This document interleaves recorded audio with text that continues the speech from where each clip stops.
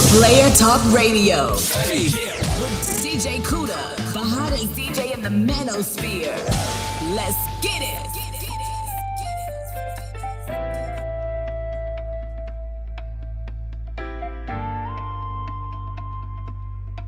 Bust all in there. Bust all over it in there. Bust it all in there. What's the matter, Daddy?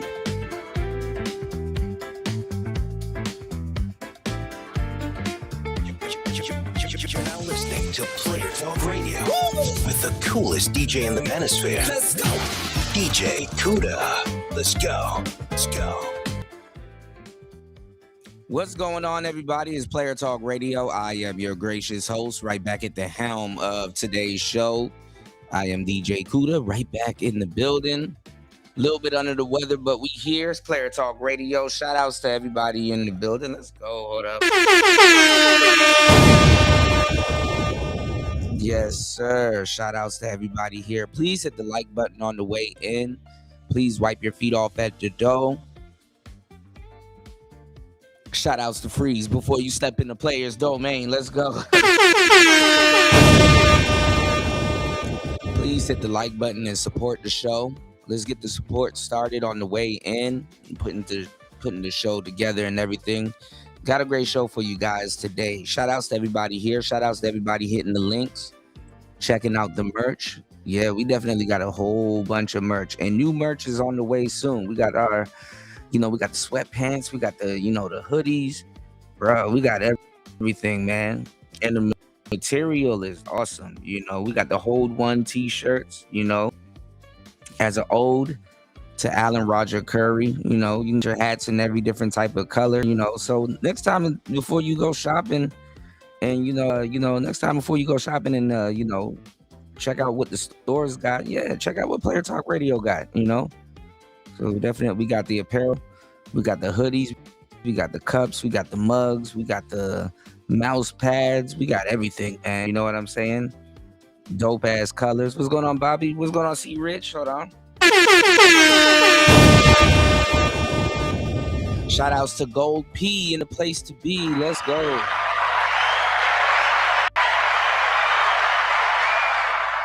Shout outs to Shaka Nulu.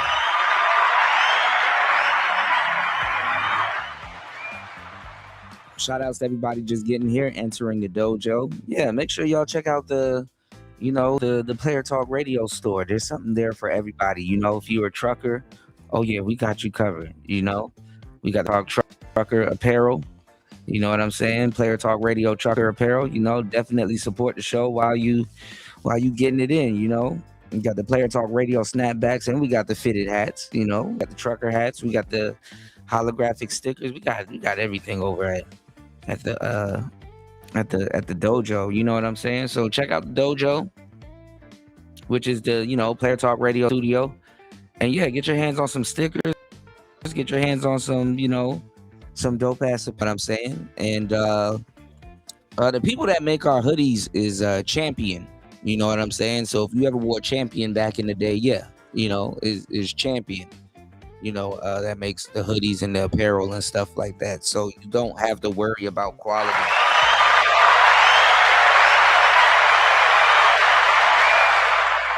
Y'all know we would never let you have no damn clothing that's gonna disintegrate and shit in the washing machine. Bitch! And shit.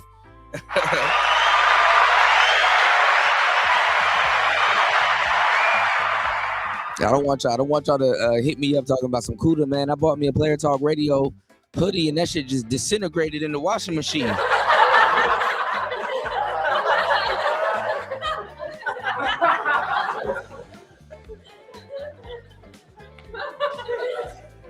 That shit just disintegrated in the damn washing machine. Ain't that a biatch? Nah, man, that shit don't disintegrate, man. And shit, man.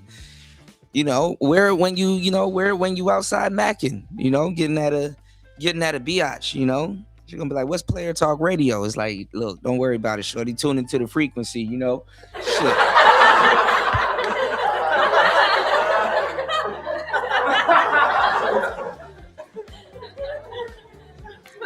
So we got some new stuff coming out, man. If she ain't of assistance, keep your distance, all right? You know what I'm saying? If she ain't of assistance, She should keep her distance away from you in this game. It's Player Talk Radio. We are in the building. What's going on, Ghostman Kang?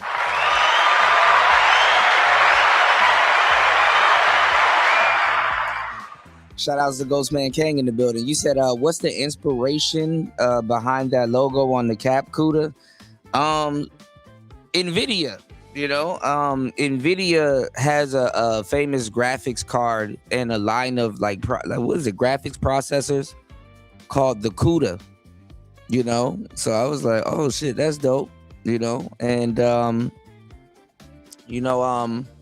at the time, I was getting my cybersecurity certification, which I got my Google cybersecurity certification. And I'm almost done with my IT certification. Speaking of that, though, thank you for reminding me. I need to take the CompTIA Security Plus at some point before the summertime, before my $200 voucher wears off. But anyway, yeah, it came from NVIDIA, and they have a CUDA line also. So I just said, hey, kind of switch up the NVIDIA, logo with the headphones and stuff like that, and definitely make something for the coders and the people that's jumping into cybersecurity and IT. So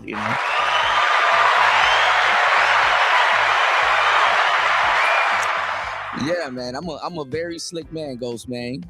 Just like you, bro. So just stick around. You already know, man. You alumni, man. You know a thing or two about a thing or two.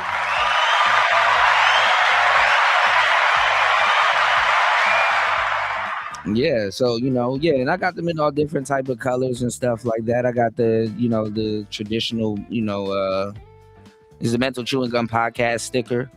I got the sticker for the NVIDIA, the same logo. This is a holographic sticker. Mental Chewing Gum hats and stuff like that, just some candy shit. What I really like is this hoodie right here, though. When I get to my next destination, I'm gonna order these hoodies, and the hoodies are like $30, $23. They're the same price that you'll pay for, if not less, even at Marshall's or at the department stores and stuff. So some dope stuff, man.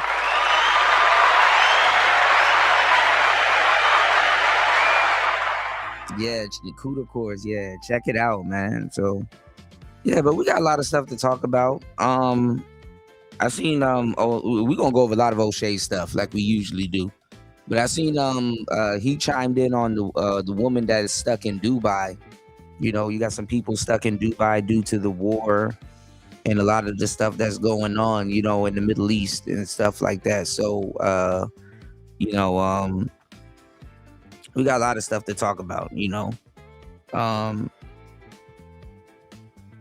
just gonna get into it. It's gonna be gossip, a little bit of not gossip, but it's just gonna be dating madness, gossip, mayhem, all kinds of stuff.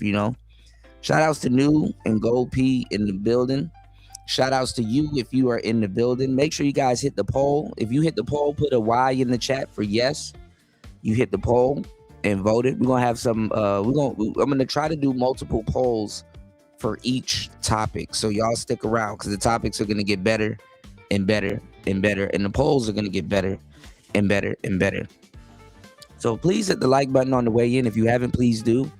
Please support the show on the way in. If you haven't, please do. It's Player Talk Radio.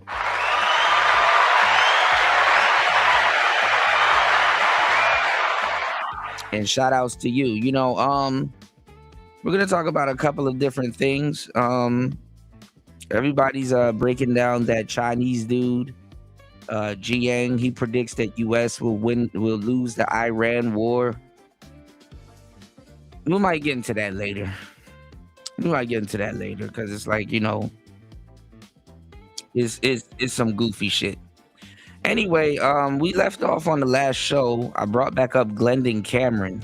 He had some goofy shit to say about Anton, because Anton basically kind of replaced him in the space. And like I said, a lot of people in your audience are loyal, but most of the people in your audience aren't loyal. The people in this space, respectfully, and you just got to respect the jokes, are only as loyal as the next nigga to go live.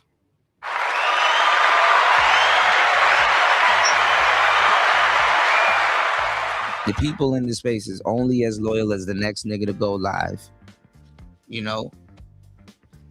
And I see that. If there's a diet version of me running around here, people will subscribe to that person and support that person.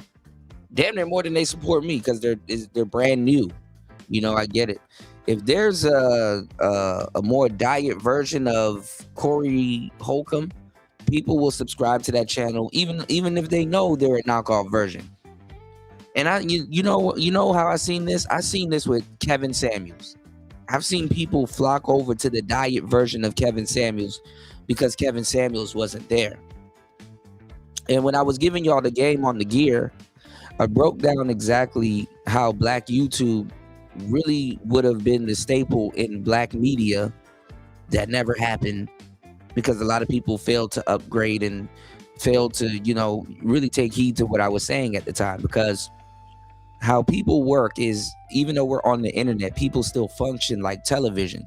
If cable wasn't around and we went back to having to deal with 6 or 7 channels, you will put a certain channel on just because. You'll be like, oh, well, this aligns more with my views, so I'm gonna watch them. You understand what I'm saying? So what I'm saying is that, is how people compartmentalize things. If you take away choice, people will still believe that they made the right decision if they align with something. And that's why it's called television programming. And then when cable came along, it gave y'all the illusion of choice, where people are just going to go wherever they're going to go anyway. So you were paying for like 200, 300, 400, 500 channels, and you're only going to watch 3 or 4, 5, maybe 6 of them. You know what I'm saying? And it's about the illusion of choice. What's going on, War Master?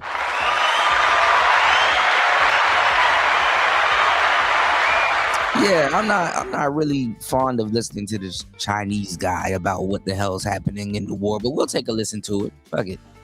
On the last show, we showed y'all how those rockets took out the Ayatollah. That was crazy. We got some more stuff on the way for you guys, all right? Stick around. But no, Stacey Prince was one of them. Jeremy Hill, Bernard Riley, even though I would say Bernard was probably the better of them.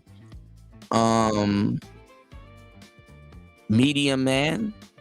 We got a video from Medium Man, just like on the last show. But we got a lot of game to chop up, man. So please hit the like button on the way in. Please support the show. 23 people in the room. Shout outs to everybody over on Rumble. Yeah, we are here. It's Player Talk Radio. Let's get it. Let's go. So, let's get into this. Let's get into Glendon Cameron first. And then let's get into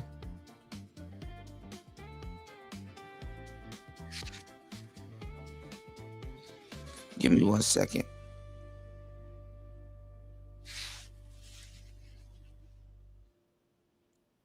We got a lot of O'Shea videos to go over too. I want to point some stuff out just so it's recorded. But let's get into it. Look at this woman talking about some women don't belong in the military. And even Myron is going live saying why the Iran war isn't worth it for America. It's funny. I actually had a student that I was talking to last night off air, and we had a free conversation class, and she, for some reason, they're really interested in Donald Trump in Japan. You know what I'm saying? They love Donald Trump in Japan. They're very interested in Donald Trump in Japan. And she wanted to talk to me about let me see, I don't know why this isn't coming up. All right, here we go.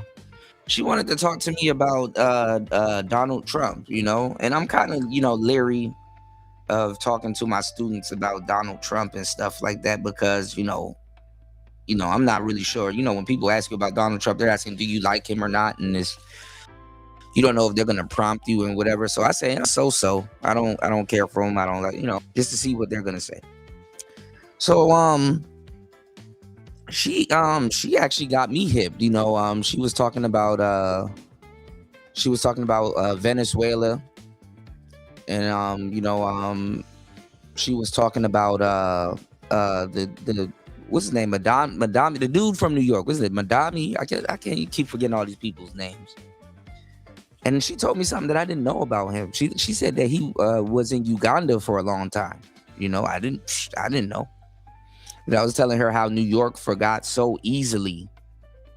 And she was talking about how they were talking about how America will eventually become Muslim. And I'm like, damn, why is it? And she was an older Japanese lady. And I was like, why is this lady why is she so,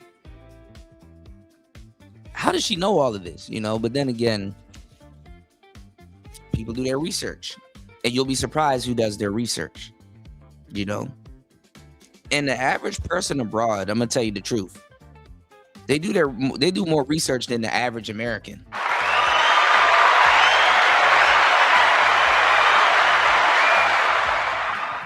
It's a blissful thing to be an American. It's beautiful, actually. Some will say it's ignorant, and it can be, but it's actually beautiful. Shout outs to the Americans that know. Okay. A few years ago, Anton Daniels made a video calling me a sexual predator. Okay, so he got to get his licks in. Let's go. I do believe this is the reason that Anton Daniels' YouTube fame actually started. He called me a sexual predator. Him and the lead attorney both ganged up on me. I thought we were going to have a conversation. It was a trap. That's how crazy. Yeah, they're not going to become Muslim. Like, you're not going to become Muslim, right?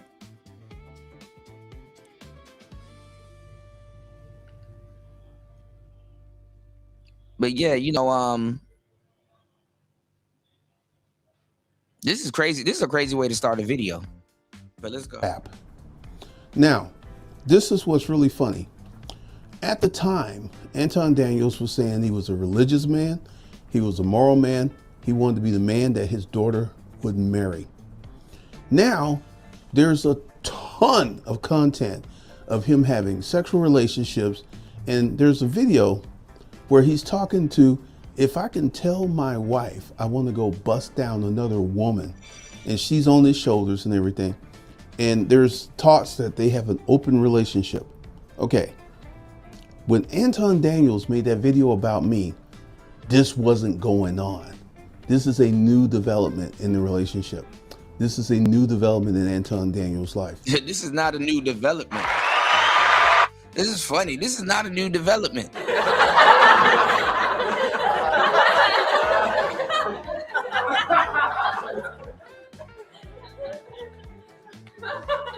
This is a new development. And I'm going to explain to you why.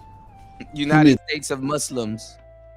I think if more people go to jail, they will be in the nation of Islam, though. That video about me and why he's doing what he's doing now. Years ago, I had an extremely robust sexual life. I was able to write ads on Craigslist and get beautiful women to come to my house and have sex with me. No dating, no money, no game, just straight up sex. And then I built the following. Let me tell you something. When you get rich and you never had women like that, and then you start getting women, you just go straight from incel to perverted.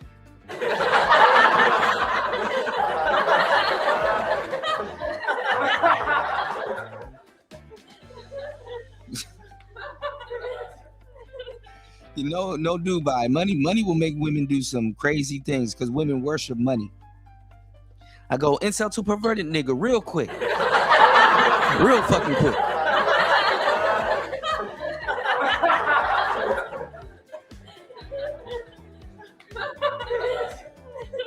I go incel to perverted nigga real fucking quick. Let's go. Disruptive male, and I put it out there, and I was putting out my tricks and stuff. And I've developed this unique ability to meet beautiful women, enter into relationships with them. And it's not a unique ability, it's just money. Incel to perverted nigga real fucking quick. And have them give me uncorrupted sex. Now, what do I mean by uncorrupted sex? Right now on YouTube, there's a bunch of men who are in relationships where the woman will not have sex with them. I don't know what that's about. But I was a single man. Let me say this again. I was a single man having a lot of sex with women.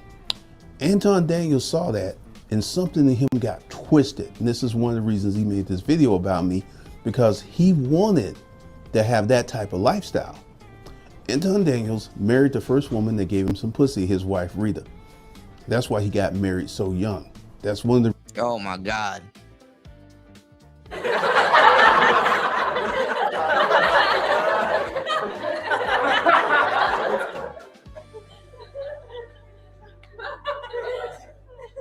Don't let me find out y'all copying the starter chick alley-oop, y'all. Here we go. reasons that folks used to get married back in the day so they can have sex. That's what he did. So he married her. Then he developed YouTube fame. Then he started to get that YouTube money. Then he realized that he can now get a different type of woman. But he built his YouTube fame on being a moral man, God-fearing man, good father, good husband. However, that is starting to be corrupted. Now, this is one of the things, and this is something I've had, a conversation I had with several of my rich friends. Money exposes who you are. Money doesn't make you better. Money doesn't make you worse. It exposes who you are at your core. So if you're a really good person, you'll build a museum. You will take care of homeless kids. You'll put up a park if you're a good person and you have money. If you're a bad person with money, you will come on the internet and talk about busting down other women in front of your wife. Now let's get back to why. Also, you know what? I'm not even going to get into what Glenn and Cameron got into, but okay, shit. He made the video about me. He saw raw sexual power. When I launched Disruptive Male, I made like $50,000 my first month because there were so many men that was hungry for masculine direction and the strategies and the tricks and the tools. What's going on, Brian? I mean, it's just Good to see you, bro. part of my life. I'll be 60 years old. My current girlfriend just turned 29 yesterday. I have her on my YouTube channel and you've seen pictures of me. So this is a really deep part why he made that video.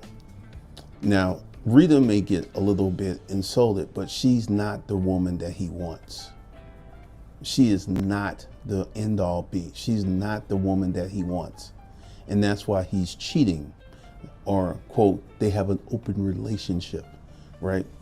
And it's funny because he saw me, someone that at the time I was richer than he was. I had more money, I had more women, had more game.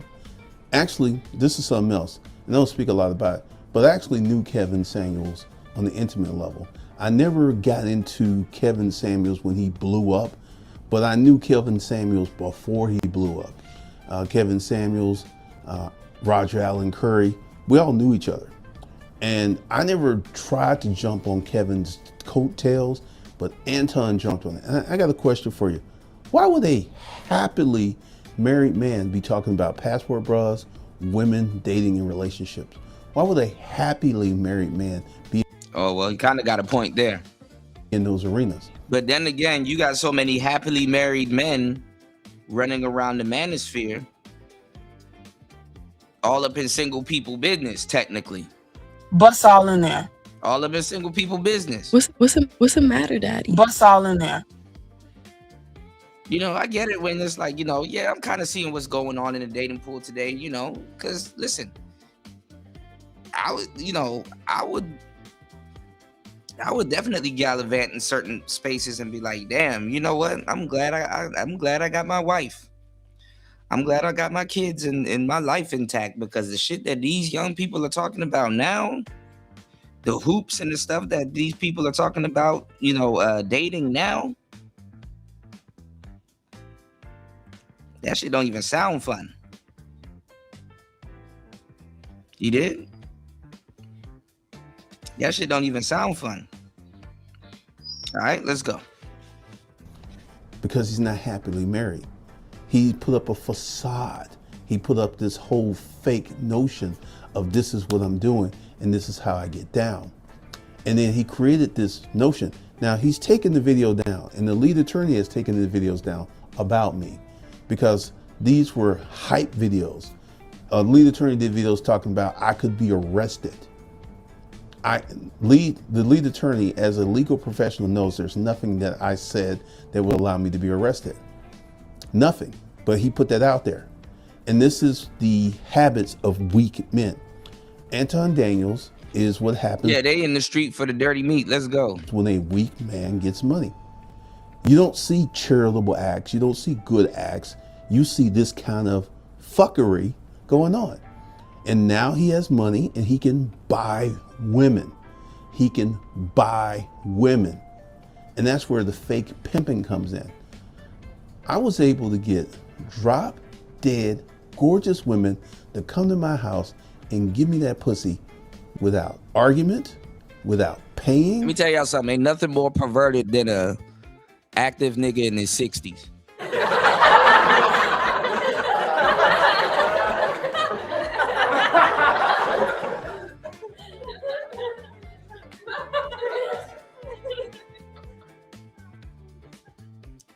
You either be young and be a noble guy or live old enough to become a pervert.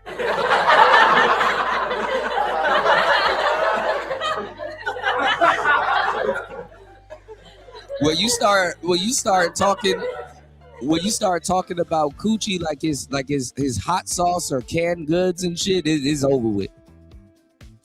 I used to get women to get that sweet, juicy pussy to come over my house.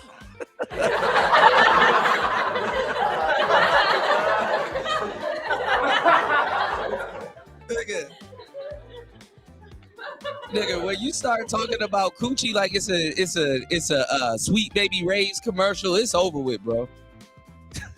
I used to get beautiful women to bring that sweet gushy over my house. Without doing. Case in point. Look at my current girlfriend. You can see her picture. I made videos. I'm in love with this woman. And let's talk about that. Like, I don't think the older cats realize that it's always been for sale. It's always for sale. It's even for sale for the young dudes. This is why I was trying to tell the young boys. I'm like, bro, tricking is an old man's game. I would say don't really successfully trick on bitches until you turn about like 35, maybe 40. You know, because then you kind of like, not necessarily a dull blade to the game, but you kind of know how it goes. You know, because a lot of these tricks, they couldn't get a girl to come, pun intended, they couldn't get a girl to come over to them, and they're trying to tell you that it's easy to get a woman to leave. You know, I don't. They talk like they're players. Oh, y'all cool. We don't pay these girls to come. We pay them to leave. Get the fuck out of here, nigga. You couldn't even go.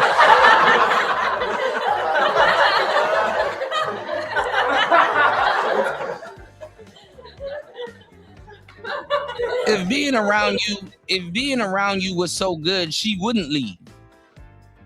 If you can get her to come around you. Fuck out of here. Once I get into... Y'all hit the like button. Support this game. 45 minutes into the madness, man. Support the dojo. It's Player Talk Radio. Let me give y'all shout outs, man. Hit the like button. Add yourself to the support train. It's Player Talk Radio. Let's get marriage with her. My commentary would change. My commentary would dramatically change.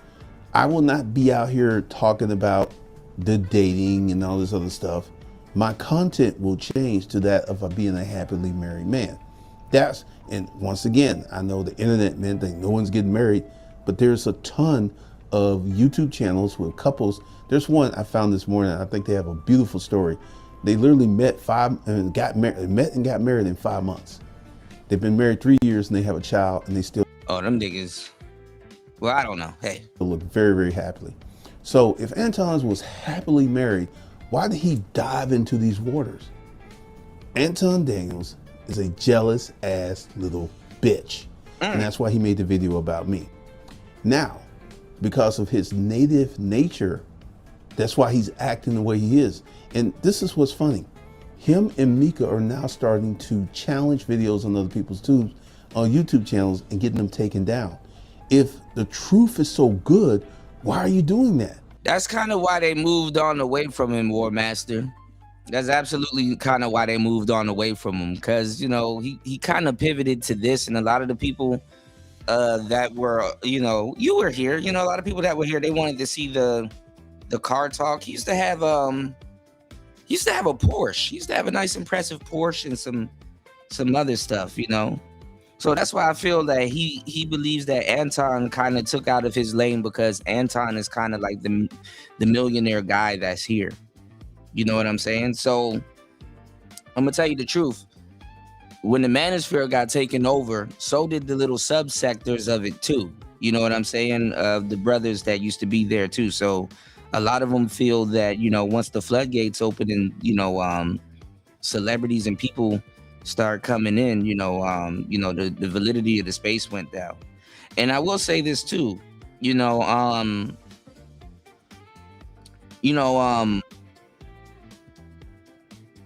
was about to say, when like Anton and all these new people are coming in, it's the YouTube allure, that gets a bunch of people, because the thing is that you don't know if he's a celebrity or not. It's like, who's this random guy with a bunch of subs? You know what I'm saying? Who's this random guy with a bunch of subs that everybody's listening to, that, got all these toys and stuff like that. You see Omi and the Hellcat pop up. You see a lot of these people pop up. So, people were just picking and choosing at the time. So when they made those videos about me, Anton Daniels, the lead attorney, Abba and Preach, a ton of people made videos about me. And I'm going to say it. It was trolling or whatever. And even he came back and said he was trolling. Oh, I just wanted to see if you guys were listening. I just wanted to see if you guys were. And then he started doubling down, and then he, it just got weird. Stupid ass black people made videos about me. There were a few white people, but the majority of these folks were dumbass black folks who love scandal and drama. So, did I challenge anyone? No, I went on my life and I kept making money. And this is the thing. What they said were lies about me, and what they're saying about Anton Daniels is the truth about him. But he's challenging the truth because he doesn't like the optics of the truth.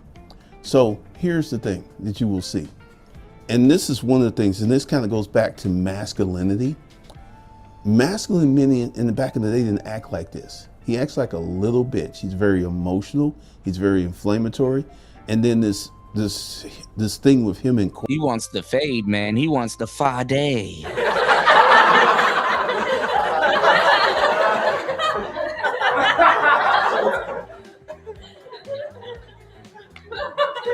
He wants the fade. All right.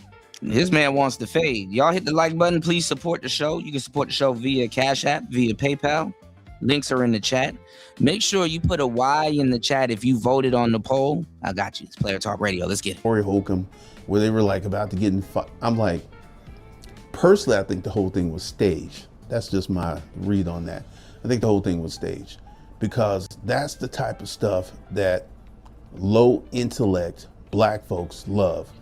Yes, I said low intellect, because recently I had to have open heart surgery and I went to the hospital. Damn. I was surrounded by doctors and nurses who had no clue who I was. They had no clue. This is Glendon Cameron. If you guys were around in the golden age of the space, you would know, you know who he is. He's kind of like on the, he's kind of like on the, he's always been on the outskirts of the space. But all of these guys, they basically model themselves around game and manosphere content.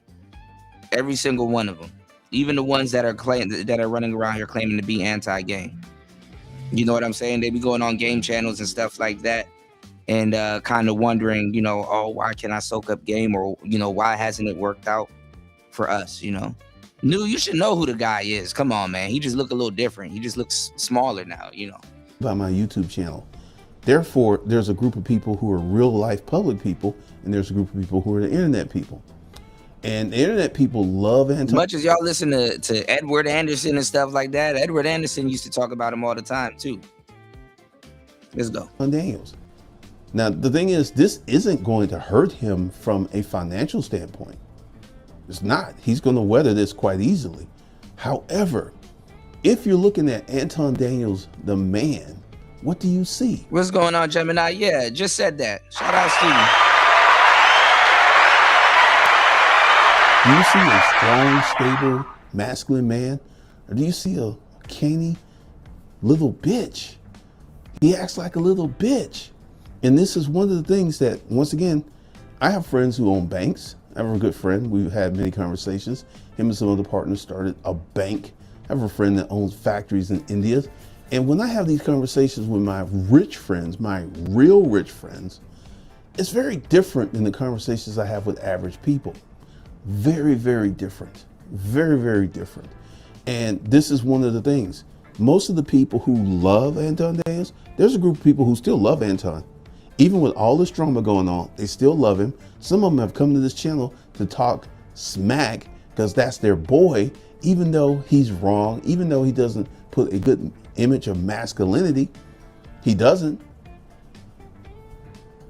But now you're seeing the real Anton Daniels. What you see now is the real Anton Daniels. And that is not a good man. That's not a stable man. That's not a solid man. Now, once again, going back to what I said earlier, money exposes who you really are. And this is what we're seeing with Anton Daniels. I will fly you to Detroit. I'll put you up in a nice hotel. All my girls have manis and petty. Glendon Cameron. All my bought women, all my paid for women. Tell you a story. This was a girl that I got from. He was the original Anton Daniels in the space. Low key, sort of, from like the millionaire, get money perspective. He does a lot of, the shit that a lot of black people claim to want but don't support. You know what I'm saying? Like, he'll teach you how to get money. He taught a lot of people in the space. He got a lot of them, I think, into tech, and he got a lot of them into, bro, this dude is the truth. When he gets on, when he's dropping knowledge, but is when he gets into the, it just gets creepy when he gets into like the player shit. You know what I'm saying? The older cats, older men are perverts. I mean, that's just how men do when they get older. Even older women now, to a certain time, that cougar shit, depending on what side of it you're on, is like this girl could be either really freaky or she a pervert. Real talk,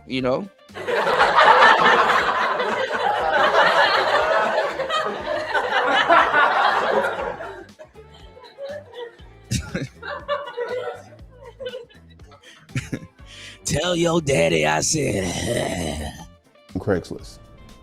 And we developed a relationship. After I had my heart attack, this girl that I got from Craigslist. Damn, niggas having heart attack. She went on to improve herself, and she now makes like $250,000 a year.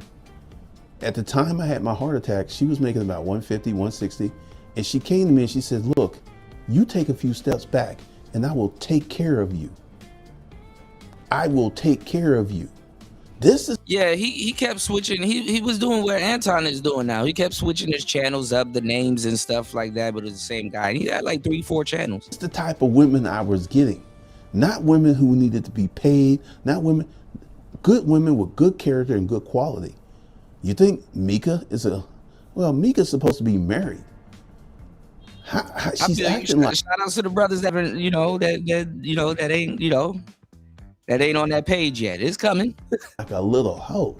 She's acting like a little street hoe. She's acting like what they like to say on the internet, a 304. You're a married woman, but you are out here messing around with Anton Daniels. That's low character. But once again, he was extremely jealous of me. Not like a little bit envious, but extremely deep down jealous. Now let me tell y'all about why a lot of married people, to a certain degree, are in the single spaces, respectfully. Some of them are cool. Some of them, you still need, ongoing relationship maintenance. So, sometimes you need to, hey, my wife does this, let me soak up some game. You know what I'm saying? Or see what this is about. You know, sometimes, you know, you can learn a lot. A lot of people, they want their cake and eat it too. That's another thing, you know, because even in the dating game, there's a lot of married people running around the dating game. That's why I told you guys, if you ever have trouble getting women, I'm gonna drop some gems on y'all. All right, don't say I never did shit for y'all. All right, hit the like button, support the show via Cash App, via PayPal. I'm about to drop some gems on y'all. I told y'all you can take $60, go to the mall, go get you a wedding band, and just go ahead and wear that wedding band running around, because women will date a married man before she would date a man living in his mama's basement. You know what I'm saying?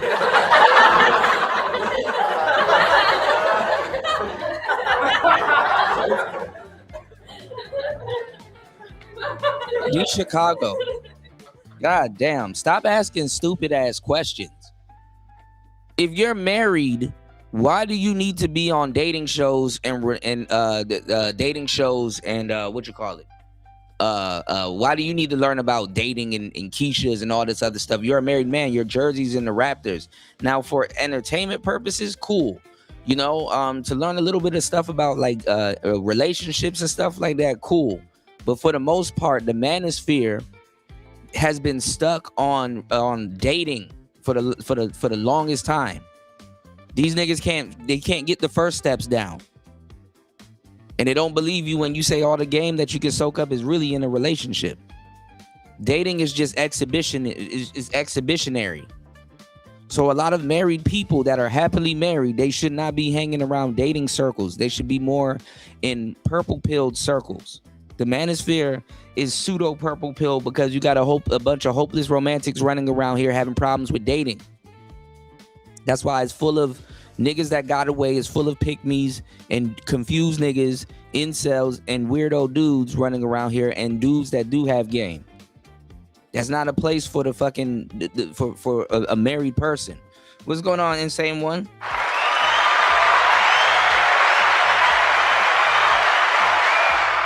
And this is why the majority of the married people here, they're running amok. Shout outs to the real ones that drop some game, because usually the people here don't know what the hell they talking about. They want to have functional relationships, but they don't believe in marriage. Go ask half the people here if they believe in marriage. And they'll say some, oh, no, I don't believe in marriage. No, I don't believe in this. I don't believe in that, which is up to them. They can say whatever they want. That's cool. It's all right if you believe in marriage. But if you're preaching, for the most part, you know, functional relationships, you know, to a certain degree, the ultimate functional relationship is usually a marriage. Okay?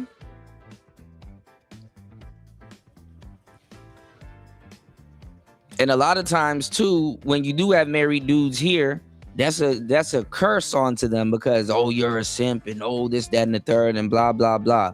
But it's not even that. Shout outs to my married players. Y'all know I believe in marriage. Y'all know I give up the game for the married players. But what I'm saying is that the majority of the married cats around here, they're usually causing some bullshit. You know, they're usually on some bullshit. You know what I'm saying? And it's like, well, why are they hanging around a bunch of single people anyway? Even when you're married, you know, you and your wife should, you know, go to married, you know, don't go to singles mixers. You go to married, you know, you do things that married people do. You dig? So, to a certain degree, being around certain people complaining about women when you're happily in a marriage, nah, that's really not the space for you. You understand what I'm saying? Unless you're a content creator, unless you're an audience member that gets on panels every so often and you chop up some game and you like, yeah, you know, my wife used to do this, but you know, I found a way to do this. You know what I'm saying? And you know, keep my marriage intact. You know, I'm not, you know, brown nosing after her. You know, I'm not simping. You know, if you come to chop up game, all the more better. But they're really, if you hang around here for long periods amount of time, there's really nothing here for a lot of people that are quote unquote married. If anything, I will give y'all the game. You've seen this space actually ruin a lot of people's marriages. You know, it ruined Fantastic's marriage, which I think that's fucked up. You know, it's ruining. It could be ruining Anton's marriage. Could it just ruin Mika's marriage? You know, so if you're really not in it and you're not a content creator, you know, respectfully, you kind of don't know what you're talking about. You know what I'm saying? You know, I know a lot of couples, even myself, you know, even when I, you know, have my little shorties running around the house and stuff like that, we listen to Tommy and all these other, you know, because it's stuff that I listen to and stuff that I was into. But honestly, you know, long term, this is not a place for married people, you know, if you misuse this space. And especially if you're a content creator. A lot of these people, they in their man cave or she in her she shed, and a lot of them are trying to get they're trying to, you know, they're trying to get rid of, they just, you know, stay in your own room. You know, they kind of, some of these people can't stand their wife, and a lot of them, they red pill rage because of the marriage that they're in. You know what I'm saying? A lot of these people, it's expensive to divorce people, you know? So a lot of these people, they're in the cheaper the keeper, you know what I'm saying, space. And I'm gonna tell you the truth. Like I said, it's different when you're a content creator, because a lot of those guys, they have a story to tell. You know, if you think about it, you know, it's like, damn, I never looked at it like that, Kuda. I know, because you're not a content creator. Respectfully, I don't expect people to look at it the way a content creator would, you know? And shout outs to the married people here that give off good game. You know, may this space, you know, not taint you and weasel its way into your marriage. Because even now in the manosphere sector, like I said, it's so entertaining to people. You have co-ed channels of married couples doing commentary on stuff like this. And even then, it's contradictory, because it makes it seem like their marriage is so intact when they fight like cats and dogs, you know?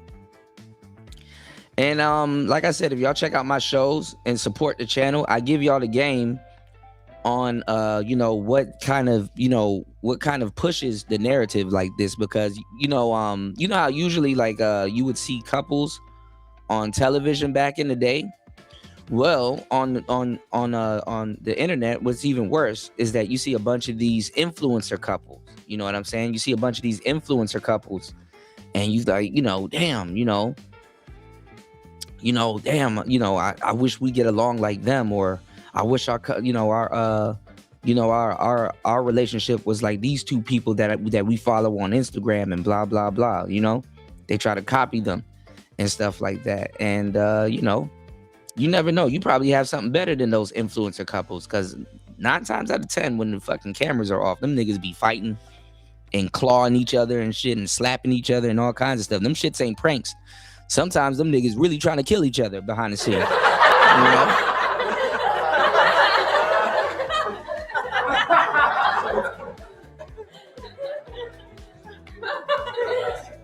You real live Fox 5 getting into a shootout with your girlfriend.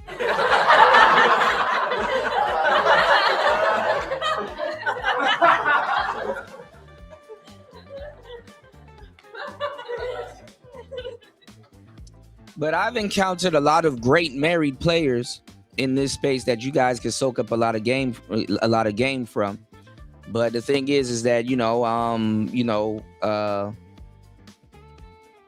I wouldn't tell them, just as some of the good women in this space that people call pick-me's, I wouldn't tell them to really do content like that, because it'll corrupt them.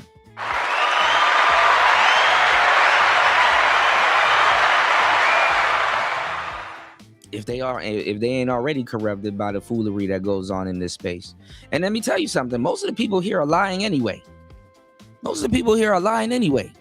They don't want functional relationships. They don't want cooperation. A lot of niggas here are really here to waste your time. Trust me. If anybody knows, I do. All right. Shout outs to everybody in the building. Hit the like button on the way in. If you haven't, please do so. And please support the show via Cash App and PayPal. Give me 1 second. Let me catch up on y'all comments. I know I'm probably getting roasted. And like I said, it goes to show you, a lot of people don't give a fuck about marriage in these spaces. I'm telling y'all. All right. We posted a poll 56 minutes ago. Is modern dating harder now than 10 years ago? 62% says yes. Social media ruined it.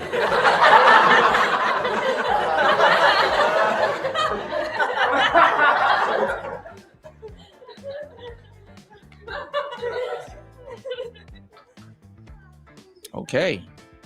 Well, all right. Social media ruined it. Give me 1 second.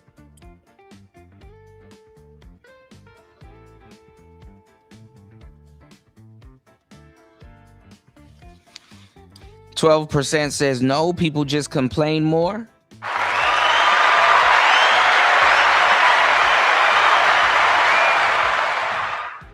The players in the building says it's easier if you know the game.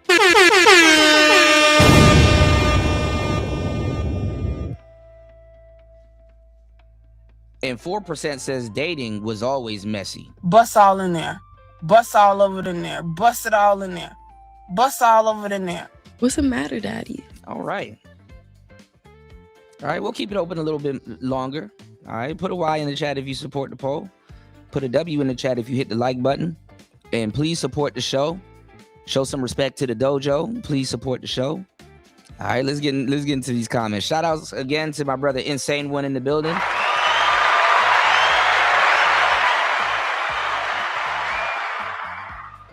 All right. D Chicago said, what dating show? Okay, if you're married, should you be on the Pop the Balloon show? If you're married, should you be on the Pop the Balloon show? I can see if you're on the Pop the Balloon show audience. I can see if you're doing other stuff, but if you're married, should you be on the Pop the Balloon show? Come on, use your common sense, y'all. Okay? And a bunch of single dudes can help other single dudes. Just because you're single don't mean you're alone, player. Let's get it.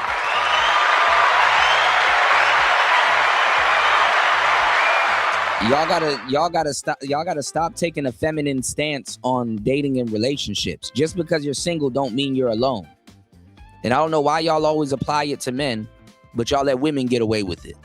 Single bitches be fucking up other bitches' relationships all the time, but y'all let them, it's okay for them to listen to each other.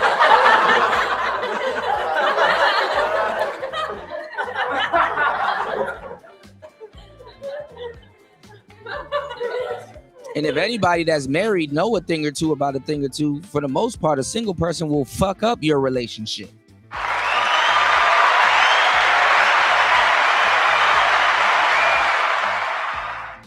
New said, I'd never take dating advice from a married guy. My pops never even really liked to talk about his marriage.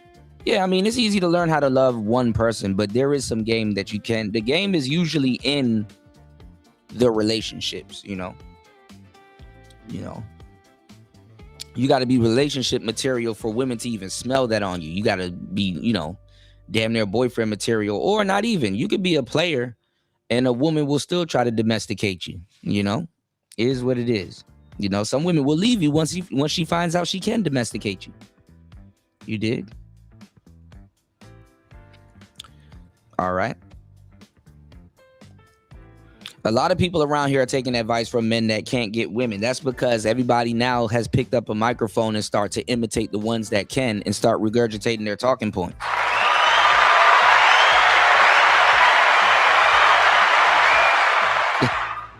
Gold P said, Kuda, sir, we know you recently married one of them broads in Cambodia. You liked her breast milk and ate her sugar cookies.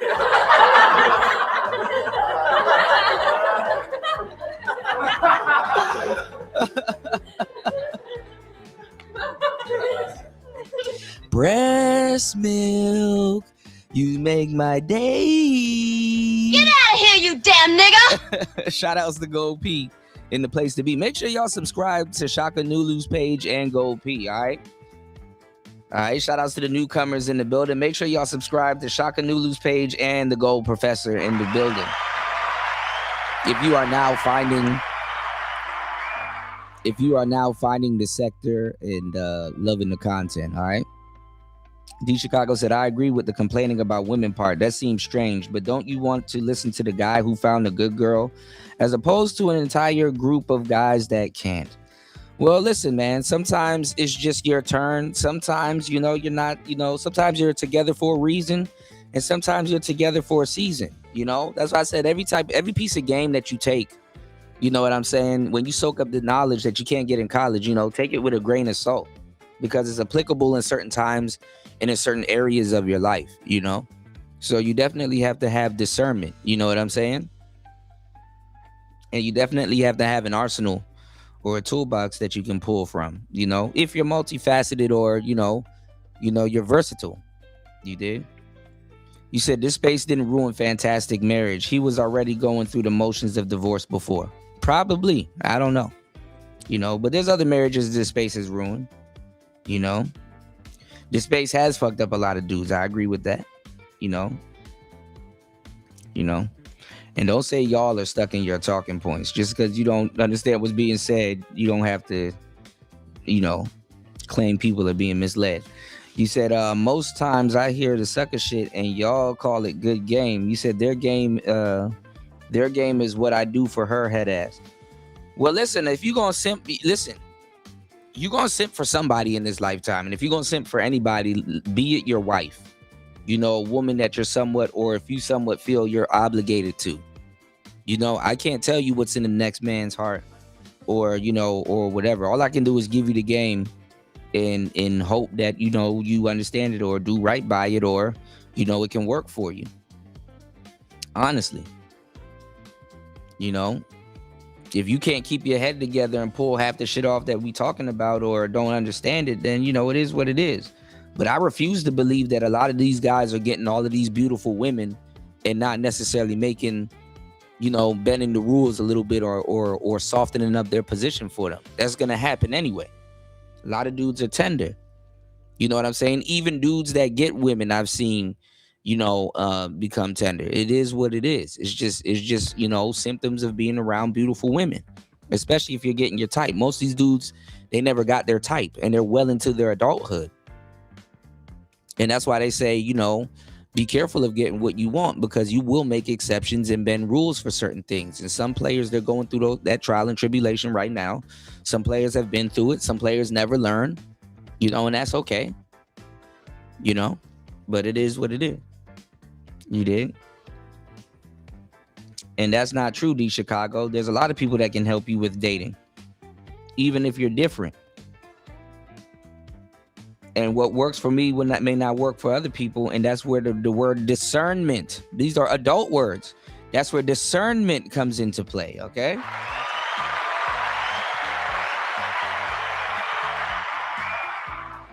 Okay. You said it's always been messy, new. Okay. Yeah. A lot of what's going on, Euro, EI. Yeah. A lot of dudes never got females, and they're trying to put the toothpaste back in the tube, or they're complaining about a train that already left the station. A lot of people are snake oil salesmen for sure. All right. If you have a problem dating, then it's seriously something wrong with you, especially with all the different easy ways to meet people. It doesn't matter if you can meet people. You can meet people and not even be on a fucking date. And what I'm seeing right now is what the generations over time with the internet has lost. Nowadays, like I said, you're talking to women and you're really, a lot of the discrepancies is really you talking to them and explaining to them how to be decent human beings. That's really embarrassing to be, to have to teach a grown woman how to be a decent human being. Hey, this is not how you conduct yourself. It's a lot of, especially in the black community, man, we have a lack of etiquette. We have a big lack of etiquette. Black people don't understand etiquette. And like I said, you could be around people, but not even be dating them. You could be around a bunch of women and not have been on a damn date. Most people don't know how to date. You still got to tell women, hey, before you go out on a date, You know, these are certain things that you need to do. You know, basically have brunch. You know, etiquette is just gone. Long story short, I'm not even getting into it because y'all ain't even. Some of y'all ain't even appreciative of the game that I be dropping. You know, let's get some more support. I'll go deeper into it. Coaches don't play, baby. Let's get it.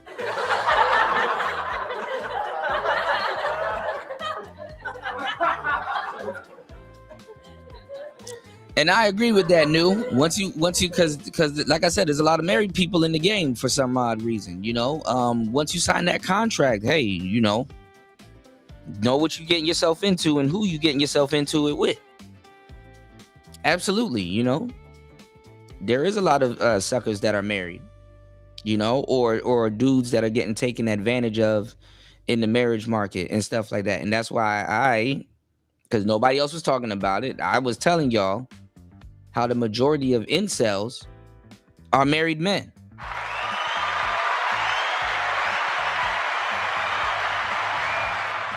You dig? The majority of incels are married men. You know what I'm saying? Dating is non-personal by nature. It's really not. Okay? Let's get back into this, though. We're going to get back into Glenn and Cameron. Let's go. And I find it to be interesting that now he's getting some. He's not getting what I got. I had people coming for me, people like, you need to stop talking that noise. I know people in Atlanta. So I was like, let me get this straight. So you're going to have someone come kill me because I got some young pussy. That's what you're saying. And that person got real quiet because it didn't make any sense when it was said out loud. So here's the things that you will see with Anton Daniels. He's going to try to alter this, and he's going to try to weather this, and he's going to get sneaky. Because right now he's been putting his business out on Front Street. He's been talking about the women and stuff, and now... But that's what I'm saying, D Chicago. Back in the day, if you had to approach, you should know now that that dating is more fuck than it usually was back in the day. Back in the day was more easier. But let's go. These YouTubers have content that they can pull out and talking points that they can dissect. And now he's like, oh, he's not going to do that anymore. He'll probably double down on what was making him really successful. He will still be very controversial because that's his little inner bitch. That's who he likes to be. So that will not change. And he'll just get more private with his shenanigans because he's learned a valuable lesson here. I go on YouTube and talk about busting chicks down in front of my wife. And someone came to my YouTube channel and said, well, Anton Daniels and his wife have an open relationship. Okay. If he and his wife had an open relationship, when he made that video about me, he wouldn't have made that video about me. See, he's taking this personal. But let's unpack that. If he and his wife were in an open relationship at the time, he wouldn't have made that video about me. He wouldn't have, because that's an alternative sexual lifestyle. He wouldn't have made that video about me. How can you be like, oh, he's the devil, he's a sexual predator, but I'm out here fucking random? It makes no sense. So this is a new development. And what I suspect, the wife puts up with it because he makes a lot of money, and now she's gotten addicted to the lifestyle. However, I'll tell you a story before I end this video. Well, let me tell you something. Hypergamy isn't a real thing with modern women as people like to do it. You know, like I said, they took that word from us. You know what I'm saying? And bastardized it. Even the women took the word and ran with it and bastardized it. Hypergamy is not a real thing for most women. It's not a real reality for most women. Okay?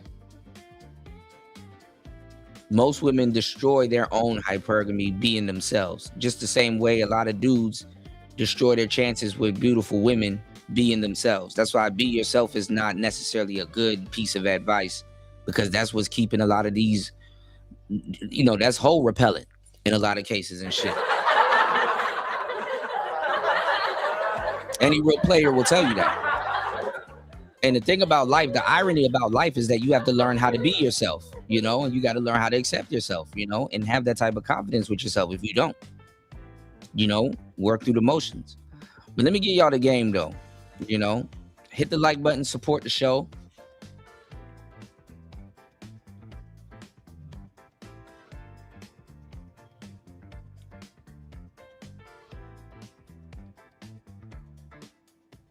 Anton Daniels, his wife, and he probably knows this, and shit, it's not his fault if he takes advantage of it. Because a woman would. Anton knows, his wife knows that she probably can't get another Anton. Not that soon and not that quick. Y'all see, some of y'all don't listen to SOS Band in its shows, you know?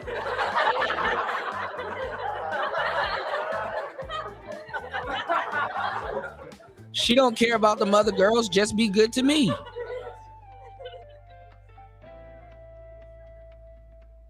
She don't care about the mother hoes, just be good to me. Just be good to me. She look, I don't care about what you do with the mother bitches. Just don't do that shit to me. You know, or shit. You know, make me your only one. You know, don't make me your only one, but you know, be special. You know, I'm special, so you know, as long as you make me feel that way, cool. See, some women, they're smart enough to not leave love to go look for love. You never leave love to go look for love. You know, so some women, they're smart enough to be like, hey, you know what? I don't give a damn. Let me, you know, it's not even that big of a deal. And I give it up to women because a lot of women, you know, they have the capacity to take, you know, to take cheating. You know, some of them, I don't know how they do it, but more blessings to them. You know, more blessings to them. And you know, that's another thing that happened with the internet. So a lot of you guys that said the internet has ruined a lot of dating, you're not wrong, because the internet gave people the illusion of abundance. You know, a lot of people that won't get played, didn't get played and never get played, they can speak from a position of getting played because they're inundated with believing that, you know, they're, you know, that they can get. Some people, they don't have the, what's the word I'm looking for? Some people, you can't replace who you think you're trying to replace. You know what I'm saying? So some people, they believe that, that they have an abundance of, you know, of whatever, you know, dating options and stuff like that. Some people can't afford to argue with their spouse. And it's not even a living situation. A lot of times, just in general, it's like, you know, damn, who the hell am I going to talk to? It don't matter if you got in a goddamn phone. People squander that all the damn time. They don't know how to use their fucking phone. People don't know how to use their phone to go attract another person. It's too much options. Way too much options. That having your phone is actually a burden. Like, see, y'all don't know, when the phones really came out like that, everybody's dating pool went up. And like I said, one of the worst things you could ever own in this life is a social media before a social life.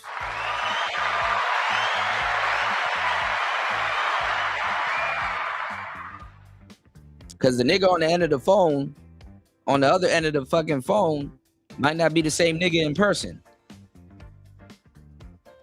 Even regular people that's not content creators have personas, social media personas.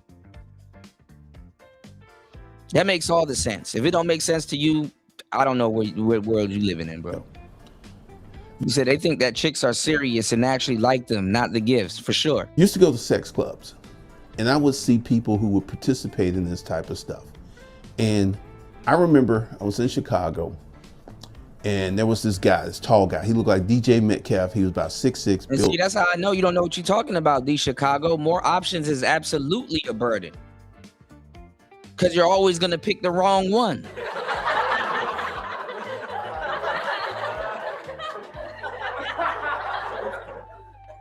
And see, y'all expect us to sit up here and talk to y'all for free about this bullshit.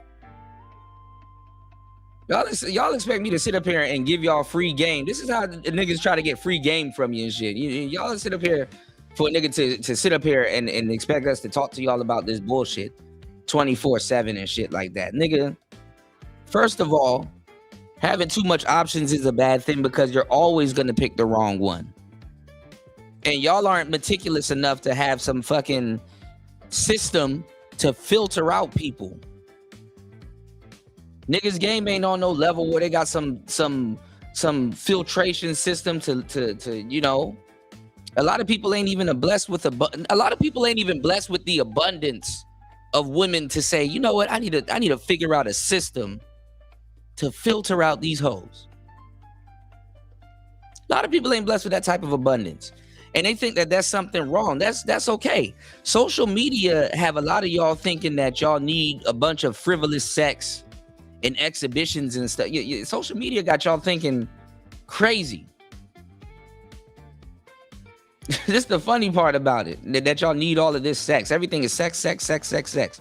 Every day you get on social media, you're inundated with all this damn sex. But let's get it. It's player talk. Black guy. And he was the swinging dick of the club. And there was this little white woman who wanted some of that swinging dick, right? So she and her husband hook it up, and the husband's watching it, and he's like all excited, because it's so, so erotic and all this other stuff. And then he hear his wife starts making these sounds he had never heard from her. And the look on his face changed. He went from smiling to, and 2 years later they were divorced. See, and this is something I talk about.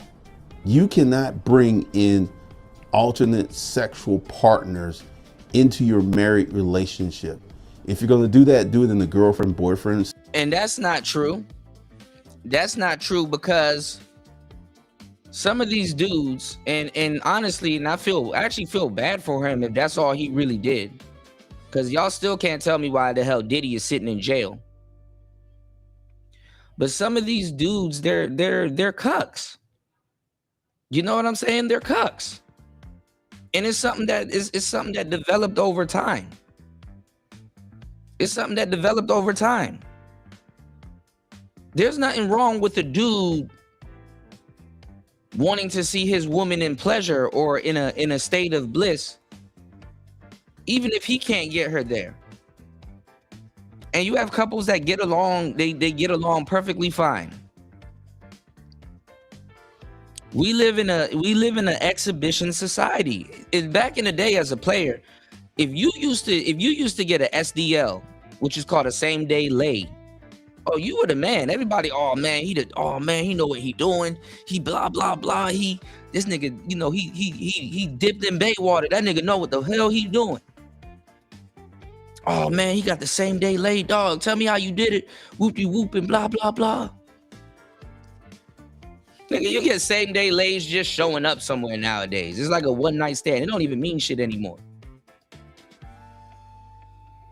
It don't even mean shit anymore.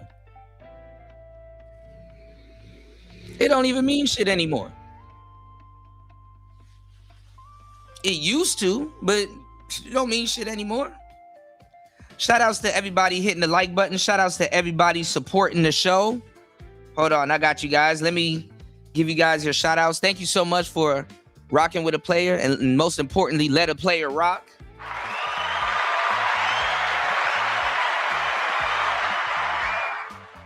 Shout outs to the new Foot Clan member. Shout outs to you, Rel. Thank you for supporting the show. Drop in the huge.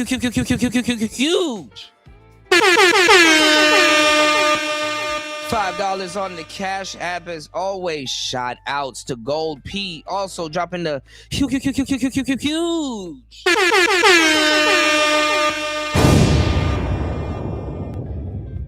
$5 on the Cash App. Shout outs to everybody supporting the show. I appreciate you guys for supporting the show. We got a lot of game to chop up. It's Player Talk Radio. I am your gracious host, DJ Kuda.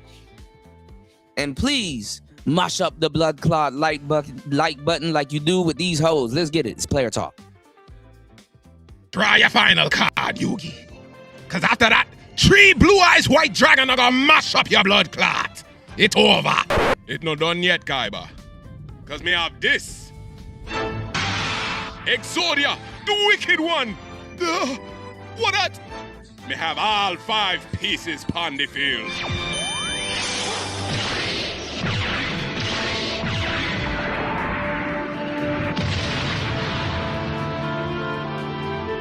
Lord God, it's a really Exodia.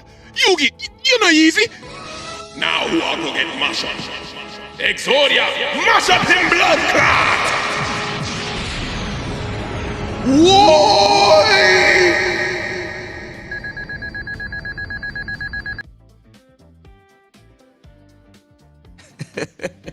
Shout outs to everybody here.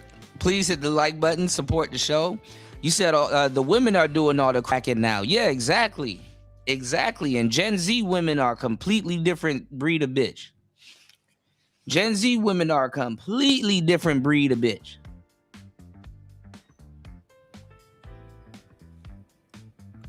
And listen, if you happily in a marriage, you shouldn't know about that. You know, you should be, you know, one of the guys that's probably, you know, yeah, why? You should be one of the guys that's probably, you know,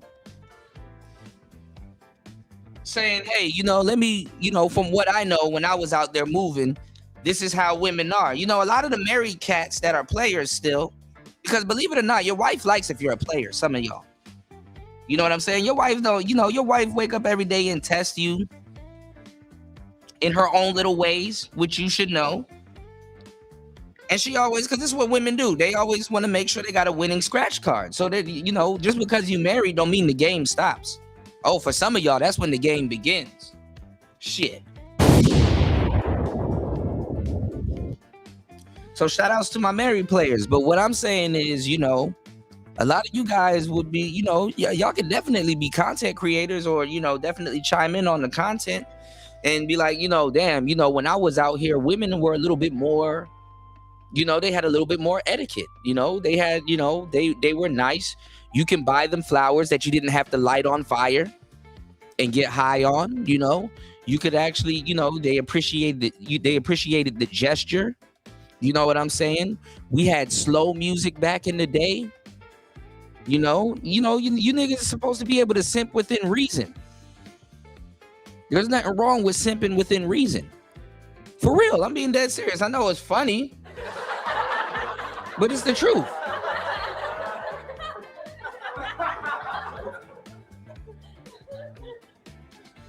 And like I said, all the 5 pillars in the dating game is gone. Romance is gone.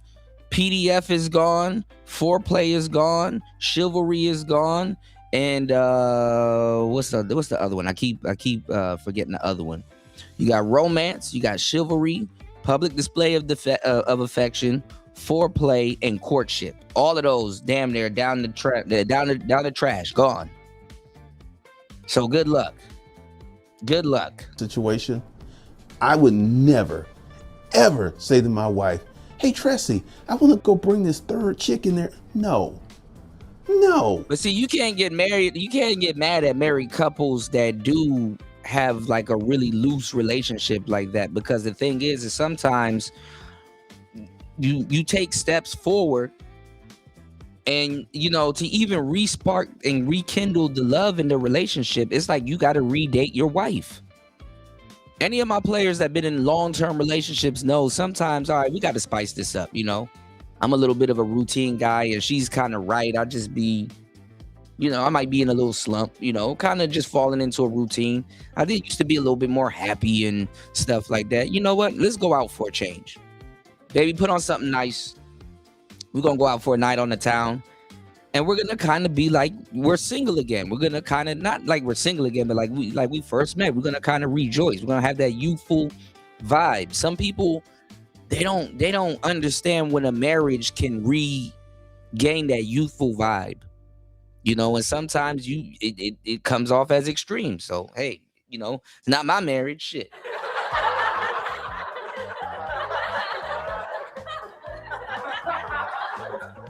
But I understand it. You know, it's always a clash between personalities. Let's go. It would never even come into my mind. But once again, I am a masculine man. I've had so much pussy, I've forgotten about the pussy I had. I've forgotten about a lot of the pussy I had. And, you know, it was just like. And you still chasing it as an old geezer.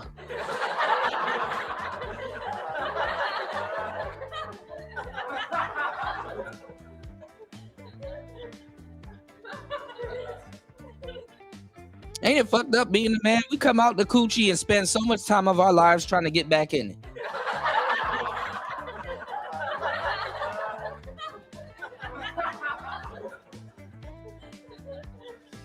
fucked up. You will see the change.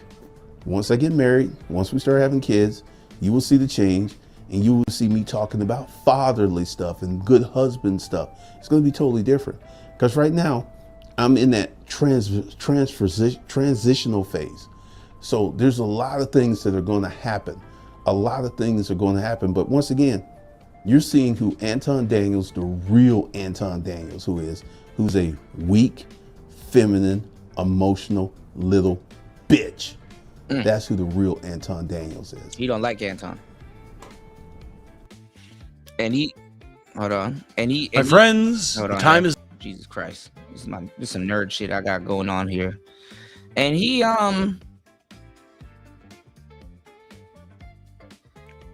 feels that the space passed him up for Anton, but he was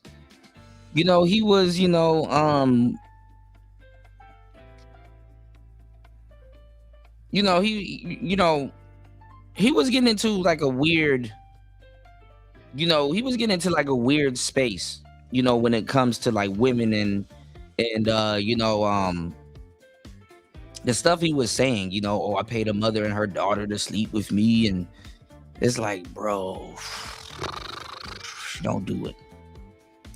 Don't do it. All right, here's another video that came on my across my desk. I haven't seen it. Let's take a look at it together. Let's get into it real quick, because it's gonna kind of tie back into it, and then we're gonna get into the Jasmine Crockett thing, see what's going on over there, and we just got a lot of fuckery to cover on today's show. Let's go. On planet Earth and get the things that we want to get out of this life, we're gonna have to delete 90% of men. Any way of thinking that casually talks about removing or eliminating an entire group of people is not empowering, not progressive, and not rational. It is dangerous. These women will get on here and see you have older women. See, a lot of the older mammies, they retreated. They just retreated. But let me tell y'all something. In the community, in the matriarch that we live in, that we call the black community, the matriarch within the patriarch.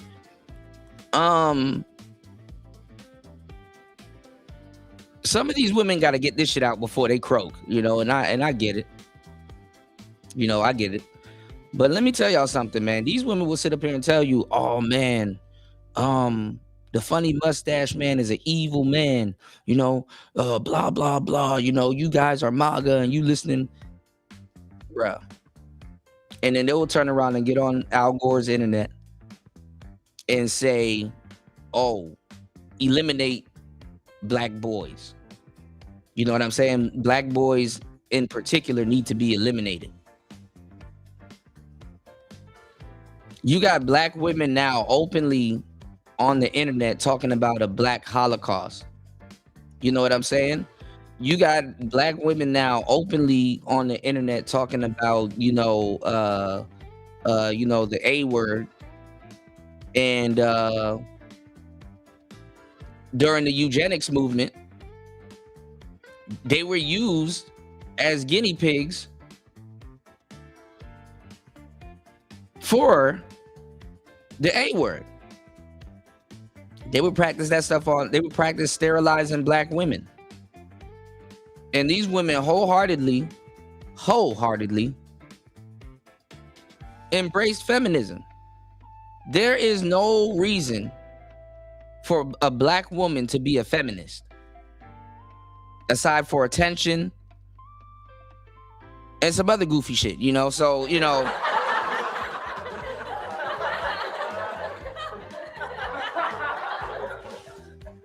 and believe me, fellas, the majority of women that you're going to meet, they're going to be feminists. But if she likes you enough, she'll hide it till you get into an argument.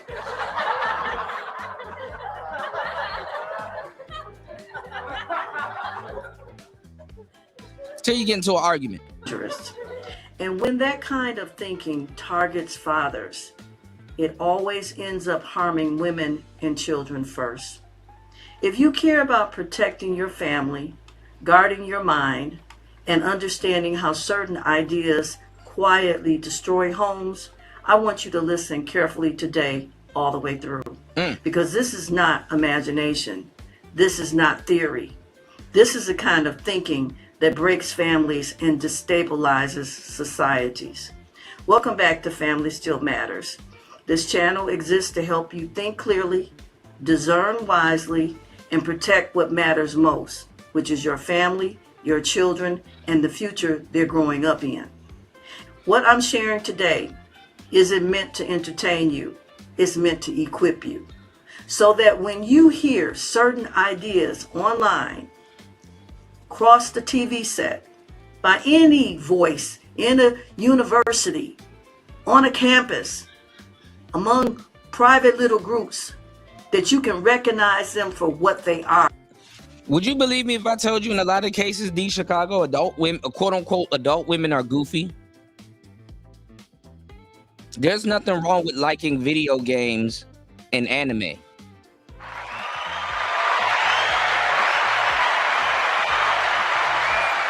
Hell, nigga, if you want to collect a damn train collection of Hot Wheels and Pokemon cards and stuff like that, you can do whatever the fuck you want to do. It doesn't make you immature. It doesn't make you a child. It doesn't make you any of that stuff. And first of all, can't no adult women sit up there and try to tell you to fucking be an adult when a lot of them are psychologically frozen at the age of 17, 18, and 19. They just refine themselves at their core. And usually when you hear a woman, because I think your lady done took over your phone again, D Chicago. Usually when you hear a woman tell you, oh, you need to be an adult, it's due to you need to do something for her. You need to be of some type of benefit for her. No, an adult male does what the fuck he wants to do, and if that woman falls within his wingspan, then it happens. Or if he wants to make it, if he wants to make a amends or an exception, or he wants to compromise, maybe. But an adult man does what the hell he wants to do. If that nigga wants to collect one wheels and skateboards and fucking Yu-Gi-Oh cards all day, because that's what he does, he can do whatever the fuck he wants to do. He don't have to sit there and follow no goofy ass bitch and fucking nigga, man, half these broads, you can't even take them to a gala or a ball. You can't even take them to no nice shit. I date professional women. If you haven't listened to the show, I've dated lawyers. I've dated girls in fucking law school and all kinds of stuff. I've dated every single type of woman. All them bitches are the same when they at the club drunk. So you're not dating no exclusive batch of broads than more than I am or have been around. Trust me. And for real, if a woman is on that type of timing with you, that bitch actually don't like you.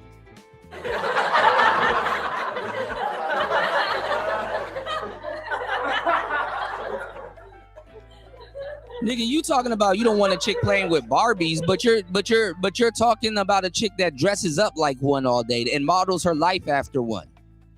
If a bitch on that strictly professional, you can't relax, be around her, laugh at silly shit and stuff like that, that bitch don't like you.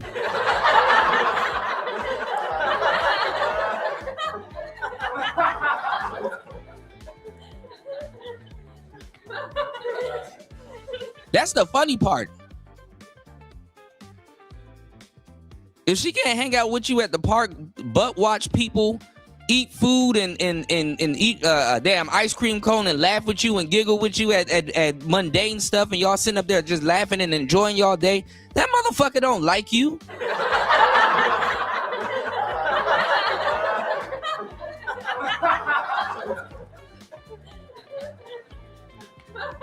Y'all niggas got life fucked up. That bitch don't like you. And know when to turn them off or to shut them down. This message is for adults. You can't sit up there and watch Dragon Ball Z in front of your broad in Indian style and eat cereal and what you call it, smoke a cigar. That bitch don't like you.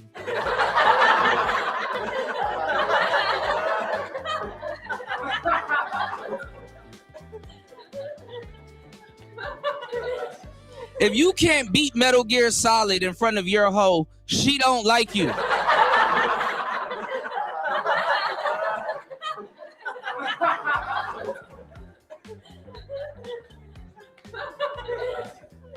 She not into what you into. She don't like you.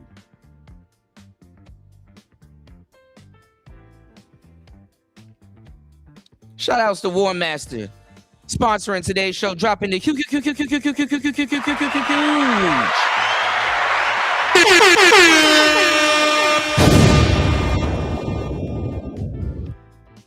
See, when you think like these Chicago a little bit, bro, that's the reason why niggas are staying single.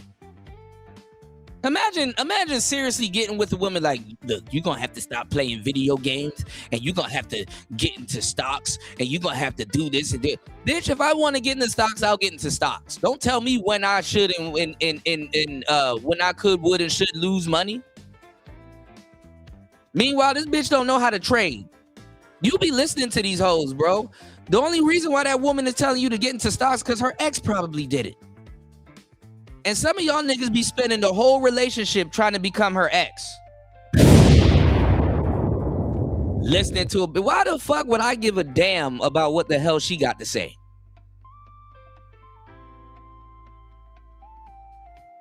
If it ain't aligned with what the fuck I got going on. Y'all niggas be ex chasers, bro. Y'all niggas be chasing this woman's ex and don't even realize it.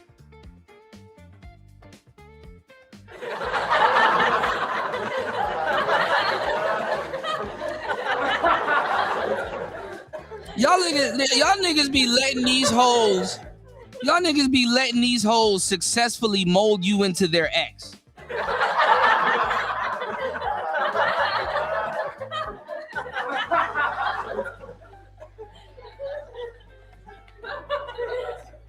If she don't leave the house, go run some errands and bring you back Chipotle while you sitting in the house and your damn jaws playing fucking 2K because it's your off day, that bitch don't like you.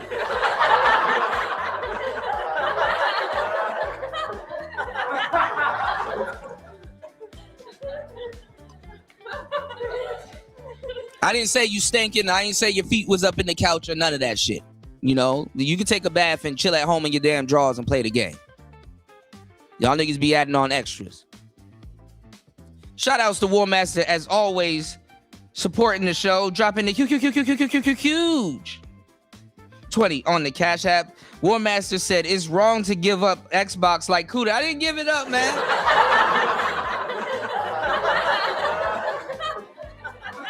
More. Wendy? Thanks, Chuck. We're standing here in front of the Olympic liquor store in Queens where scores of African Americans have been lined up for hours. We spoke to a few of them earlier.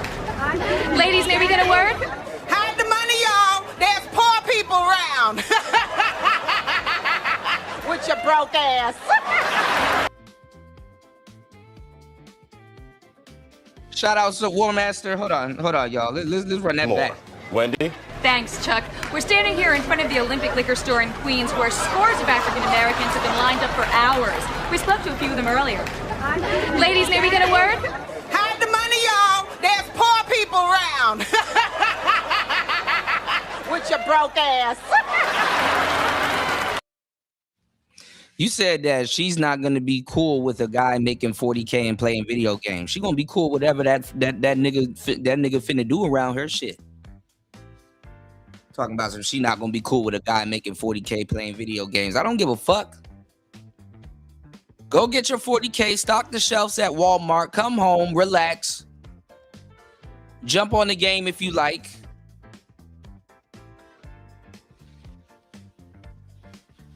Study cybersecurity on the side and get the things done in your own time or when you need to.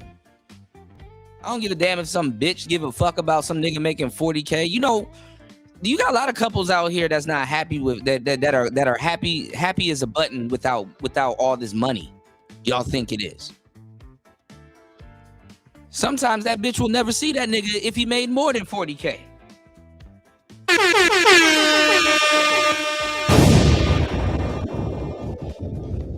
Sometimes that woman will never see that nigga if he made more than 40K. What are you talking about? Do you know that there's a lot of women that makes 40K also and enjoy going home and playing Xbox and PlayStation or whatever computer game with their damn man?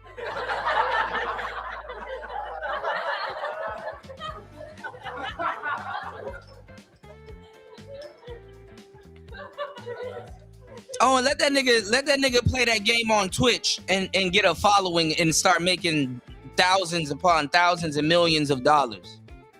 Who gonna be mad then?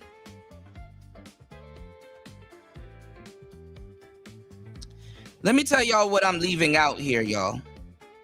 And shout outs to the sisters that want, decent men and good men. That, I get it. You want a mature man. I get it. But I'm gonna tell you some real shit.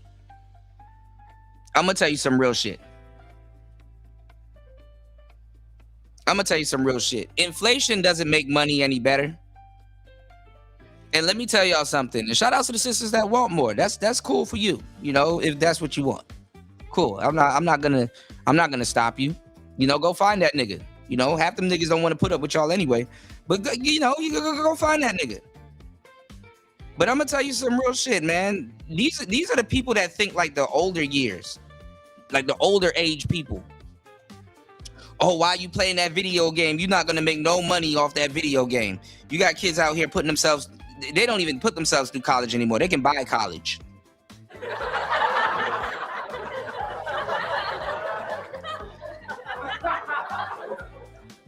Little do you know, D Chicago, video games actually have a lot of monologue and dialogue and reading that comes with it.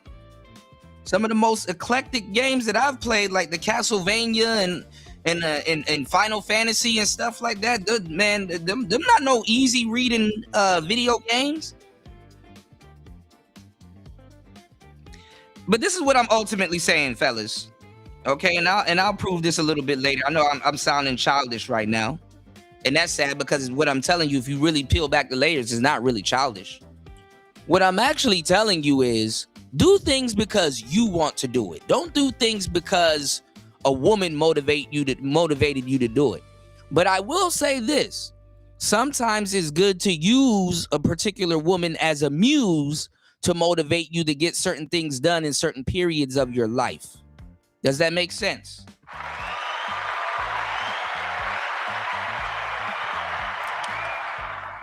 As an artist and a producer and a DJ or whatever the hell y'all found me as, it's okay to, have a beautiful woman and you use her as a muse to create something and stuff like that, and then you move along. But don't let that woman be the focal point and the sole purpose is why you do something. You understand what I'm saying? If you go to the gym because you want to go to the gym. The women are just a side effect. But listen, if you need to use women to get your ass in the gym, I'm not against that also. But there should be a transition after a while. Do you understand that? As men, we have the ability to build and to upgrade. You understand what I'm saying? If you already build yourself a decent guy from the core, all you need to do is upgrade and refine yourself. But every so often, you may need to tear yourself down and rebuild yourself up. And then now you have the tools to upgrade yourself when you get to a certain level. And it doesn't necessarily have to involve a woman. Okay? Let me tell y'all something. The reason why I tell y'all that is because, look, I'm not telling y'all to be religious, but nigga, that's the first trap that Adam fell into. Oh, yeah.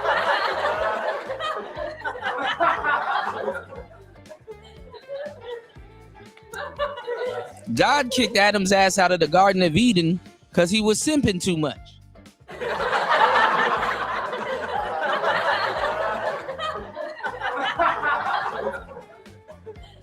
God was sitting there like his homeboy, like, dog, you don't remember when you complained about Lilith? I could have made you another bitch.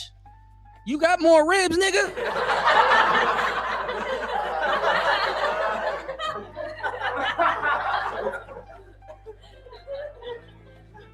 Oh, and you would have liked the one I would have made after Eve. You would have loved the one I would have made after Eve. She would have been just right.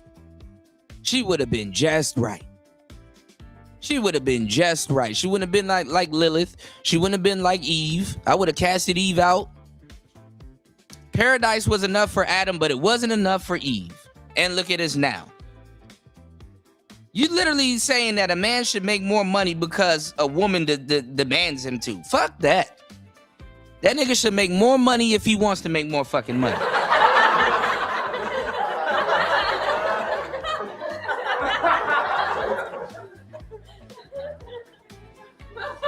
I don't know how y'all niggas let women trick y'all into this shit. Y'all let women trick y'all into everything. Niggas getting tricked into getting pegged and they booty ate and all kinds of shit. These bitches be tricking y'all into all kinds of shit. Y'all haven't learned shit since the Garden of Eden. Adam was okay with paradise. Eve was not. Adam didn't even want power. Man wasn't even supposed to be a god, and gods were jealous of man. You don't realize this. If a woman is costing you your peace, she costs too fucking much.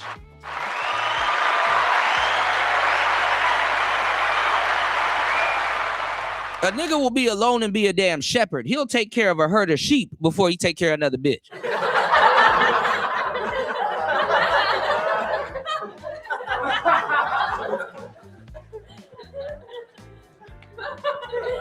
Shit.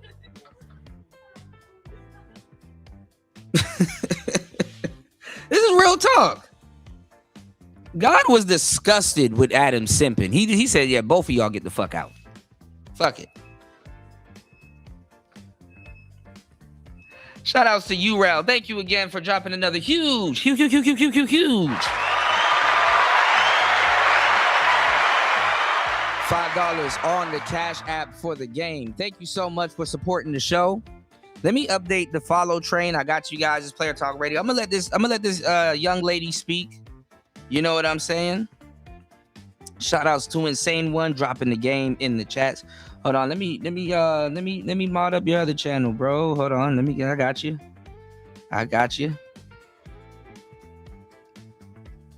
Shout outs to Unlike in the building. Unlikely. Good to see you, bro. My bad. Give me 1 second. Un momento. Insane One says playing video games ain't even the issue. Is that you're finding a way to have fun that doesn't involve them. That's exactly what it is. They always want to encroach on everything you got going on. And if you let them successfully encroach on everything you got going on, then you lose them. How you loop a bitch is how you lose a bitch, you know? One day is chicken, the next day is feathers. You did? What woman's gonna stick around with you when it's feathers? And not judge you for sometimes you may fall short. You know, you right to be upset sometimes when it's feathers. And then sometimes you're gonna be like, well, that's the way it is. You riding with me or not? She wanted to be with you when it was chickens. But let's say you hurt yourself and you can't make that 40K a year like you used to. One day is chicken, next day is feathers.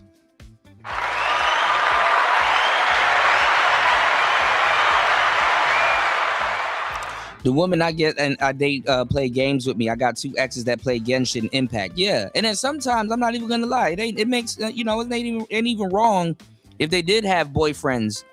Sometimes, listen, you would be the boyfriend that they be the gamer girl for, but they won't let you know that boyfriend that they dated before you, she gave that nigga hell for playing video games. And now all of a sudden, now that she with you, she's the gamer girl. When she wasn't the gamer girl, that nigga had to get her into video games before she realized what the hell it was. And that should be the worst, you know? Some niggas made better women wives for other men. Real talk.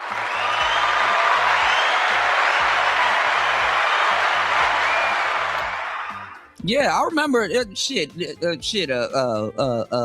Blasian girl put me onto Death Note. Real talk. When I was a kid, a Blasian girl put me on the Death Note.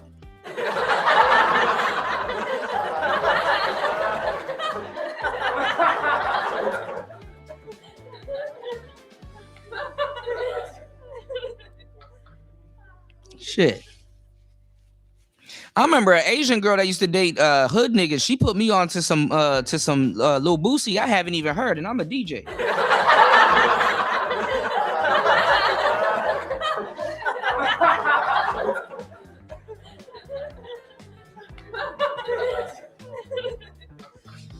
So that's cool, you know? You call them couch cells. Yeah. Sometimes you get couch surfing. Ain't nothing wrong with couch surfing and relaxing and shit like that. I don't trip on how another man gets his grip. And, you know, I drop facts on how men relax, you know? You gotta relax. Cause this fucking world on your shoulders will make you go crazy. See, women don't understand it too much that when men are playing games and doing certain things, you're decompressing. That's how men decompress. You're still thinking and you're still, you're thinking about certain things. And listen, how games are, you're completing tasks and doing certain things. A lot of guys, logically, life don't work like that. But the thing is that when you play a game and you're doing missions or you're doing certain things or you're growing certain characters and stuff like that, and you're advancing and stuff like that, you learn, you understand deep storytelling. You understand how women should be. I've seen some better bitches in video games than in real life.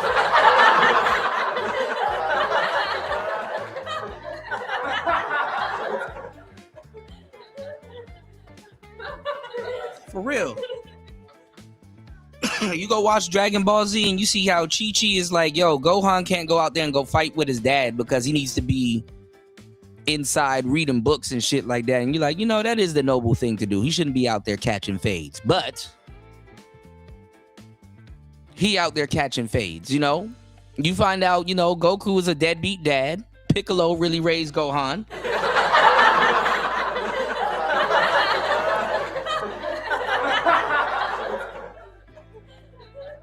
But this nigga was saving the world, so, hey, what you gonna do? You gonna save the world or save your kid? To a certain degree. Don't get me started with Final Fantasy and all the other stuff, man. Listen.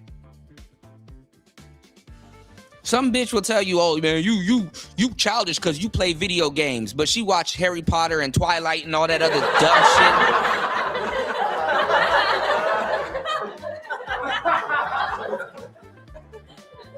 We can tell the niggas that was sitting around with a woman watching Love and Hip Hop and General Hospital and Days of Our Lives and shit back in the day, man.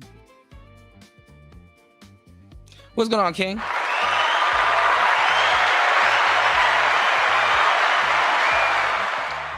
And see, this is why the sisters, they killed off the elderly women, bro. They killed off all the mammies because the mammies, they were the ones that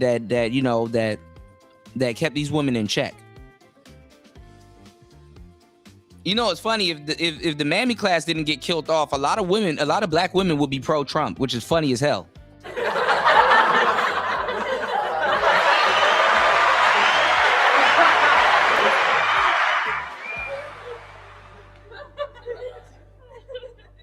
Oh yeah, they definitely be couch sales because that's where their wife sends them, absolutely.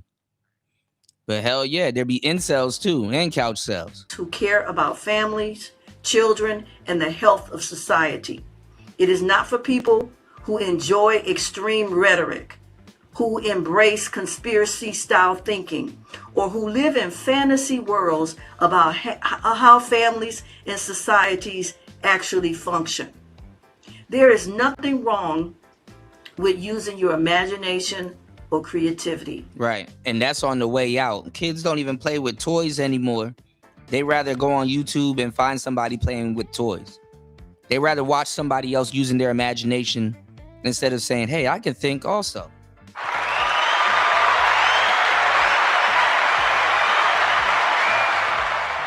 Real talk. But it becomes dangerous when fantasy is treated as something that should be imposed on real people, real families, and real children, as if it could replace reality itself. If you want clarity instead of confusion and wisdom instead of noise, this message is for you. Every time fathers are now, older women used to have, wisdom. You can always soak up game from anybody, but, older women definitely used to have wisdom. So I hear them out. Moved physically, emotionally, or culturally, children feel it first. Women carry the weight next, and society quietly starts to unravel after that. Understand, this helps you see through messages that sound compassionate on the surface, but are destructive underneath. Any mindset that treats fathers as disposable or men as disposable is not pro-woman. And it is absolutely not pro-child. And it is anti-family. I recently watched a video. Well, what she's saying in but so many words, and I'm not sure if she's going to say it or if she knows to say it, is that to a certain degree, and this is something that we got to talk about as men amongst each other, feminism cannot live in a matriarch. Feminism is created and pushed by a patriarch. And it is the result of strong men create weak men, and not even just weak men and women, they create weak societies to a certain degree. There has to be a balance between quote unquote strong men and the people in society. There has to be a balance. There must be a balance. You know what I'm saying? So the patriarch, it creates feminism. Feminism cannot exist in a matriarch because women don't give a fuck about each other. They can play that game in a patriarch, but when it's dog eat dog, they don't give two shits about each other. They will leave each other to die. You know what I'm saying? Comfortable times absolutely creates weakness. And this is when you start to get into the real black pill. You know what I'm saying? But let's go. That disturbed me deeply. I'll include the link so you can see exactly what I'm referencing, because I don't believe in misrepresenting anyone.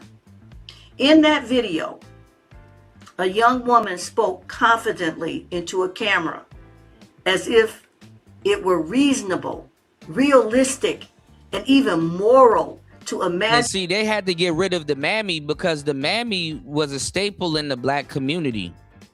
You understand what I'm saying? The mammy,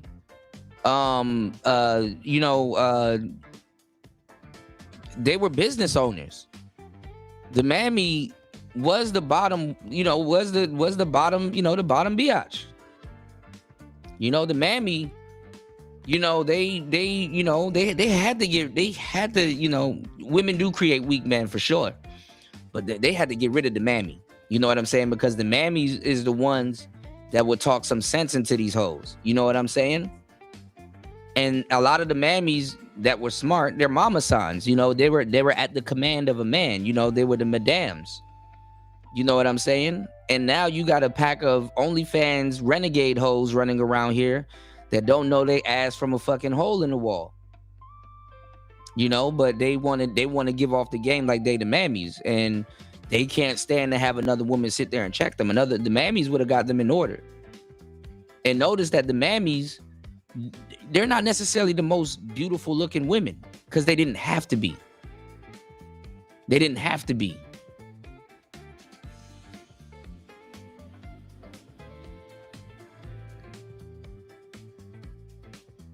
So it is what it is, but it ain't what it ain't. Let's go. In a world made. Shout out to everybody supporting the game. We laying paint where it ain't. Doing what other channels can't. It's Player Talk Radio. Let's get by it. Removing men, especially fathers. She wanted 90% of men and fathers removed from our world.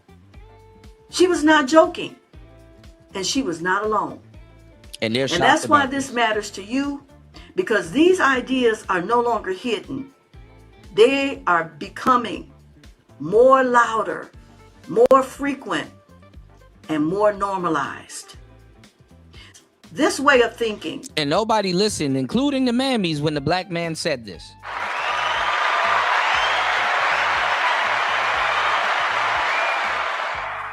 Name me another race of women that's really out there calling for the genocide of their own men, just because they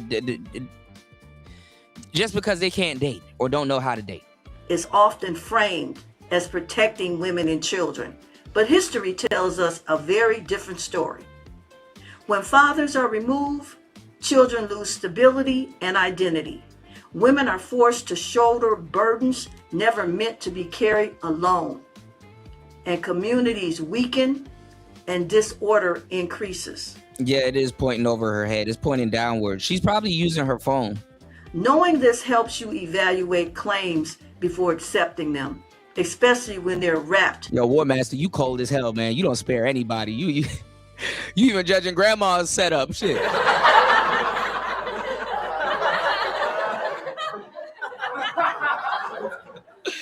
War Master cold-blooded. Look, grandma, look, you need to correct perspective if you're gonna do YouTube, grandma. In emotional language. You cannot not protect children by erasing their fathers. This is not care. This is denial. This isn't the first time society has experimented with removing men from the family structure. In the 1960s, they're doing exactly what the white man has done to the black family, but yet they're trying to shame the black men into race loyalty. When in reality, black men are the most free. If you're a black American male, you are the freest American. Even though women are free, but they're free to destroy themselves, so it don't even matter. You know, you're the freest American that ever lived.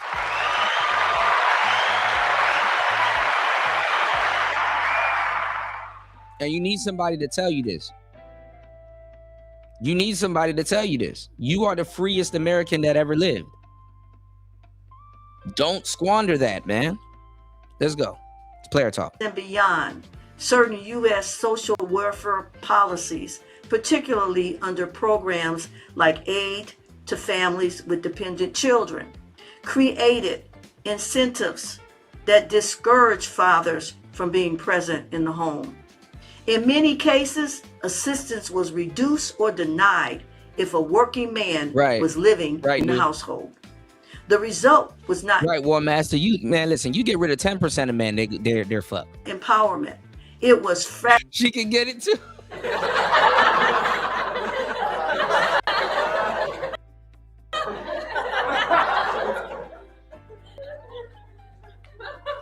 Yeah, the setup ain't biased. Fractured families, weakened fatherhood, and long-term damage, especially in black communities, that we are still dealing with to this very day. Understanding this history protects you from repeating it. When you remove fathers by policy or by ideology, the family does not get stronger. It collapses under the weight. There's a some of these women are women that got older that had their fathers in their lives. You know what I'm saying? That had their fathers in their lives. So best believe those women get older too. You know? And they know when to say, hey, this ain't right. Difference between accountability and elimination. There's a difference between addressing harm and declaring entire groups beyond hope. A healed person believes growth is possible. An unhealed person believes control is the solution. Recognizing this helps you discern whether a message is coming from wisdom or from unresolved pain. When people speak as if men cannot change, cannot be redeemed, and cannot grow, they are denying the very foundation of restoration. And once that disappears, cruelty starts to sound reasonable. No human being has the right to decide who is valuable and who is expendable. That authority does not belong to us. The moment someone starts speaking as though they can decide who stays and who goes, they have crossed a line. That's not. Well, they're playing God, but listen, that still ain't gonna stop humans from getting them niggas up out of here. So.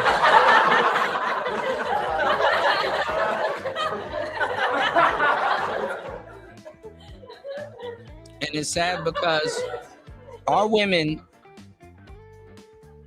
have became the poster child of the A word, you know. You know, they become the poster child of unsubscribing kids before they even, you know, they become the poster child of it. and it wasn't meant for them. They carried out Susan B. Anthony's wildest dreams. They've carried out her wildest dreams. Didn't even contest it. Carried it out. Didn't even contest it. You know?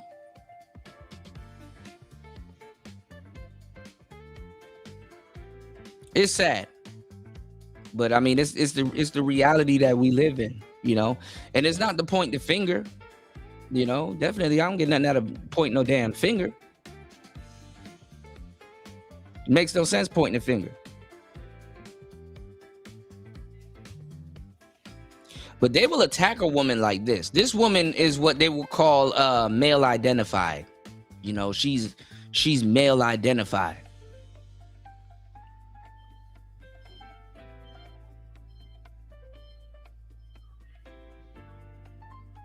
They will call this woman male identified.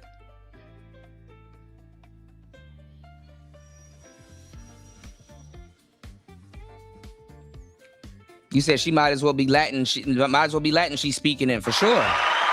Not wisdom, that's not strength. That's arrogance, plain and simple, pretending to be moral clarity. And history has already shown us where that road leads. But the crazy part is that the genocide already has happened against black men in the womb. You know, the war of the wombs, you know. If you know, you know. The genocide has already attacked and affected black men in the wombs.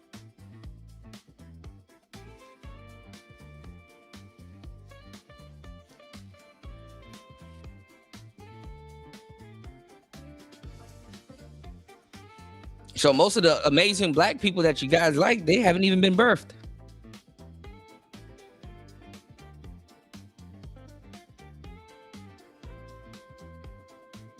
Womb mismanagement.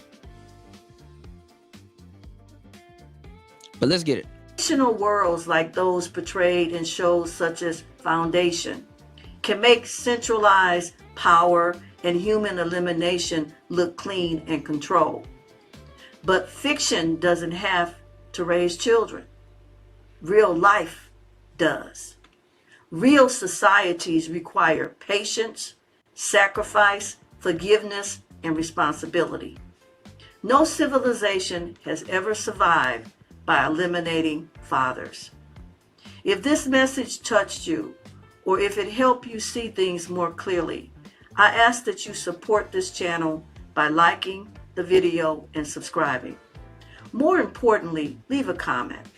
Share your thoughts about the kind subscribe to her, y'all. of messages circulating online today that you believe may be harmful to our families and our children. All right, subscribe to her. She's trying to keep the family intact, like we are. Doing what a matriarch should, I guess. But like I said, it can only exist in the patriarchy. Look at this. Look at this. Now that war is coming into the, you know, these women, they get their mind right when war comes into the fucking picture. Look at this. Hey, Shalom. First and foremost, I want to give our praises, honor, and glory to Yahweh, Bahashem, Yahushai, Bahashem, Rechah. All right, you know this nigga about to do a whole honors due to the apostles, the bishops, and the elders of Great Millstone who rule well. Peace, blessings, and safety to the Lord's elect. And this is just going to be a quick video about why women do not belong in the military. I just did a video recently. No, when the draft come back, they know how to cook and clean.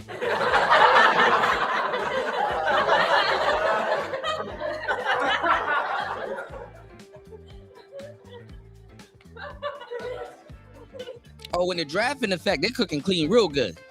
These women mocking World War I, all of the world wars, and mocking about, being in World War III, which they're in the midst of it, because if you got that uniform on, best believe it's going to be all hands on deck.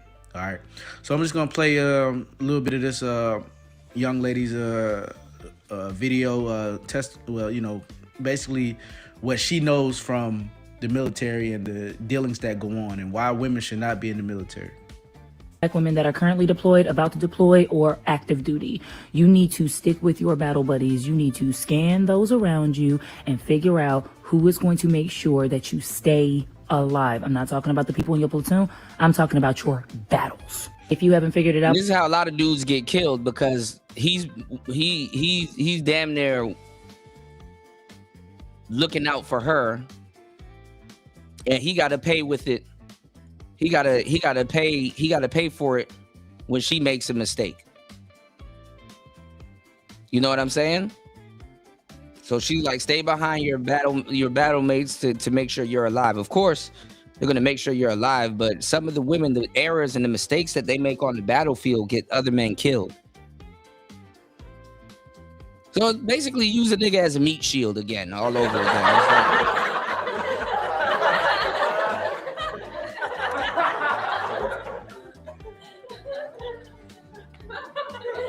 And this is why I said the boogie black man. There's the phantom Keisha, the Keisha that don't exist. And then you have the boogie black man. Every time something goes on, it's the black man's fault. We're going to get into the Jasmine Crockett thing. We're going to flesh this out right here. You know what I'm saying? Let's go. You said, Kuda, are you a proponent of children regardless of the circumstances or the nuclear family? No, I mean, listen, it's her choice, her body. It is her choice and it is her body.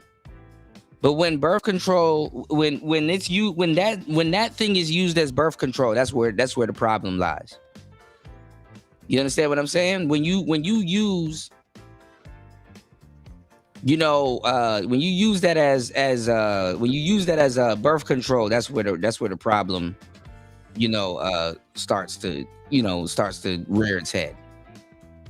All right, let's get it. By now, you are fighting for a country that does not give a about you. A lot of people get mad at that statement. Why'd you sign up then? Well, I signed up to go to college. Because currently the people that took out loans to go to college, because we have to go to college in order to get a good job, but the people that took out loans are now getting their wages garnished because they can't afford to pay those loans back, and they're using the money that they got from the good jobs. Anyway, you get it. Active duty at your post, getting ready to deploy, or already deployed, please know that the men around you are in survival. And because they're in survival and because there's less rules when you deploy, people think that they can do whatever the they want to do. They do not think that there will be consequences because they're in a foreign country. You need to watch your back. When I was active duty, I saw sergeants, first sergeants, privates, commanders, colonels. I saw their behavior. You could tell, and I'm going to tell you the truth, and nobody's gonna tell y'all this. This girl was in the military getting tossed.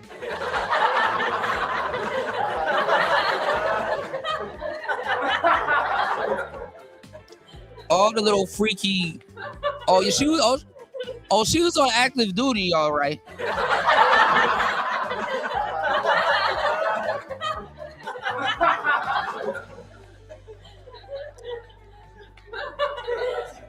She was getting nailed to the cross. She was getting took through there.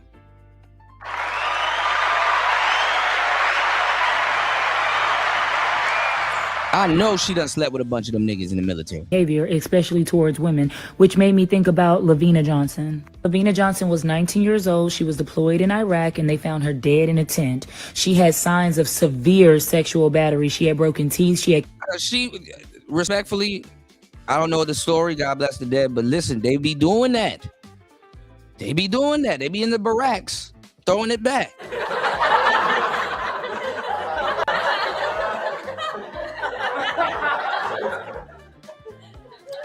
Now it's sad because that, first of all, that shouldn't warrant you to lose your life or anything like that, you know? But let's keep it a thou wow. Chemical burns. And the Army said, suicide. Let me give you a hint at who might have done it. It wasn't the enemy. Civilians will say, well, if all that stuff actually goes down, friendly fire. Why don't you tell? But state police can't do anything, and it's hard to tell the government on the government. A lot of women get essayed in the military. You are a woman around men that are aggressive. They're confused. They're mad that they even signed up. They haven't been around their wives in a long time. They're sexually frustrated. They think that war crimes and consequences don't apply to them. There's a lot of reasons, but a lot of women get essayed in the military, and I'm telling you, I've seen a lot of militant feminists pain on their faces, and the pain on the women's faces. Christian.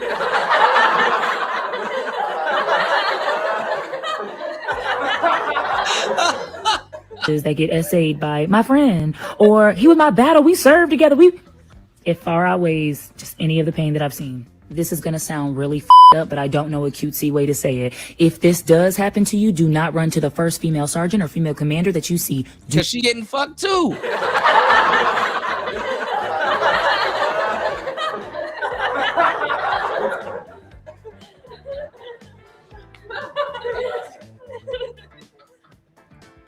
You probably done slept with somebody that she wanted.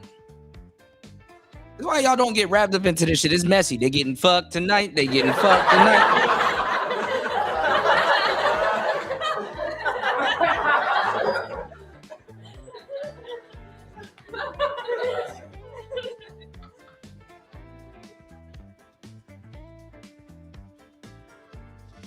For real. Do not. Those females work really hard for their positions, and you'd be surprised how much they're just not girls. Do not act like you are going to tell on that person. Do not act like you're going to go get justice for yourself. I know you're going to want to. Do not do that. You are going to become a target. If you go too sharp, if you go to the program that they put in place. Real talk, War Master. That's some real shit.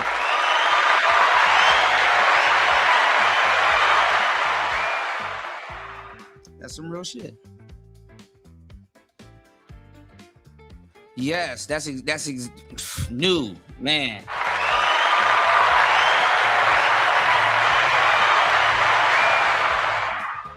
Man, we cooking on today's show, man. I can feel the energy, man. Y'all hit the like button, support the show. We cooking on today's show, man. We are cooking. We using canola oil, y'all. To make sure that that type of shit doesn't happen. If you go to them, they're going to get all that information and bring it right back to your sergeant or commander. So if your sergeant or your commander is the one that did it, they're going to know you told. So what do I do, right? You're going to need to gather information. You're going to get times, dates. You're going to get what people were wearing, who was around. You're going to get, hopefully they didn't leave a sample, but if they did, you're going to get that sample and you're going to keep it. You're going to need to take pictures and videos. And for some reason, the people that do nasty shit love bragging about it. So if it was me, I'd get a recording of that. You're going to want to wait till you're back home safe after the award ceremonies and the soldiers are back with their family. When you are safe, you're going to want to gather a group. Your platoon sergeant, that battle I was telling you about, your first sergeant, that commander, and that sharp representative. You're going to want to make sure they're all in the room when you go ahead and you present your case. Then you're going to request to get the out of that unit. What's going to happen to him? Probably nothing. The higher the rank of the person you're telling on, the more in trouble you're going to be. You're going to want to and need to go to group therapy and therapy every week. Do not skip therapy. Don't want to be in anymore? I completely understand. They're going to need the notes from therapy. Go to therapy. Hey. Hold on.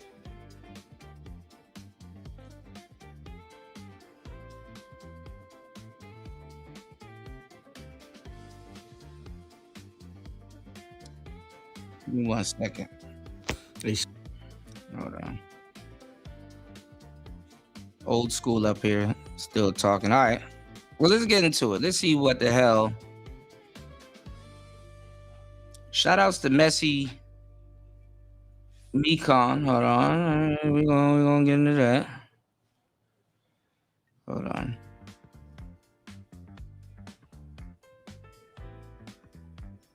Damn, O'Shea is just cranking out endless videos. That nigga don't sleep.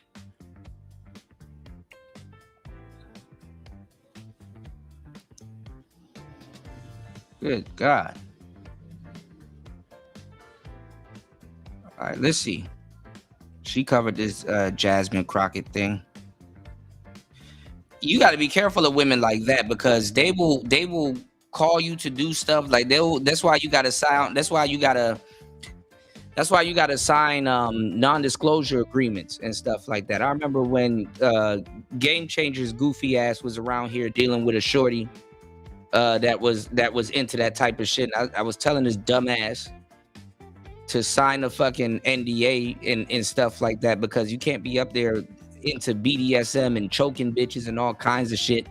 And those bitches are like, yeah, I like that. Choke me, spank me, slap me, leave bruises on me and all this other shit. And you're dumbass up there happy that you getting some coochie. Fuck that shit up. And then she go down to the police the next day or a week later or take pictures and stuff like that. And then talking about I'm coming forth a week later and shit like that. And then now you in jail looking stupid. Niggas don't even know how to nurture their own damn vices. Dumbass niggas, man.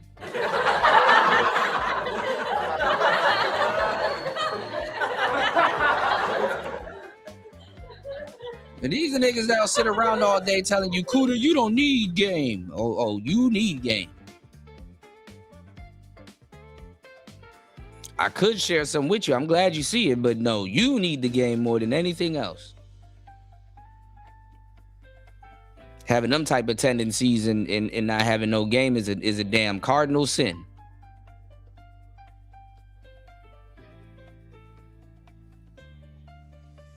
Talking about some, I'm into BDSM. Yeah, I'm into non-disclosure agreements.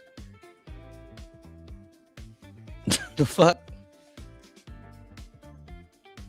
See how this girl talk about some, oh, you just wait and you let things stack up and you collect all this evidence and then you make it seem like everything's okay and make them dudes feel like, oh, you know, we just had a great time and that's it. You know? Nope. Clink, clank.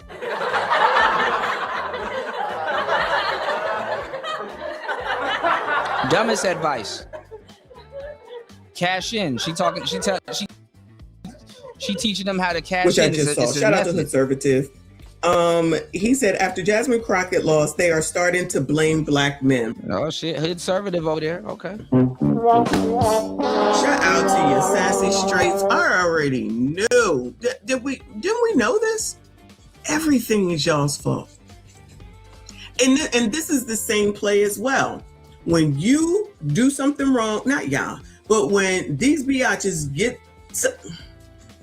when these biatches lose, something goes wrong, something is a problem, something didn't work right, what they didn't. See, this is the problem. A woman can capitalize on her buyer's remorse. A man doesn't. He can't capitalize on his buyer's remorse. A woman can sit up there and capitalize on her post-nut clarity.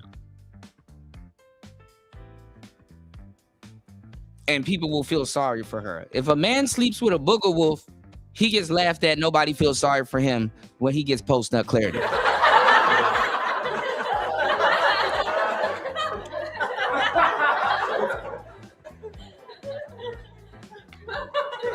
He don't get to sue Hennessy and be like, hey man,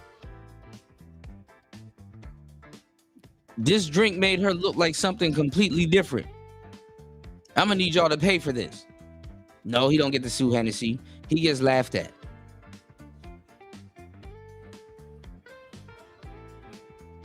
Yeah. You don't leave no markings on no bra. Work well, it's always blame someone else. It's never looking in the damn mirror to see what it is that you did, to see what it is that you caused, to see where it is where you went wrong and where you could do better for next time.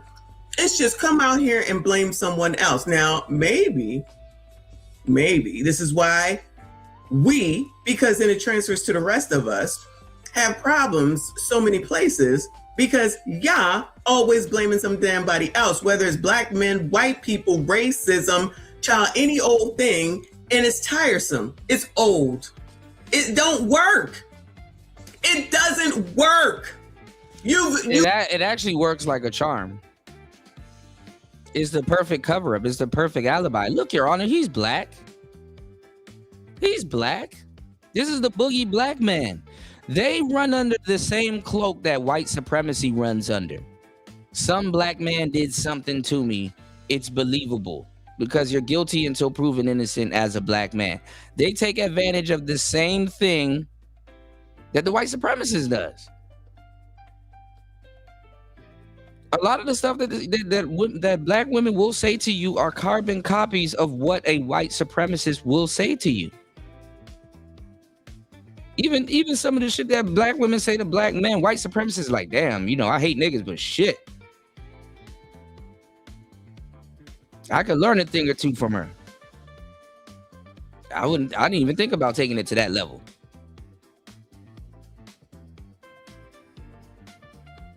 Well, sure, you're right, you know? You've utilized it. You've run it into the ground. Nobody's trying to hear the shit. Nobody gives a damn. It don't scare nobody no more. Just like the girl yesterday with the Smoothie King stuff. Who in the hell, girl, if you don't go work for that $7.50 an hour and shut the fuck up, if them people ain't say nothing to you, imagine being triggered by a shirt.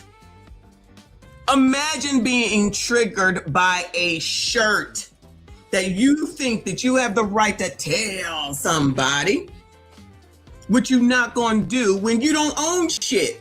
At least if you own this shit, it'll be like, shots up to her. That's her shit, right? You don't even own anything. You're a worker. You make the company money. You do your job. Who do you think you are? That's why you're no longer employed. You're not going to sit there and continue to have those types of situations continue to happen. And then y'all sit up here wondering why you're not getting jobs. Well, y'all so fucking smart. Why ain't you getting jobs? Y'all so fucking smart, you stupid. Because you think shit like that is funny and cute. You think that you run shit. You don't even run your own fucking lives. You don't even run your damn kids. The shit you should be running, you ain't running. But then you think you're going to go out in the white world, because it's a white world. Let's not get it twisted, right? And then think you're going to tell somebody something. I know I'm a white supremacist, right? Because I should be out here carrying on like a fucking asshole so I don't have a job. I should be out here acting like a... Messi cursed like a sailor.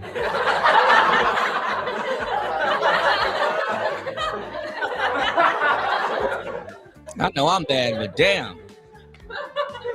Some days I take off. I know I'm bad, but shit.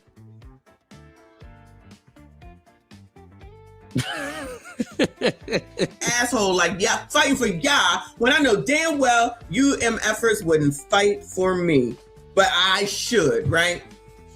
I should do it for y'all. I should be supporting Jasmine Crockett. I should be giving Democrats money. What are motherfuckers doing for me, Bueller? Please, before you give me an insult, help me understand and let me know what those motherfuckers are doing for me that I should be going all out for them. Until you can tell me that, you can kiss the entire crack of my ass. But let's go ahead and listen to Hood Servative. Oh, she going over Hood Servative's channel. Wow, all right, Hood, you done made it.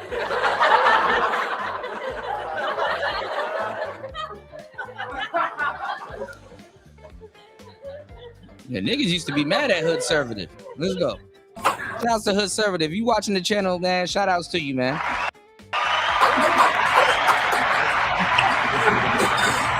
This is Jasmine Crockett crying because she's losing. A white guy just beat a black woman in the Texas Democratic Senate primary. Jazzy Crockett conceding the race against James Tallery. Not Jazzy. Jazzy Crockett?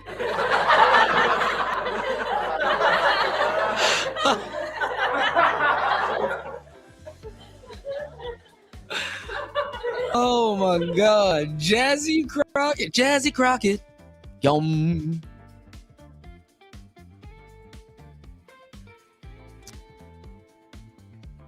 I don't know. A lot of the sisters don't realize when the white man put y'all in positions of power, is really for y'all to be a guard dog for black men. Bust all in there.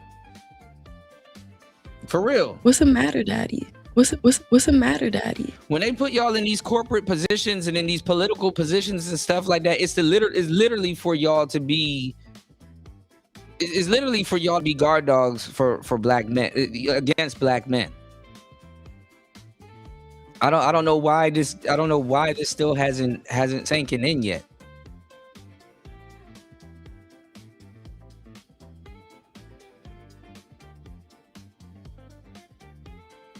They do that so y'all can y'all can keep an eye on the black men.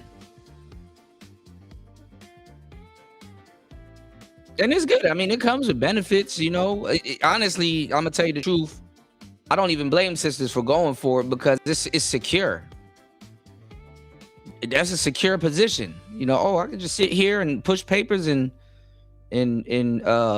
keep an eye on Tyrone. You damn straight. Shit. Crockett, I'm sure what he just said is considered to be racist. Rico just this morning. But last night she was crashing out, claiming foul play and accusing Republicans of cheating. So long as they know that they can win, even if it means cheating, then they will continue to do it. This is what Republicans like to do. And y'all fall for this shit. Y'all fall for this shit. Instead of, you're supposed to take your kid and say, no, you lost. You go back to the drawing board and you assess what you did wrong. and then you change something for the next time. What happened to that? I guess that's lost in Generation X. Well, I mean, she really thought she could be the white man. That's the... Did she do so white guy?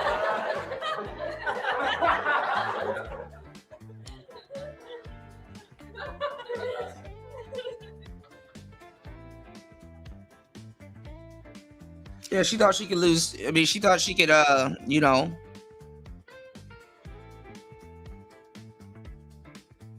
It just didn't, you know, it didn't, yeah. You know, it just didn't pan out. I guess that's lost in Generation X. You can't hear it?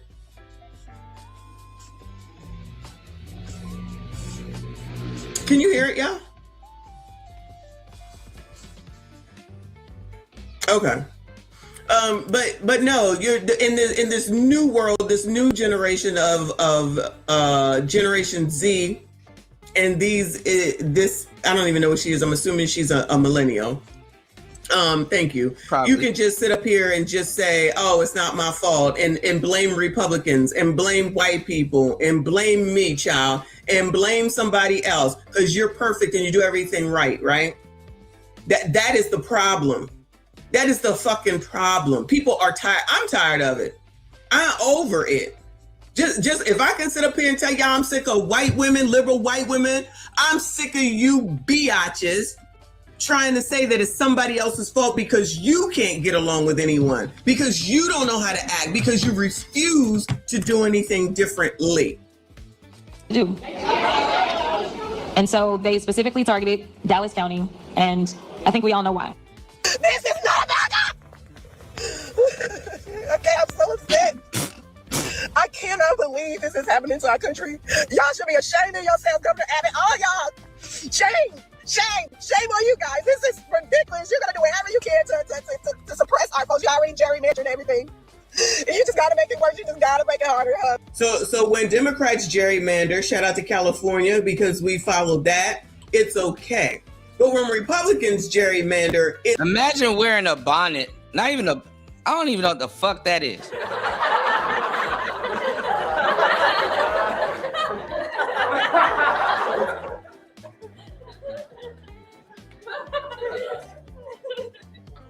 As a privileged American sitting in your car yelling and screaming at your phone about some political view you don't give a shit about.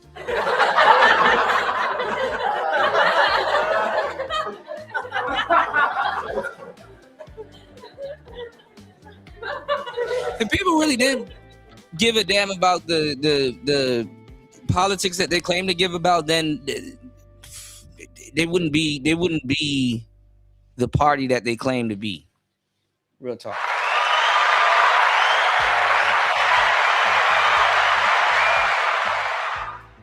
Mammy class gone, one-on-one. It's a problem. How?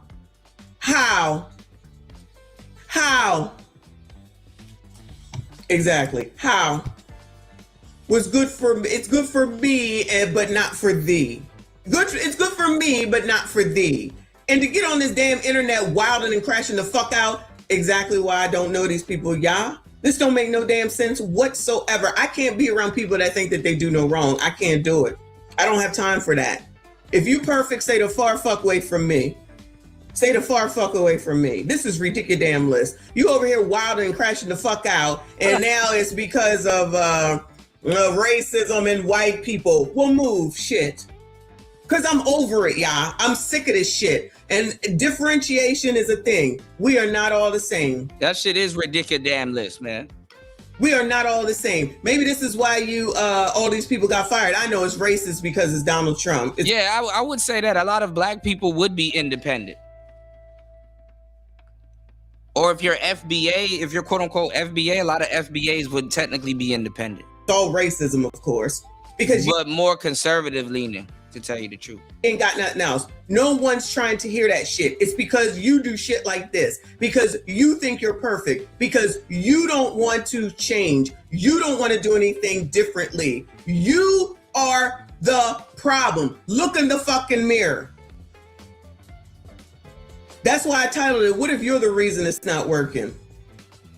Oh, we gonna vote for her because she black. So the fuck what? She's a fucking fool. She's an idiot. She's not saying anything that makes any sense. What is she doing for y'all in Texas? Please, someone tell me. Please, somebody tell me. What the hell did she do for y'all besides run around and talk about Donald Trump? That's all y'all require? That's all y'all fucking require? So this is enough for y'all. I'ma tell you. I'ma tell you. You're not gonna tell me. I'ma tell you. I'ma tell you. You heard what I said? Because I'ma tell you. You're not gonna tell me. I'ma tell you. What in the hell happened with the Stephen Colbert? I don't know what happened. I guess I better look it up. I have no idea. How the hell is a freaking TV host got anything to do? And I'm not coming for you, but I feel like I've heard it a couple of times. But then y'all come out here doing this shit. Y'all ain't nobody falling for this except for the same 92% that was gonna vote for her anyway. Well, count me as the 7 or the 8%, because ain't no way I'm following y'all. Y'all look crazy. It's okay. I still fucking voted, you bastards. If she loses, which I believe is highly likely, they will blame the usual suspects. And those usual suspects are black men. I don't like the way Jasmine Crockett is talking. I don't think that helps the Democratic Party. When I hear Jasmine Crockett talking about how I'm just against all things and everything Trump, is that legislating? Isn't it an obligation that you have to come up with something?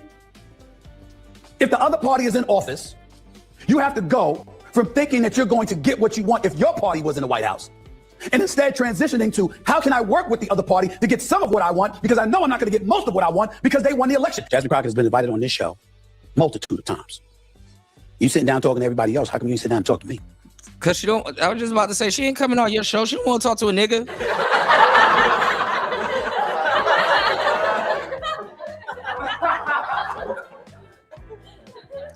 That woman just lost. That woman just lost to, I think, a white man. What the hell can you tell her?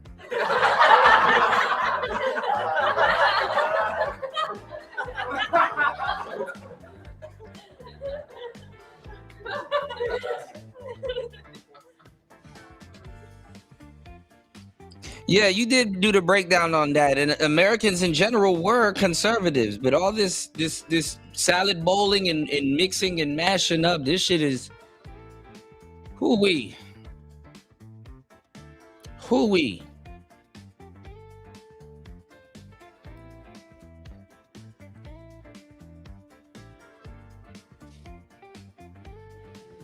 Salad bowl is crazy. Shout outs to everybody here. Please hit the like button and support the show. If I made you laugh, you owe me a like. Shout outs to everybody in the building. If you're new, subscribe to the tribe. It's Player Talk Radio. Let's get it. Scared of what I'm going to ask? And don't sound very supportive of the race that you want to come into your rescue, but you won't go. Now listen, Stephen A. get on my damn nerves after he came back and apologized from that first shit. Anyway, they put you in your fucking place. So now you want to break bad again? You wishy-washy. Stand on business, child. Stand on business. Stand on business. I don't know. I have no clue. Black folks, the real reason why people did not want Jasmine Crockett to win, it isn't policy, y'all. It's not her experience and it's not her incompetence. It's about two things, y'all. It's race and it's gender. Because to this country, a black person winning is already too much, y'all. But y'all put a black woman winning, that's double the threat. Double. Yeah. Are these the people that y'all listen to? Of course, this is the 92%. Of course, blame black. We're not going to blame nothing about what she did. Ain't no looking in the mirror. Ain't no going back to the drawing board. Ain't no changing shit. It's just she's a woman and she's black. Okay. This narrative does not work anymore. It don't work for me. It ain't never worked for me. It's definitely not working for me. You get Tiffany Henyard, shout out to Big Tiff, when you just sit up there and vote somebody because they black and because they a daggone woman. Like somebody just said she's unlikable. I think that's in both ways, new.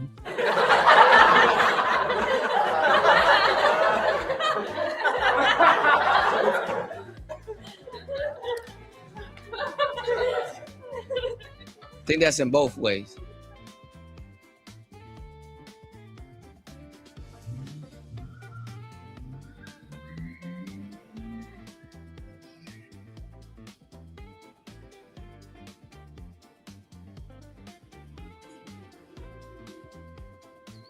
Let's go. He's definitely unlikable. But again, while y'all running off at the mouth, what is it that she did for Texas that's so wonderful that they should have voted her back in? What did she produce? The hate. And y'all know what's even sadder and even sicker and even more sadistic? You've got black men online tearing Jasmine down for her wigs, weave, lashes, ghetto, being loud, throwing her under the bus, doing the goddamn work of white supremacist ideology for free. Still competing with black women, still trying to police them, still not realizing that her winning is not a loss for you. It is a win for an entire race. It is not.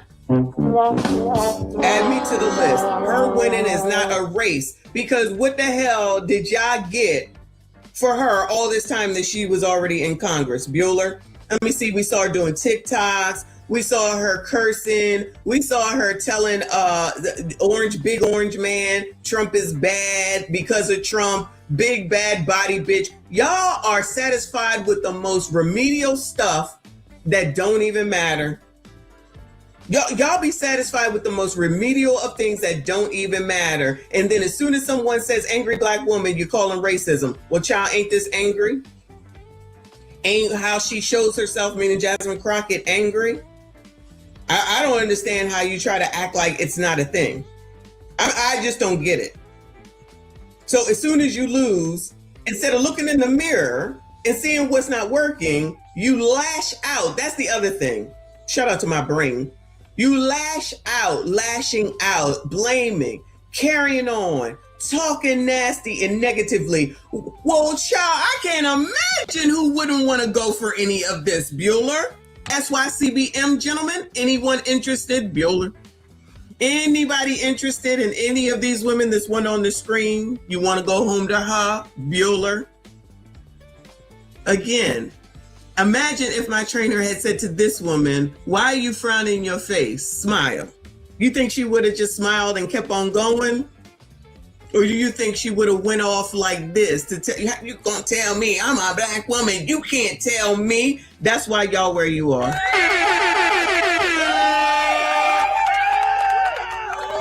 That's why y'all gonna continue to be where you are. Just because you out here on the internet running off at the mouth don't mean you're winning. Y'all freaking losing and don't even realize it. Y'all out here losing every day and don't even realize it. But keep on, because as long as you got another star to say that you doing that damn thing, sis, that's all y'all want. That's all y'all want. This shit is not cute. It's old and tiresome. I'ma tell you. You're not gonna tell me. I mean,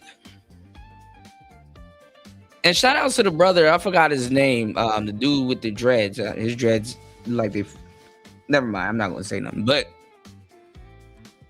he said something which was true, and I'm finding this out now that I'm, pitching, bookkeeping and stuff. A lot of women have like glitter and glammed up the entrepreneur game and politics and stuff like that. It's not even about politics no more. It's about looking cute. It's not even about handling business no more. It's about who can get the bag. It's not even, it's like the glam. So being that, I'm the T and I'm putting it out there. Yeah, girl, we get into these politics and all that other stuff. Bruh, they'll entertain that for a little bit, but like after a while, them niggas not letting you come in there and do all of that shit. They'll let the clown show go on for a little bit because they need somebody to fill a chair, but they're not finna let you do all of that shit, man.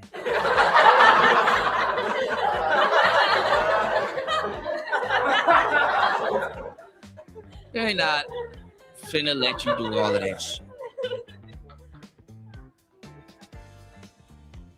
Just knock it off before you get knocked off. I'ma tell you. You heard what I said? Because I'ma tell you. You're gonna make politics cute.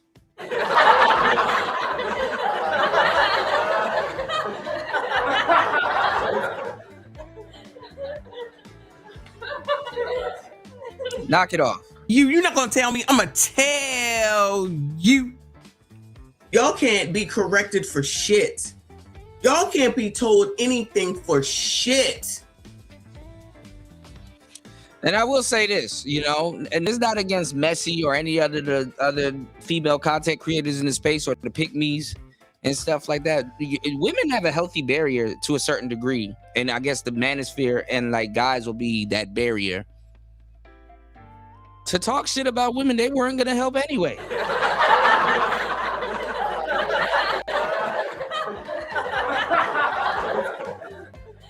Just think about it.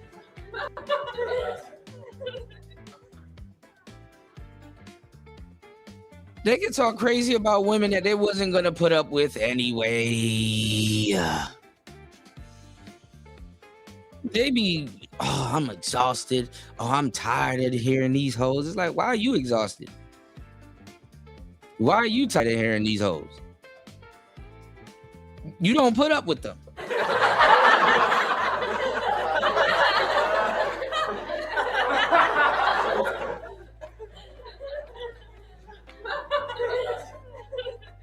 Not even by proxy. But hey, okay. And it shows. And this is the reason why. Again, I could have snapped, I could have went off, I could have did all that. But instead I'm like, all right, cool, you right. My bad. Why I'm mad? I woke up this morning. He helped me with my freaking back. And I told you I was killing me. I'm able to be up. I'm thankful. I'm grateful. I just had a good session in the gym and I ain't gonna be back later. And I'm like, I got the whole rest of the day. I got shit to do. I done planned it out. I can do a live stream. Y'all don't see no thankfulness or gratefulness for shit. Y'all don't look at the mirror and be thankful for shit. Child, you look like you probably could stand to be in the gym a little bit. I'm just saying. Trying to do something more, trying to change and trying to do something better. None of that. I could just continue on the way that I have been, right? For show.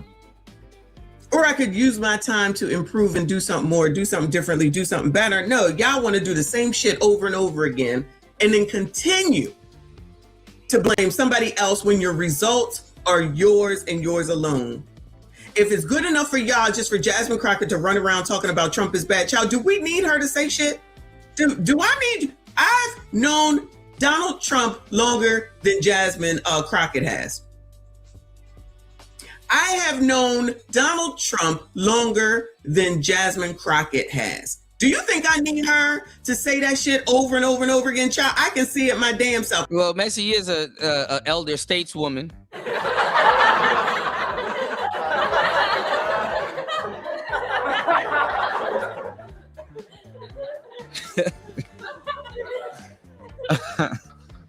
She is an elder stateswoman, so that is true. If you're a millennial and if you're Gen X, you that is kind of funny and true at the same time. You do kind of know Donald Trump longer than. That's funny. I don't need you to reiterate it. What the fuck you gonna do? What are you going to do? What are you doing for Texas? I don't recall her ever saying we open up a bill so that blah, blah, blah, blah, and I need the votes to pass it, and such ain't getting it done, and I need this and I need that, and when do you hear any of that? All you hear is orange man, big bad body build, and you colors eat it the fuck up. And then blame somebody else for your shit. Let me ask y'all a question. Name one black woman that won and black men felt that they won behind her.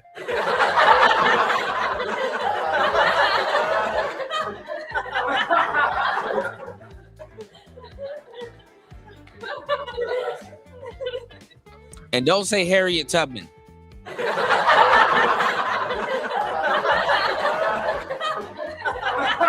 You be on some bullshit if you say Harriet Tubman. Awesome. And not getting shit and not going nowhere and not being, and then use Cardi B as your mouthpiece and then say that is black men's fault. Shout out to the Sassies. Good morning to all of y'all. But shout out to the Sassy Streets. Where is she saying though? I want to see where she's saying that it's black men's fault though. Good morning, Boo. He's a member for 29 months. Shout out to Jay Gray. I appreciate you. Shout out to all the channel members. I see you. I appreciate you. He said, I'd rather be mowed down by a flaming car, oh my God, than put up with bum Keisha cantankerousness. Oh no. Oh no. Phantom Keisha. Let's go. Thank you, boo. I appreciate you. Y'all crazy. Y'all hit the like button for me. Subscribe if you are new.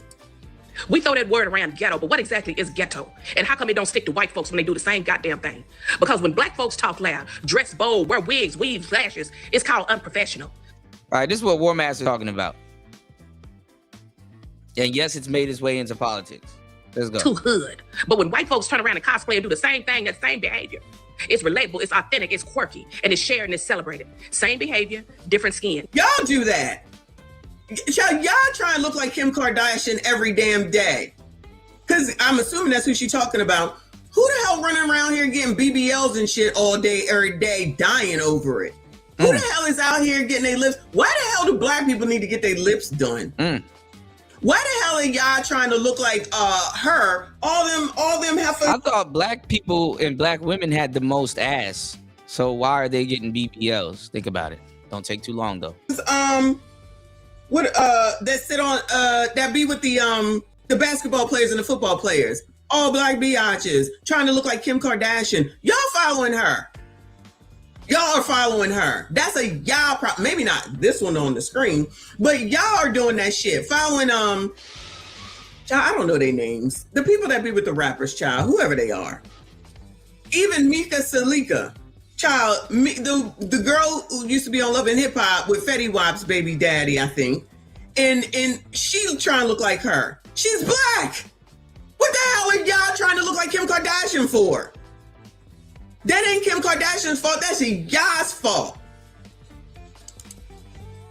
That's what y'all do. That ain't no black man's fault. That's y'all's fault. And you're doing it for each other. Because I'm sorry, like these football players and everything, but that's on the higher level. Down here in regular life, child, that shit on Cardi B looks like shit. Honestly, that shit on Nicki Minaj looks like shit. All that shit look like shit. And now y'all doing the Ozempic because Oprah said.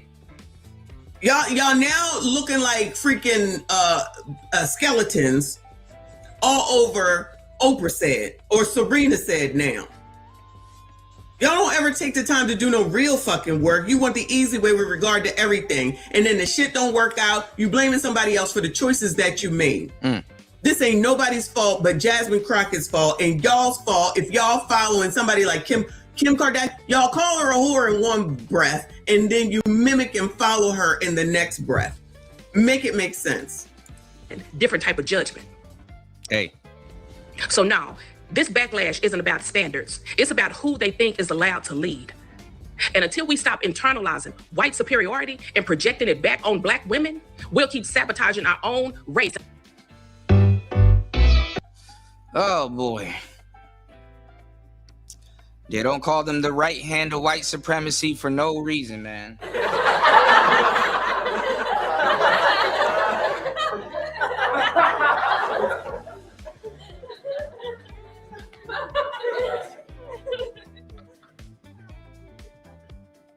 Jazzy Crockett is crazy. All right, well, since we're on the topic of mammies, let's take a look at this. Accountable Commentary, the Keishas Sonar channel. He has some crazy shit to say about Shahrazad Ali. And I ain't gonna lie, I like Sister Shahrazad Ali. Much respect to her. But last time we caught up with her, she was ripping. Big shoes. She needed to tie her shoes, y'all. Here's another one that, when I made that video about her, dudes was just, they had the pitchforks. They had the torches. Oh, you really went too far this time, AC. You went. Now, what I'm talking about is the video that I did on her. And, some of y'all saw it. Most of y'all saw it. Some of the brothers that wasn't, over here, wasn't, on this channel at that time, they may have not seen it, but y'all seen the video. And speaking of videos, I found the Betty Shabazz video Look, I mean, I put it in the Patreon. Title says Phantom Keishas, man. I'm sticking to the script, man. I'm sticking to it. I got to show y'all something else. Hold on. I will re-upload it later, maybe in a few weeks on this channel, but it's in the Patreon right now. Salute to the brothers in the Patreon. When I found it and I looked at it, when I looked at the video over again, you know, her bragging about leaving her husband 3 times, leaving Malcolm X 3 times and smiling about it. I'm like, what? Why? Yeah, well, this is the thing. I mean, and I get it because I was around for that era, and you should have been too, New. You know, I hold Dr. Shahrazad Ali at a high regard, you know, in the space, but, and I do mean but, you know, the last time I seen her, she was on some bullshit. You know, she was on some King of the Manosphere. Those guys are this and those guys are that. I'm like, damn, dog, didn't you write a whole book? You know, so I'm not gonna lie, Shahrazad Ali's book is one of the nigga books. She's definitely she definitely one of the nigga books, you know. One of the greatest nigga books of all time, you know, about the Keishas. So yeah, I guess, you know. They were mad at me. Why were they so upset with me? Why were they so upset with me? But anyway, salute to the brothers in the Patreon. And the video about Shahrazad Ali, I will be putting that one in the Patreon too. As soon as I find it, I got to find it first, right? You know, I got my files everywhere, different computers. Took me a little while to find Betty Shabazz video. So I got to find this video, and I will find it, and I will put it in the Patreon. Then I'll re-upload it up here. But in that video, well, that's the thing. I mean, like I said, I mean, you don't see it on the women's side, but black men they grow up in a matriarch. So it's safe to say that you've grown up with a whole bunch of women that you do respect. So, you know, as men, we do respect our elders, you know, and we hopefully soak up the wisdom and you know, we soak up the wisdom and you know, game. You know, if they drop us some good wisdom in game. But unfortunately, you know, sometimes they switch up. You know, so it is what it is. And it ain't what it ain't, you know. But let's get it. I showed 3 hours and 10 minutes into the madness. Are y'all not entertained? Having a beautiful, great, legendary show today. Please hit the Cash App, hit the PayPal's, Player Talk Radio. Let's get it. Wow, she was very disrespectful to Kevin Samuels. R.I.P. to Oh, yeah, that was the thing, too. Yeah, that was the thing. That's why a lot of dudes turned on her. She was saying some distasteful things about the late, great Kim Sam. Brother Kevin Samuels. And, you know, the ego on this Keisha is just insane. It was just insane. You know, Kevin Samuels is their god now, so that's what it was.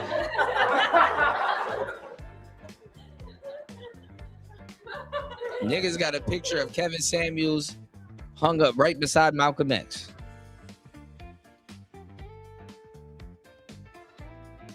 MLK and John F. K. Let's go. Because they were asking her about Kevin Samuels, right? And, you know, she said that he had called her out. First of all, the way she premised the whole call, she was like, well, you know, she was basically saying, well, I wasn't trying to do anything with him. He was trying to, you know, get me to meet up with him. I wasn't really rocking with him. He was quoting me. I wasn't really quoting him. You know, he looked up to me. I wasn't looking up to him. This was how the interview went, right? And well, then, if she said Kevin plagiarized or took from her book, listen, because y'all niggas, y'all Samuelites is crazy, which is a term I came up with, by the way. But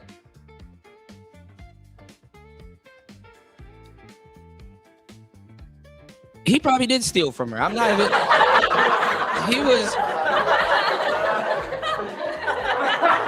He was stealing from everybody.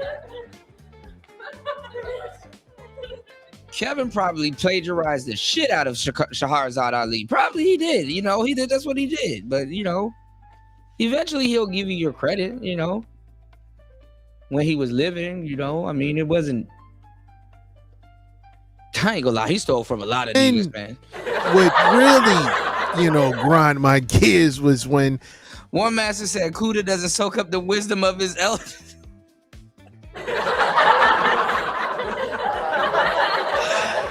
Kuda doesn't soak up the wisdom of his elders. He is Xbox-less. Kuda never listens. I do in due time. I absolutely will, man. I got you, bro. Shout outs to War Master. She said that, yeah, they were supposed to meet up and do something, and then he just died. And then she started chuckling after that. Damn. And basically what she was saying was she didn't really rock with his message. Damn. And I'm like, how foul can you get? How ungrateful can you get? A lot of people, you know, knew who she was, but when KS was giving her props, he always gave her props. There was a resurgence of her name because of KS. Let's not forget that. There was a resurgence of her name because of KS. Yes. Many brothers didn't know who she was. What was her background? Didn't know anything about her. You had brothers who knew who she was, but there was younger brothers coming up. There was brothers who wasn't in this space who just joined this. And I'm laughing when y'all, because I'm even hearing the new niggas talking about this space. What are y'all talking about?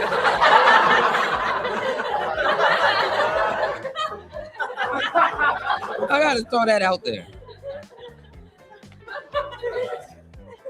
I'm hearing the new niggas, man. This space. Like, bro, y'all repeat everything y'all hear us say. What space?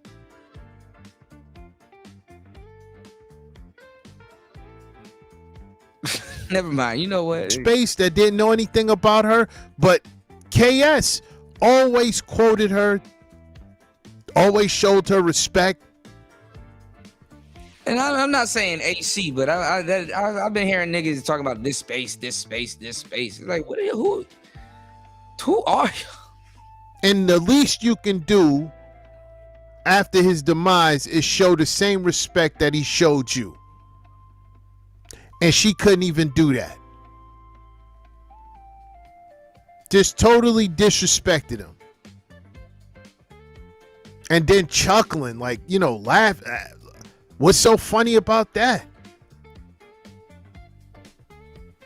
What was so funny about that? And that's the EB in the place to be.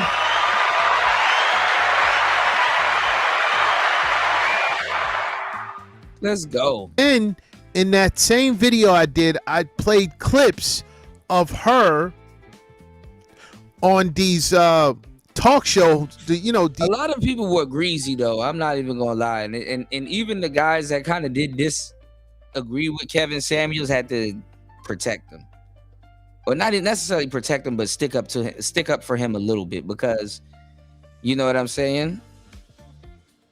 Coach oh, you serious? Oh, this is gonna be a messy weekend, EB. Throw a link at your boy. I got you. Coach Adams is beefing with Myron Gaines now, maybe because he took Rollo Tomasi and all them people's side over it, you know. But let's go. These talk shows back in the days, back in the 90s, right? And the way she was talking to those black men up there, you had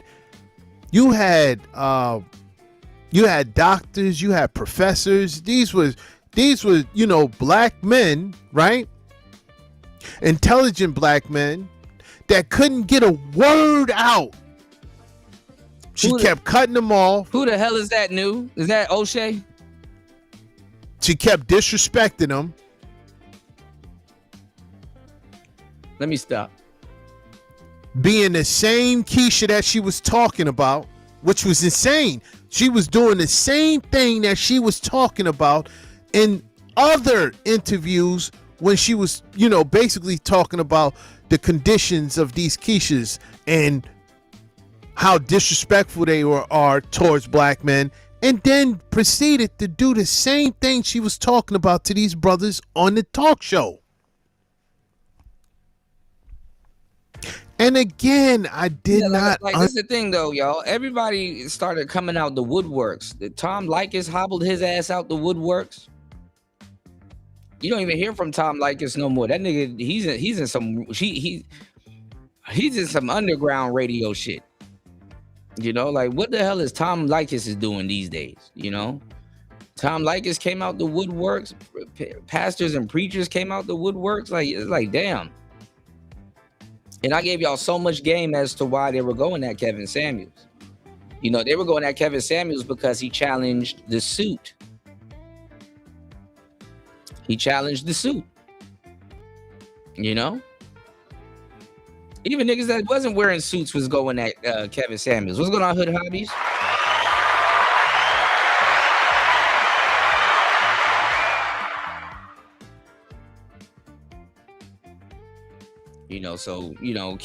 Kevin had fans in different area codes, man. Or not fans, maybe fans. I don't know. Maybe you could call them fans. I don't know. Because people that hate on you, they're fans too. They're just weirdos. Because they will religiously watch every episode. They will dissect everything, and all of a sudden you're not speaking sense. You know what I'm saying? Because they like you. And I like Tom Likas. Tom Likas was my boy. I fucks with Tom Likas, but he came out of nowhere. I said, damn. Kevin's death done summoned a Kraken. Now, where did Tom Likas come from?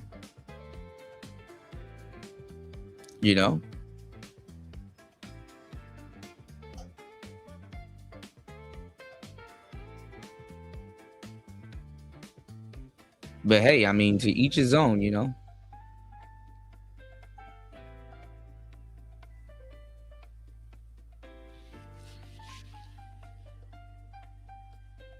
Well, the thing is that the reason why Kevin got big was because they thought he was going to be their gay best friend that gossip about dudes that they can, kick it with. And then when they found out, he's something completely different, then it was like, oh, ooh.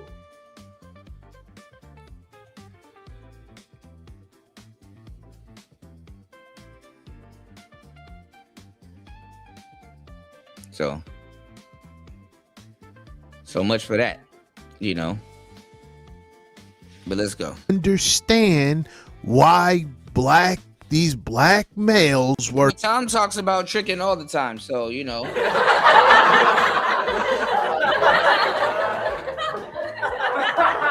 Now, what I would have liked to see,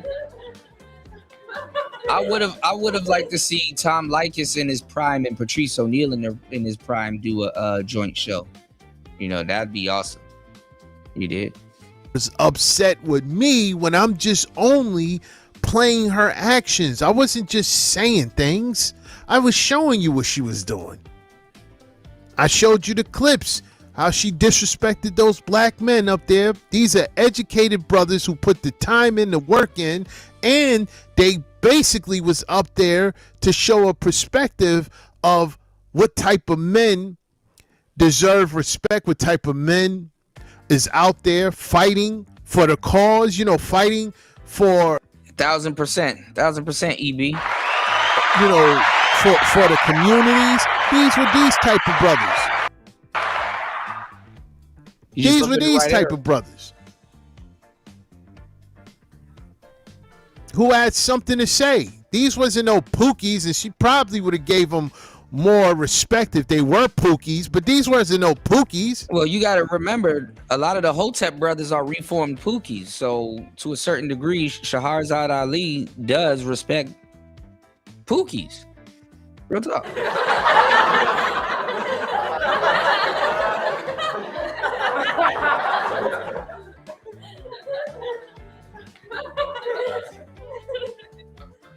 No joke. Them Hotep niggas, they definitely they're pookies.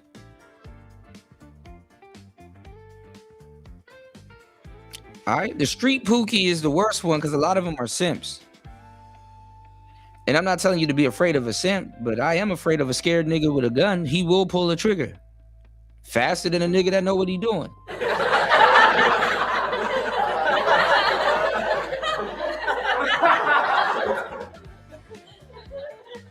You know, a nigga that know what he doing, he graduates into the party where he don't have to pull triggers no more. He can just start saying little innuendos towards you and you get his grip.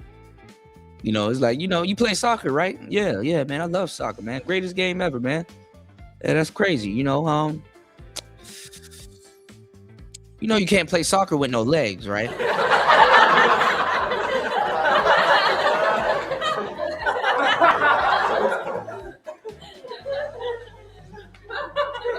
No, legs are used to play soccer, you know.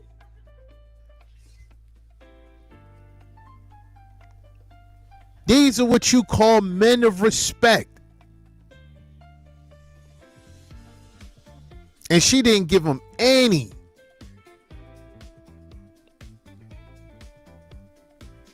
And in the comment section, you have brothers saying, wow, I didn't know she was like this. Why? Well, the thing is because she doesn't like the manosphere for some odd reason. She's one of those people that think, you know, the Glacier Man came up with the manosphere and all this other stuff. She doesn't, quote unquote, like the manosphere, but the manosphere likes her and they respect her and they revere her as you know, great. You know, she doesn't feel that way towards the manosphere. You know, so her, you know, seeing that you know, the manosphere you know, kind of got behind Kevin Samuels because Kevin Samuels was disassociating himself from the manosphere. You know, he didn't want to be a part of you know, what it was, you know, and you know, in hindsight, you know, he was closer to the epicenter. You know, O'Shea was sabotaging the manosphere and so was other people around here. You know what I'm saying? A lot of people didn't keep it real and keep it intact, like, you know, like myself and other people. Fantastic done jump ship. He hanging out with the new people. You know, all kinds of shit going on. And I told you, brother's gonna do all of that goofy shit and then turn around and be like, man, what happened to the manosphere? And I'd be damned if they wasn't on Soul Provider's show going down memory lane, leaving shit out. Shout outs to Aunt T. I saw MOT over there.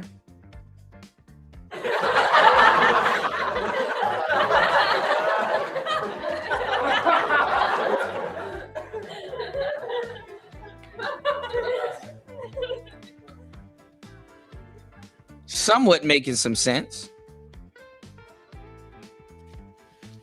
He tried to leave out some of his fuckery, but hey, it is what it is. But hey, let's go. Wow, I didn't know she disrespected KS like this. Oh, she shat on KS. See, the problem with... She joined the other people panel stomping his grave, you know? I'm going to tell you the problem. What's wrong with these black men? Yeah, they walked away from it, EB, and kept coming back and stuff. It was horrible. Males, right? They put these Hotep Keishas too much on a pedestal. They like Hotep Keishas just at the top of black female worship to these black males. It's just sickening watching them. This is true. We talk about this. All they have to do, all the Keisha have to do is talk about something that they agree with and they're gone. That's it. These black males are still under the leadership of Keisha. Here's a prime example.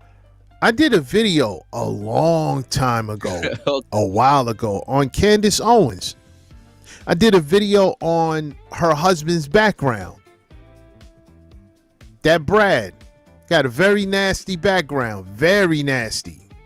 His family, very nasty. I did that. Do you know that when I did that video, black men were like, "Oh no, I'm not rocking with this. If you don't know what she's about, then you're absolutely lost." Well, Candace Owens was the same way like the Dana chick. You know, she was a little feminist, you know, shill, and she came in and was talking crazy about the brothers and black men, and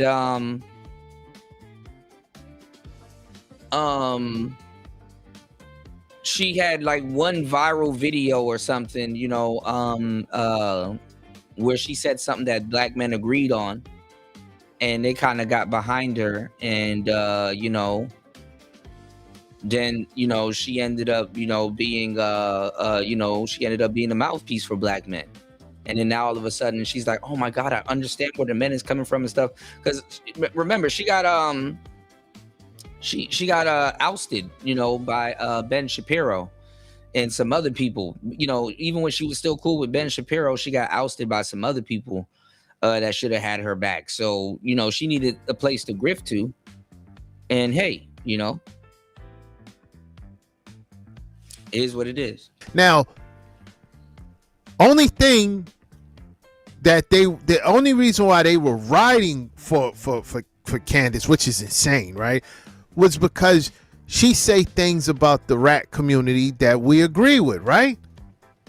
She say, and I think the brothers, honestly, and what it really is, I think the brothers ride with Candace Owens from a political thing. It's not really that she's saying anything, you know, worthy. It's just, you know, a political thing, you know. So things, and it's really common sense, right? You're tired of the ratchet behavior. She talks about it. She talks about the demonic music that these Keishas make. She talks about it. We agree with you know, you know how that type of, you know what, brothers did the same thing, but you know, these are the dudes that's over on the Facebook side of the game. Because remember, some of these women are coming specifically. Yeah, Shapiro was the backstabber. Remember, some of these women in these spaces are coming specifically from websites. You know what I'm saying? So the Dana girl, she came from TikTok. April Mason came from Facebook. You know, so you know, they're sometimes they're site specific. But that type of culture, it turns a generation of young Keishas into full-blown degenerates. Well, that's easy to agree with, right? But who cares? Anybody can say that.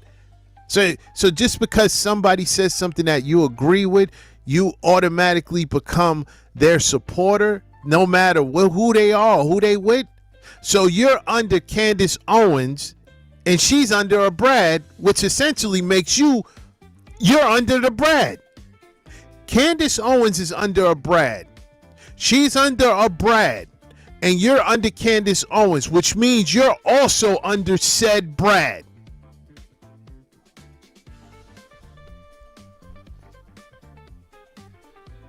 You're under Brad.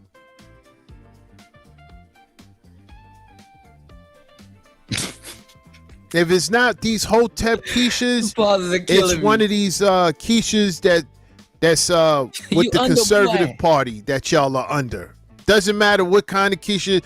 If she's under anything that you agree with, you riding for her. Doesn't matter who she's with. Doesn't matter, and it's sickening. I don't care what she say. That's the thing. I don't care what Keisha said. I don't care what her stance is on the rap community. I don't care if she condemns the rap community.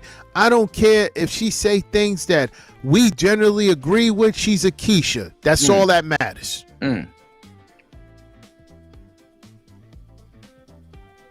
That's all that matters. It's just like your parents, right? When you was a child, you was under your mother's, you know, not under her leadership. You was under your mother though, because she took care of you. But she was married to your father, right? So if your mother is under her leadership, is under his leadership, that's got to be a new show, War Master. Then you're under his leadership. Your father's there, you're under his leadership, but your mother's over you. Your mother's over you. See, it's the father, it's the mother, and then the child. Man, woman, and child. So as a child, you're under your mother, and your mother's under your father. That's the sequence right there. You're you, black male, you, the simp, you, and then there is Candace Owens, right? And then there's the Brad she's under. You're the child. You look ridiculous.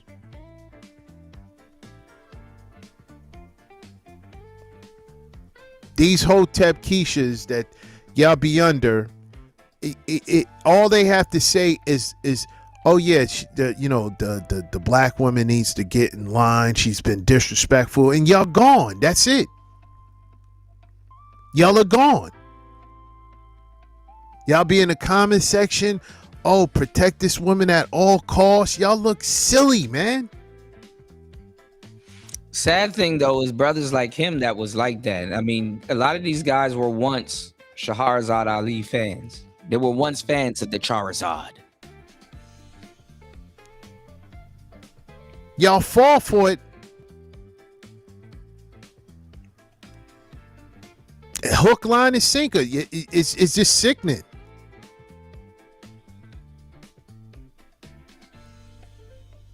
It's just sickening. It really is. It's just sickening.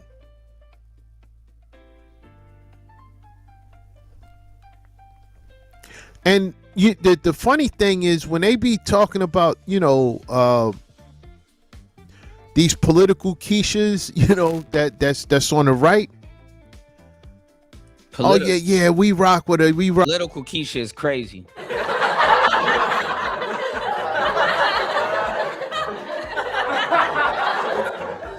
Now I want y'all to tune in to the next show because we're gonna go in on the politics. Condoleezza Rice chimed in, and guess who came out of her wine binge sabbatical she been on? Kamala.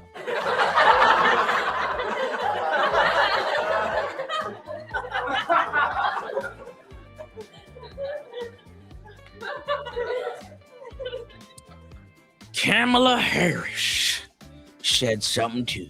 Rock with it. Let yourself get if you unfortunate. I don't wish that on anybody.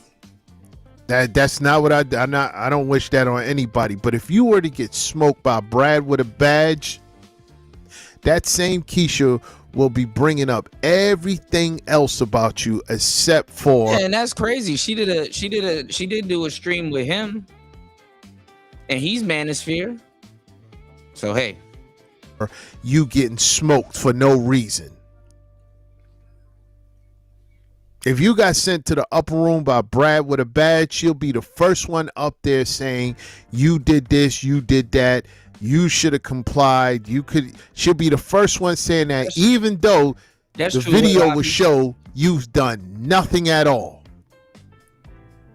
They'll bring up your past. Oh yeah, you was caught smoking a joint in a park in 1989. In 2006.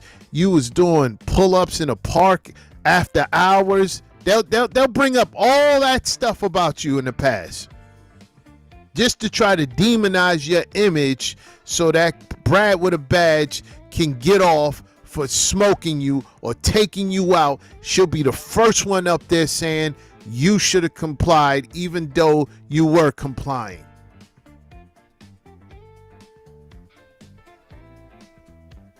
Now, Hotep Keisha is on the other end of that spectrum.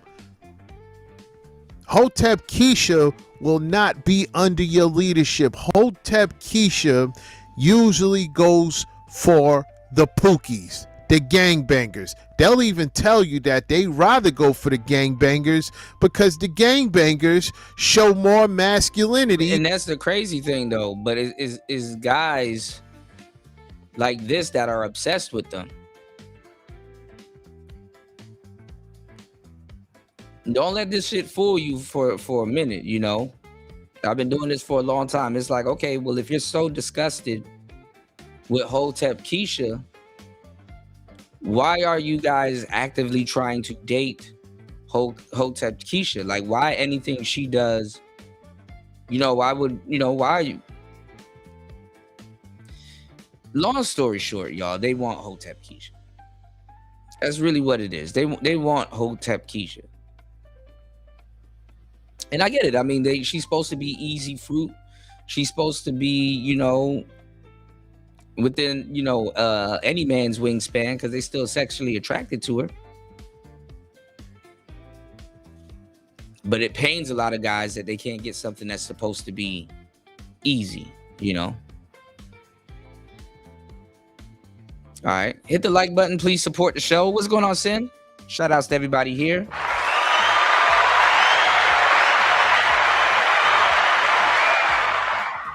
Let's go. In certain situations. And then when we ask, what do you mean by that? It's usually they're talking about violence. Hotep Keisha is violent. Oh, yeah. Yeah. Pookie is the better man because he don't mind crashing out for a Keisha and sending somebody to the upper room. Right.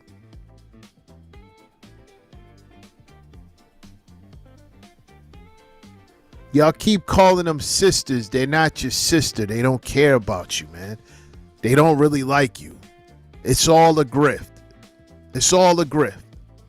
They sell books, but they don't mean anything they mean in these books. And you see it with their actions. A lot of times, these Keishas will pretend for a while, and then you really get to see themselves, get to see who they really are as time goes on.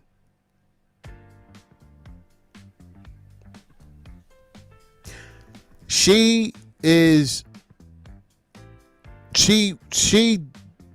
basically fooled y'all.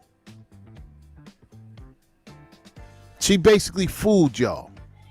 Damn. You see, when you come from a stance, my stance is don't trust any of them. I don't trust any of them. So I'm never disappointed or anything. I don't put my trust in any of them because I already know. It doesn't matter where they from. Doesn't matter if they from the right, the left. Doesn't matter if they come from a background of poverty or prestige. It doesn't matter to me. Doesn't matter. Doesn't matter if she's a doctor, lawyer, or she works in Walmart. I feel him, though. He's been generationally let down, man. Or work in Foot Locker. Doesn't matter. They the same.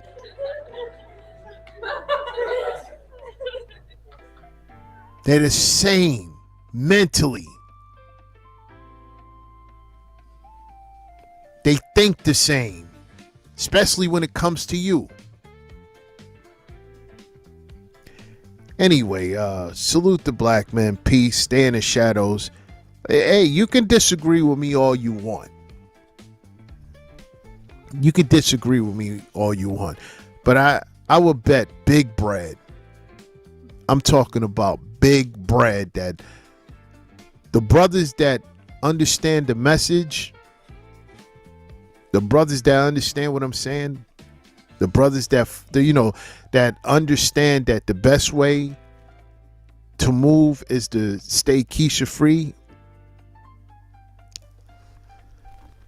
I will bet big bread. I know Keisha is a term too that came from third shift, mind you.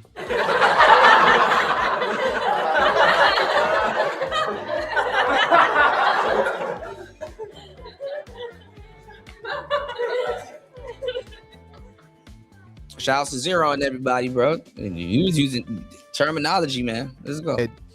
Big money that we're Letter Tark living better than you.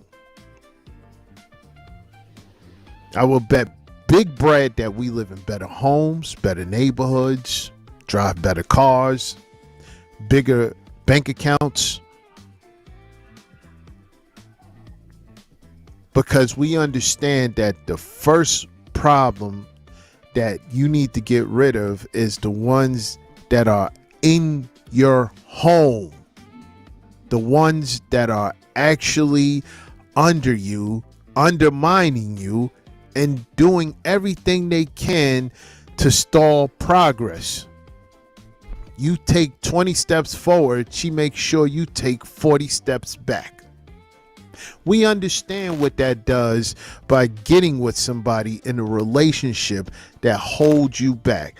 A relationship with the wrong person, a relationship with the wrong woman, which is Keisha, will hold you back. It will fuck you up. Will hold you back. Preach.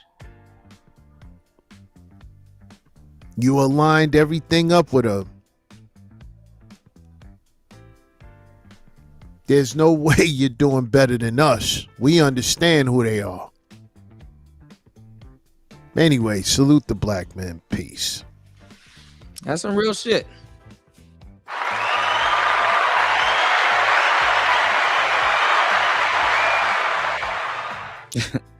Keisha's Sonar channel is crazy. Keisha's Sonar channel is wild.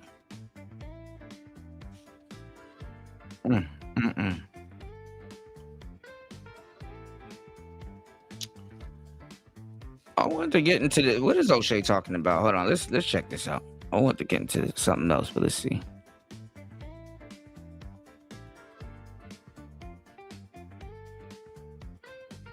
Hold on.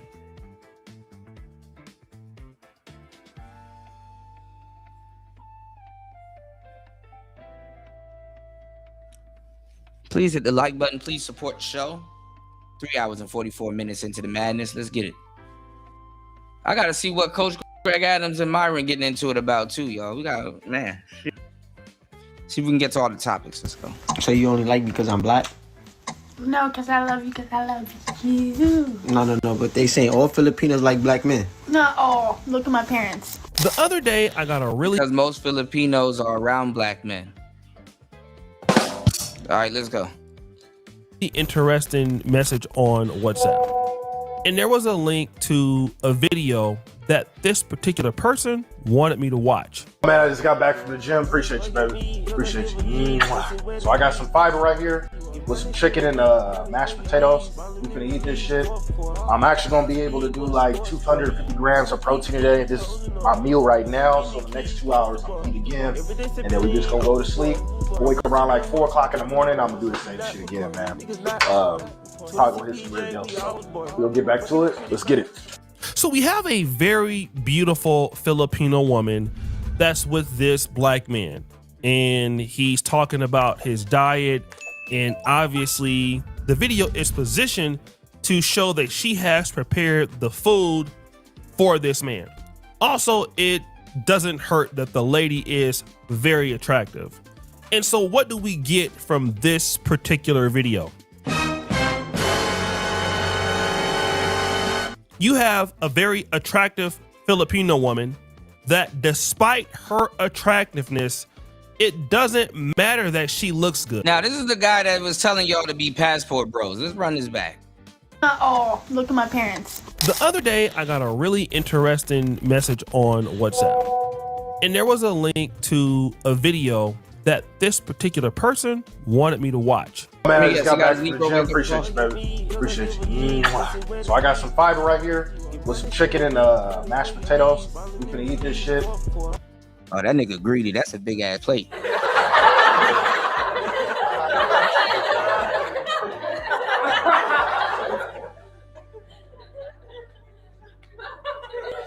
lucky I can't find my my clip with that fat lady eating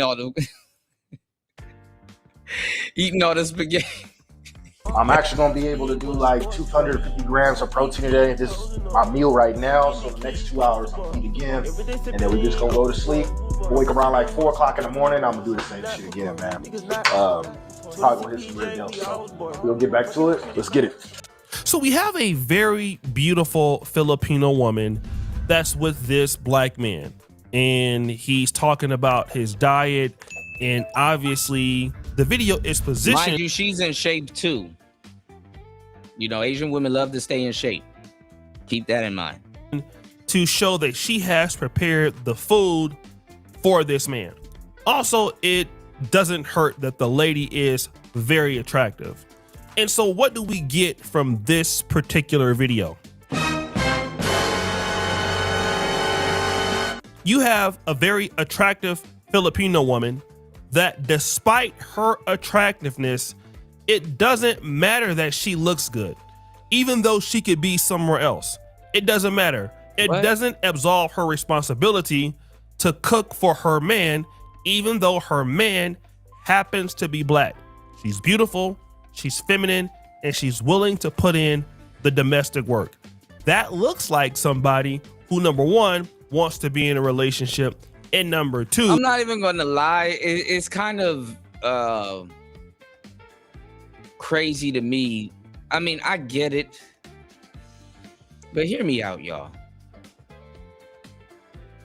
Cooking for your man is not necessarily feminine, man.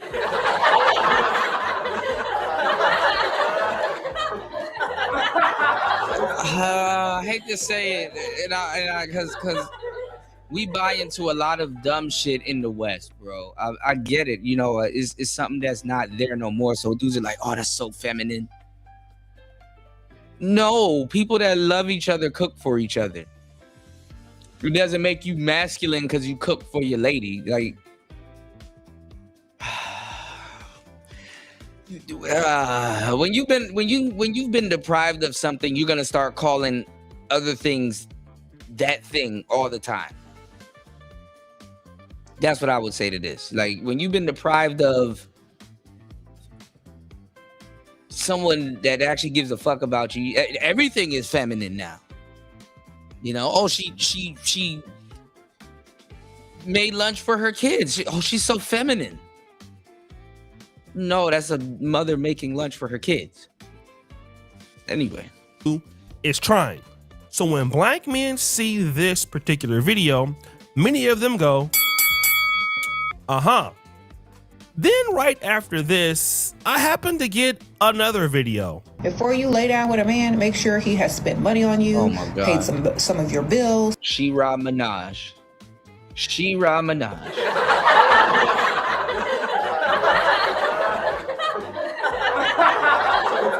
Girl, thank you, girl. Sprinkle, sprinkle. She-Ra Minaj. She-Ra Minaj. Girl, thank you, girl. Sprinkle, sprinkle. Before you get a man, he gonna have to pay a bill. Why he ain't paying bill? Taking you shopping, paid some of the credit card debts off, paid some of that, the car notes off, or whatever. Make sure he is. Bruh, like, what's wrong with this bitch? Like, she is forever thinking about a bill.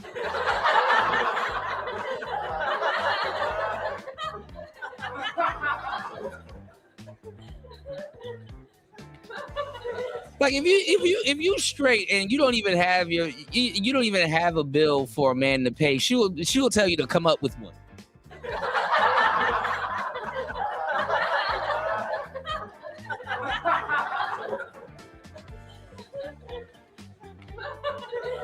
This woman is forever thinking about bills.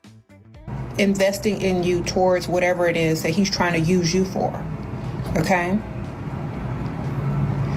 Don't go on promises, go on actions, because some of y'all be giving it up for a damn promise and y'all are done. So this is Shira 7. This is a black lady, obviously one of the most popular female dating coaches and gurus, and she's telling a woman what a man needs to do for them. Okay, now Shira 7 in her own right is very attractive, and of course an attractive or unattractive woman could feel. Listen, just like Dana, She-Ra 7 used to weigh 400 pounds.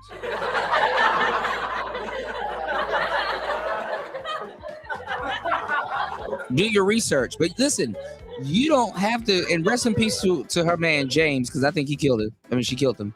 You don't have to do your research because the research is done on this channel. You can go look up DJ Kuda She-Ra 7 and just grab your popcorn. You're gonna be laughing. Let's go. Feel this way about themselves. But what if you think I'm funny today, I'm way funnier back in the day. See in this situation is a complete dichotomy. When I used to play Xbox. Let me stop. Shout outs to War Master. If you will. Again, I don't know the full story about the relationship of the first couple, but I can tell that the lady is attractive. In the second video, there are the demands of what you need to do just before you go to bed with the lady. Let me tell you something. You can pay all of She-Ra's bills and wouldn't even get the half of what this man is getting.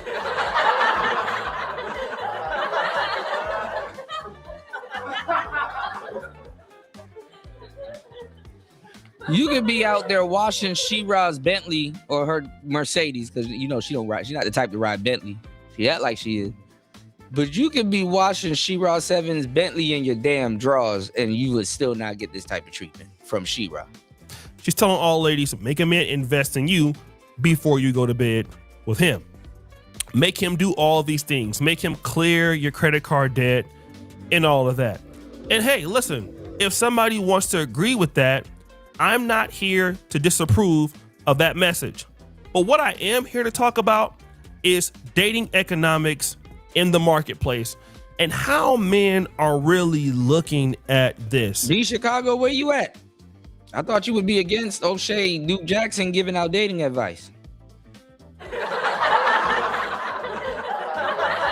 If you look at the first lady, okay, she's a Filipino lady. She could be in the Philippines. She could be in America. But the results is this. But if you're a man, I was just about to say that they look like they in a good Western house. You know, he getting that good home treatment from his Filipina Bina.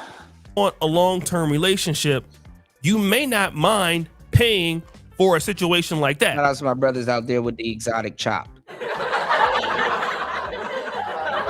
Let's go. If the woman is super attractive, great looking, submissive, and is trying to be in the relationship, you can justify spending the money. That style of relationship is in the man. Women who operate like this woman is will always have a man, especially if they can keep themselves up. Almost 100% of the time, they will always have somebody or be in a long-term relationship.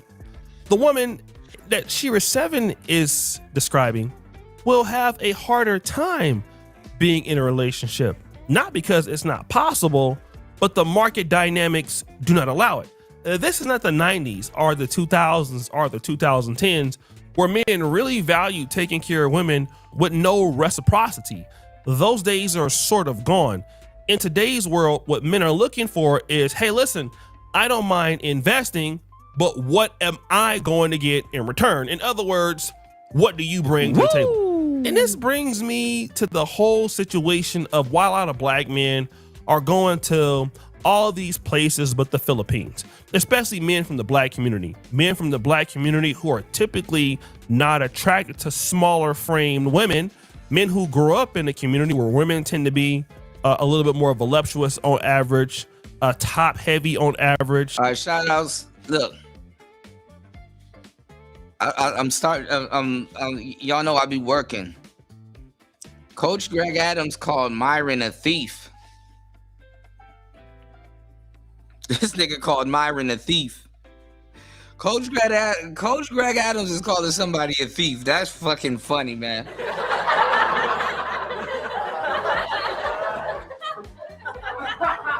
Hold on, we might have to switch gears real quick, but let's go. More bottom heavy on average, okay, and bigger women on average, then why would they seek out women who typically are the exact opposite of what they grow up liking? This is a very interesting thing because you see so many black men in Thailand, you see so many black men in the Philippines, and then you get some, I think sometimes exaggeration when men start to focus on videos like this. Start from number 1.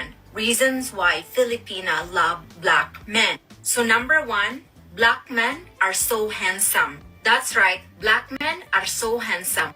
Number 2, chocolate men are very strong. Filipina love it when our men can protect us from any possible harm and danger. Protect. Proteka.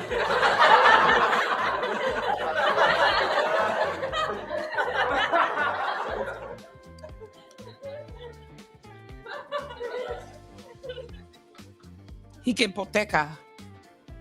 Number 3, their world is so These big. Chicago doing Many it now? Filipinas love big world.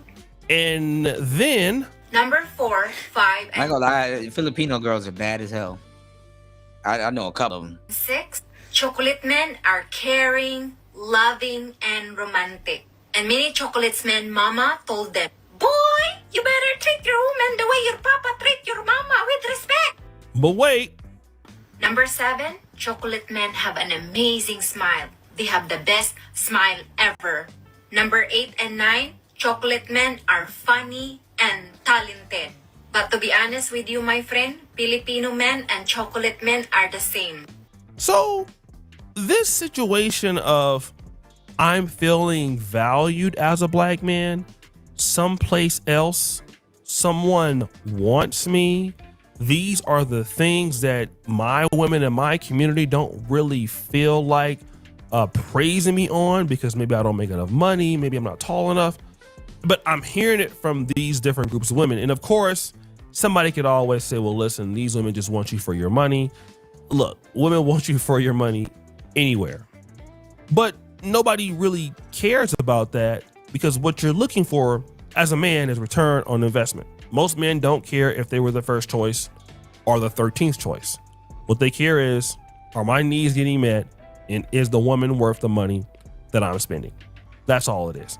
Or my time that I'm investing. And so what ends up happening over time is men just start to assess their options. Like what you're seeing right now in the whole dating market, men not going to brunches, men getting tired of Tinder dates and stuff like that. When it really comes down to it, and this is not all American women, but it comes down to the point that American women. Bro, it's funny because I just went down the rabbit hole. We about to go down it real quick. I saw this other clip of Coach Greg Adams on Red Pill Explained, and they got a video of Tom Likas on there. Give me 1 second, y'all. Hold on. Men, for many men, especially in the black community, the return on investment is just not there. Even if you're a guy that has a lot of money, you make a lot of money. It's going to be very difficult for you to find a woman that may be submissive to you, would like to be a home caretaker, or do domestic things for you. It's kind of out of the ordinary, and it's unreasonable to accept that. So what happens is that men start to try to figure out where they can get those things. If I can't get it in the United States, it'll be fine. As long Men ain't even trying to get all of that shit. Half the time they don't even got all of that shit going on to even really want that until they get later on in their years. Men are just trying to find a decent, good-hearted fucking chick. Like Eris off of Final Fantasy. Men ain't trying to fucking just be a decent human being. What is so hard about that? Just be a decent human being. God damn. Don't be pissing in the streets, drinking barreled liquor and twerking all day. Even then, dudes still be liking twerking and shit. Cause I will see a dude take a wholesome good girl and would like her to twerk. I've seen that, but hey, look, it is what it is, man. But just be decent. Decency goes a long way with that. As long as I can get it somewhere. I'll tell you that a lot of guys are willing to even do this. A lot of men are willing to have a lady overseas. They can come and see 2 months out of the year. That means they're not with the woman 10 months out of the year. And they could be okay with the woman cheating on them, some of them, for 10 months. You said the woman cheating on him. Nigga, if you see this bitch for 2 months out of the year, this is how I know you don't know what he talking about. If you see this woman for 2 months out of the year, she is not cheating on you. She is not cheating on you. You are not around this woman for 10 months.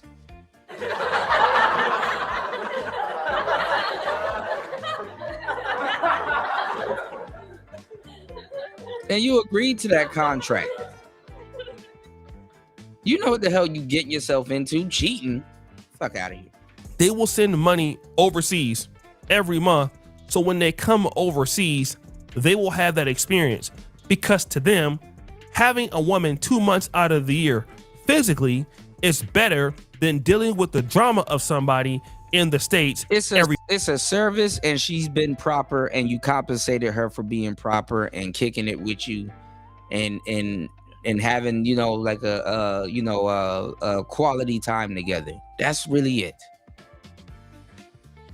Nothing more, nothing less. 2 months will go by like that. Woo! I'm not saying that a woman will be a dramatic person for you every day in the States. I'm not saying that, but that's how most guys are going to look at it, okay? And then what makes it worse is when, you know, you see the social media and you hear an interview like this. What's the cheapest date would still impress you? Oh, date. I'd say cafe date or coffee dates, like, or we can go eat street food. Yeah, I'd appreciate that. How much do you think it would cost if you... Hear the word that she said, y'all? Appreciate.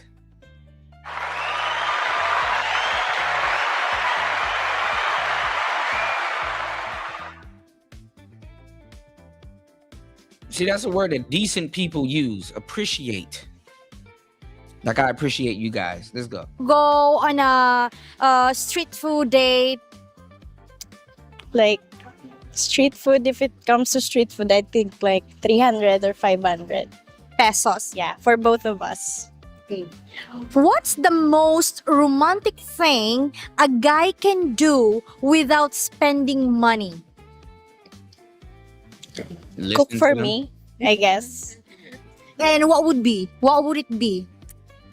Like a simple date at home, or we can cook together, like pasta or chicken. Like pasta, like spaghetti?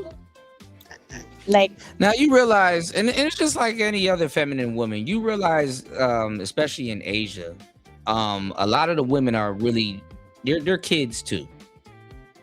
Like, they're kid-hearted. That's one thing I like about Asia. A lot of the women are child-hearted. They're and even the guys, they're big-ass kids in Asia, for real. Like, I'm dead ass. Like it's springtime here, and they're gonna be, and it hasn't even been hot enough to do it, even though it's hot as hell sometimes outside. But it's this thing called Sankran, where they're like throwing fucking water at everybody. Everybody got water guns. You get hit with a hose, water balloons, people dumping buckets of water on people and stuff like that. It's really a celebration to let you know rain is coming. You know, spring time, you know. It's annoying at first, and then like around the second day, it gets fun. And then throughout the week, sometimes it goes on throughout the week, and it's just fun, you know. But I'm like, you know, we couldn't do this back in America. Somebody finna die behind some damn Sankran. You know what I'm saying? So, you know, it's like, okay, you know, it's like, you know, sometimes you got to keep that childish element to you, you know, because you'll go crazy with the shit that, you know, you get plagued with on a day-to-day basis. But let's go. Yeah, like carbonara and like more protein, because I need more protein.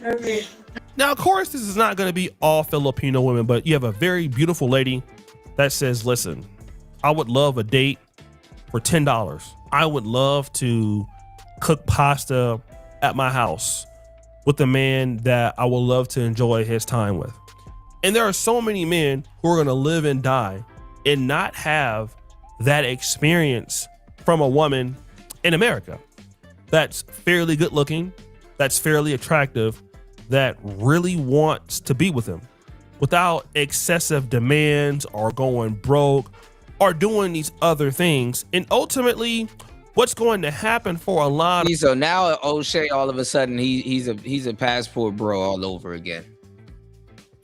I think he got he got this fence sitting shit down to a science, y'all. For real.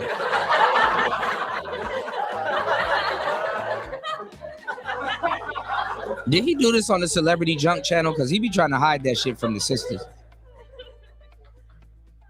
He does it on O'Shea Duke Jackson channel. See that?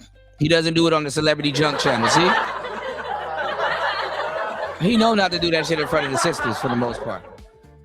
That shit is funny. The women is that things are going to change, not in the favor of ladies. I had to go check, but things are changing right now around the world. You're already seeing that a lot of these dating mixers, men are not interested. I told you the gossip shit is for the sisters. Going, why would they go? Men are losing hope in these kind of dating mixers and things like that. So there's nothing popping off there.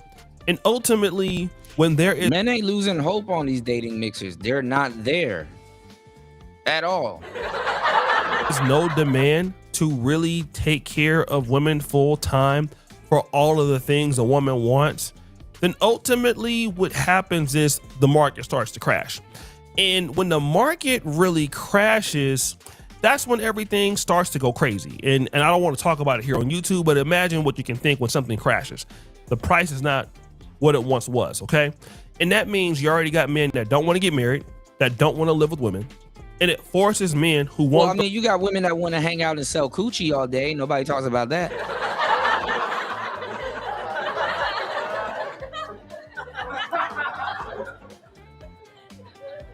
Something wrong with you if you talk about that.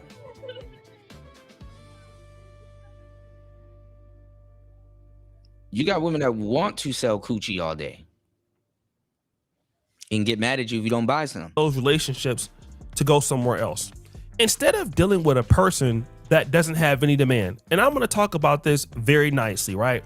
But a lot of women have a seller's market mentality. A seller's market mentality can only exist. All right, listen, because he gonna do a horrible job at explaining this. Women are opportunists. You heard? It don't even matter if they want to sell something or do good business, or it doesn't matter. This is why they need pimps. Okay, listen, I'm about to give y'all some real game. All right, y'all hit the like button to support the show. Y'all know how this goes. I'm about to give y'all some super game. Women are opportunists. They're either shit or get off the pot. It doesn't matter about no customer service. It doesn't matter about you being good and stuff like that. You know, it's either shit or get off the pot. A lot of them don't sit around and say, hey, how can I make this better? For the most part. It's either you gonna deal with it or you not. Because if you're not, somebody else will. And then the thing is that they'll know that they'll know that it's bad. But the thing is that she wants what she wants. So she's gonna wait until somebody settles and deal with it. But in the end, she's not gonna be happy with the person that's gonna sit there and deal with it, because guess what? She kind of knows he's not really getting nothing out of it. So what's the point of, falling for a guy that that's getting fucked over? Like, for example, women in the West know they're giving men a bad deal, but they don't give a damn if they can get whatever, if they can get whatever the hell they want out of it. It doesn't bother them. You understand what I'm saying? Because the internet and a lot of people make, even men make themselves disposable.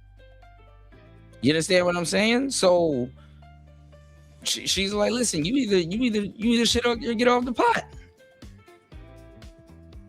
She'll figure it out when she gets older. She doesn't have a concept in her mind about wasting her youth. She gonna look pretty forever in her mind. Till the vanity starts to fade.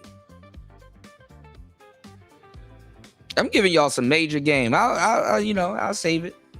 I'll save it. What's going on, James White? Being a pimp is the mindset that men have to have. Yeah, I would say some of it. Some of these dudes ain't good at. Some of these dudes. Hey, it is what it is. But hey. Respectfully, men would get more respect from women if they did have that mindset. Because Lord knows women got that mindset. But hey, it is what it is. If the seller has two conditions, number one, low supply. It's just that a lot of women, some women are really good, some women aren't good at it. You know what I'm saying? Some women got their ducks in a row, a lot of women don't. You know, and a lot of them are lousy opportunists, and it shows in their work. You know something's wrong with you when coochie sells itself, and you got to get somebody to help you sell coochie because you got a bad attitude. You know it's wrong, something wrong with you when you can't get the most out of the dating game because you got a bad attitude that you want to stick with, and you're locked out. You're it's not even luck. You lock yourself out of the hypergamy game. You can't take advantage of hypergamy because of stuff that you want, your beliefs.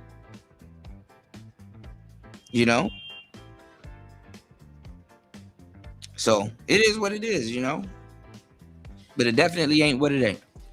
If you are a woman and you demand that a man pay everything for you and that a man is doing this and that to get you, well, then the first thing that must be true is that you as a gender, as a species, typically must be in low supply.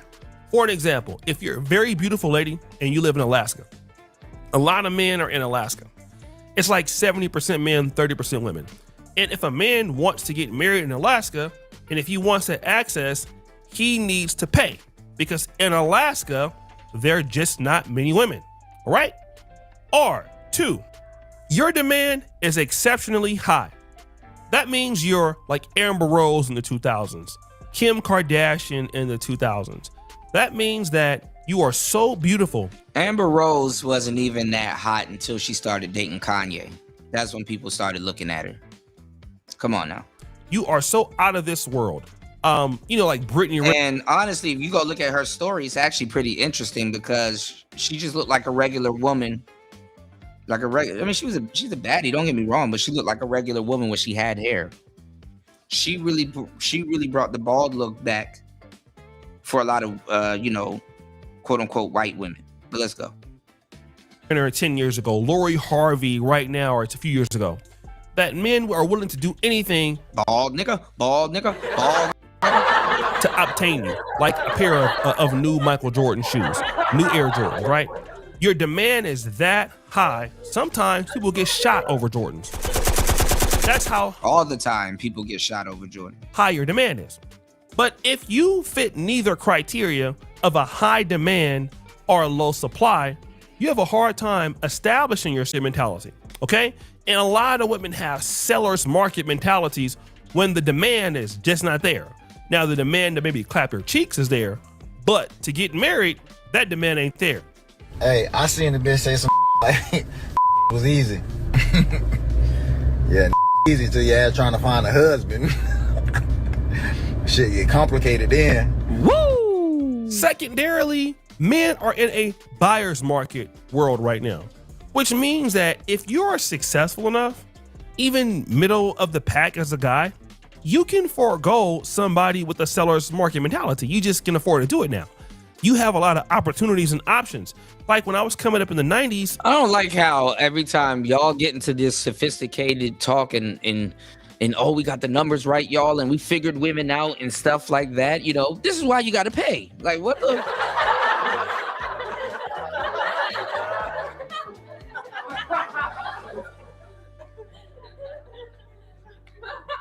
I be getting it for women. I mean, I be getting it for a minute, but it's like, bro, like, why do you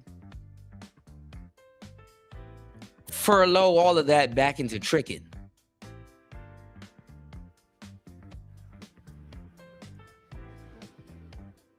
I can tell a lot of these dudes are boring in their goofballs. Me, I'm an introvert, right? But when I do happen to open my mouth, I'm a funny guy. People like me. Then they use up all my time and energy. It's always been like that. You know what I'm saying? I happen to, you know what I'm saying? I happen to be a cool ass dude and a funny dude, even to my own surprise. You know what I'm saying? I've been a accidental empath. Okay.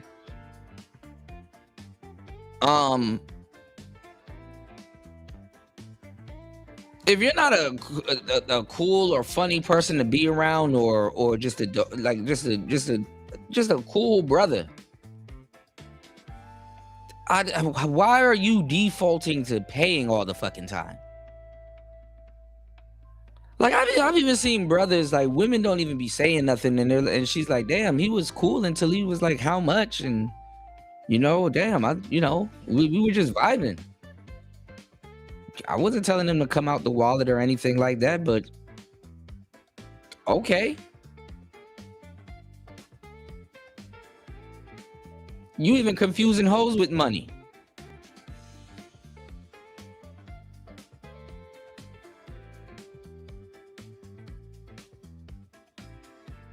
And best believe it's the tricks on the back end that's fucking a lot of this shit up for the men, like for the real brothers and stuff like that. So, but then again, the real brothers ain't gonna pay. So a lot of the women still hang around the brothers, some of the brothers that keep it player, because that's how they shit test y'all. That's how they've learned to shit test a bunch of dudes. Because like I said, they're lousy opportunists. Women are just spraying and praying. Oh, let me throw this at this nigga and see what he does. And to their surprise, he budge.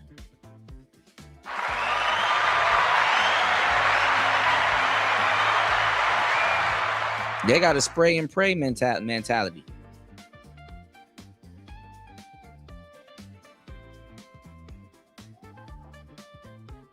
So many men did not have the options that men have today. Bald women are okay. I mean, they, you just gotta find the one that can rock that hairstyle, and she probably don't have a peanut head.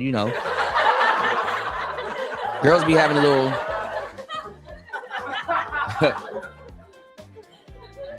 When the girls got the bean out, when she got the bean out, they be having them little peanut head, little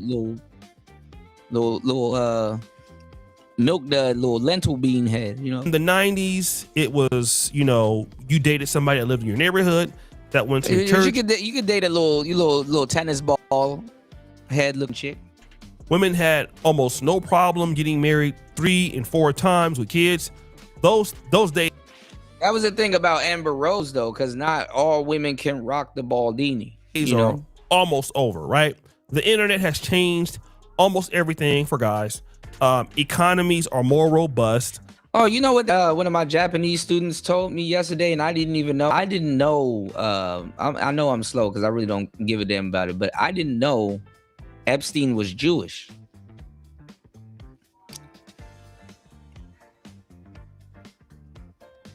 Uh-oh. But then again, some people did, because he was finna blackmail a lot of people. So I was like, well, it kind of made sense. You can earn money online. I'm literally in Africa as I'm filming this video right now.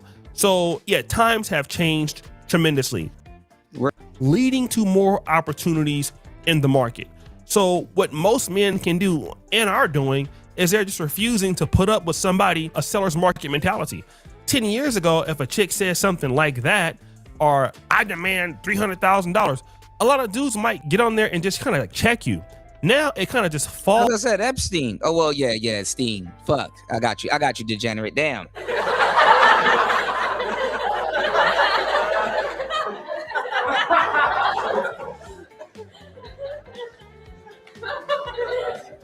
If it was a snake, y'all know how this goes. If it was a snake, it would have. If it was a snake, it would have.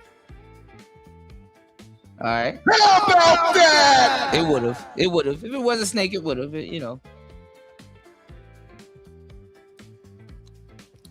Like the empty space on the desk for his Xbox. Get out of here, you damn nigga!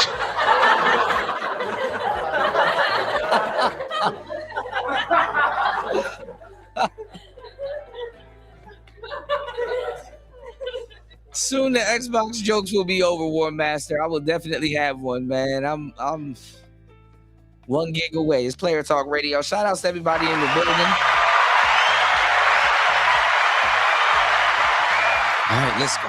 On deaf ears And a lot of dudes can just ignore it because they know they can just go and get it someplace else, which leaves a lot of women with entitlement displaced. And that's the best teacher. And it goes back to the Filipino style women or these other women, kind of overseas, because ultimately they have figured out this. Men don't go overseas because of looks, because there are beautiful women everywhere. They go because of the energy. Overseas women are more feminine, more intentional, and they actually show appreciation. Tell us something we don't know. Like, oh, you thought of this on your own?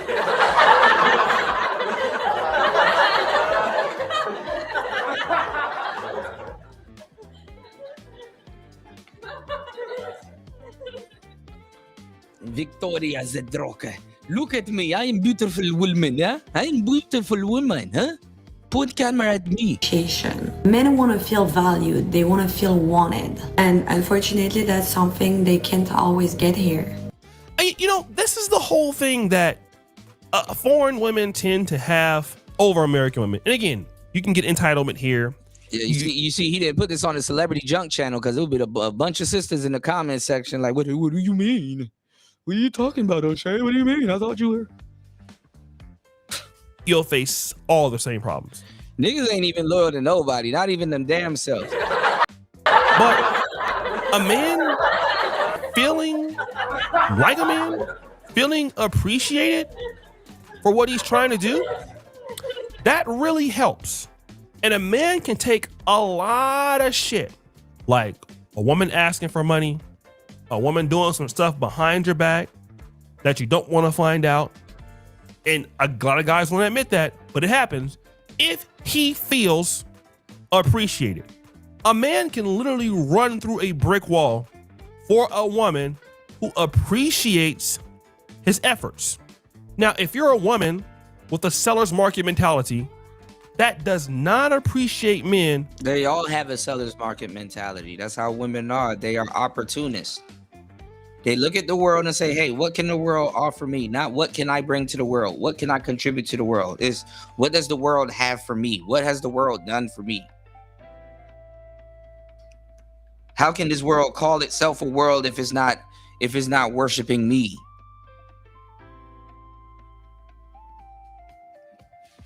There you go. At all. You're going to have a hard time going as life continues and matriculates down. And again, I keep seeing these matchups and these black men are wanting to go these different places. And a lot of this is because, oh, they like lighter skinned women or, oh, they like this and that. And again, like I told you guys already, a lot of these women are not even the body type frame that black men are even historically attracted to. Niggas are attracted to baby gorillas.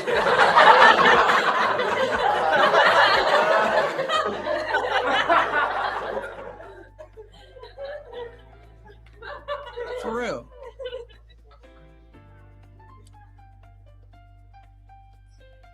That's the body frame that a lot of Western American men like. They like little. I've seen y'all baby mamas. Don't argue with me. It's hard to hide a gorilla, you know.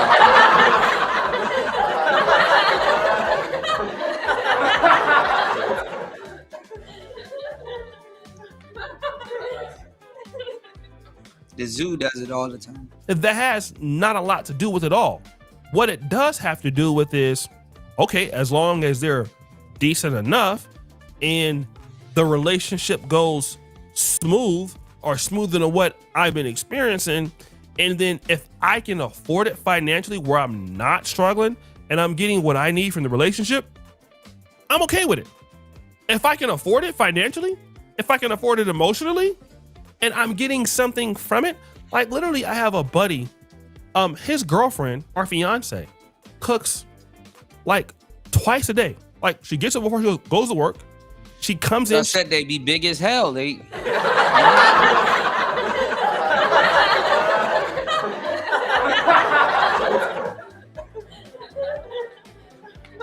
Just repeating what I'm saying. But no, I mean, ain't nothing wrong with, you know, shit. At least they keep your man fed. He'll stay in your bed if you keep him fed. She cooks. makes his food. I mean, he has a really good business. He lives here in Africa. And some girls are player haters too. They want you to sit with them and get fat all day. And it works too, especially if she cook good. I remember it was this fat girl. I remember it was this high calorie woman. And somebody was asking her why she was fat. And I ain't gonna lie, she had the fattest answer, but that shit was true. She was like, why food so good?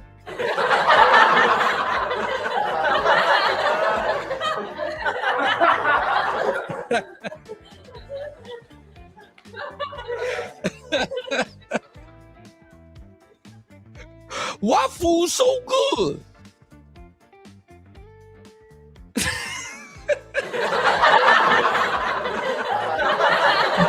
Bust all in there.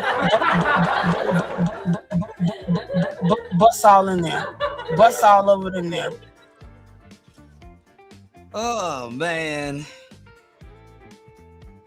But it is true. Why is food so damn good? I mean, shit. Bust all in there.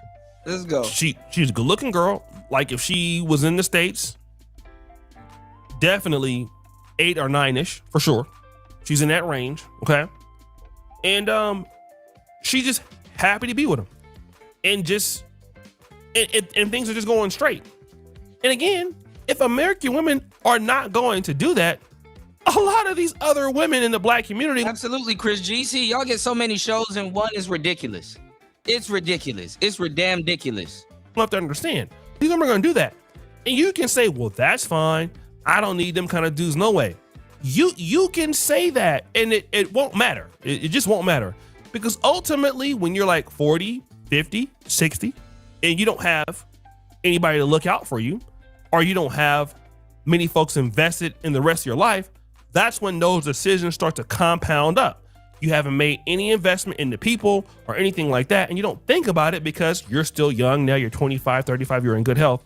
What happens? Then y'all get to catch up on the shows and the news of the week. When things change and you don't have a family, you don't have a husband, you don't have a wife. These things are a part of life, and it historically does happen. So guys, what do you think? It's your boy Yoshidu Jackson, back at it again. He's doing the outro on camera. That's funny. All right, real quick. Let's get messy real quick. Shout outs to Messi. Let's get messy real quick. Let's see what this Coach Greg Adams, Myron Gaines debate is hitting on real quick. Let's see what it's hitting for.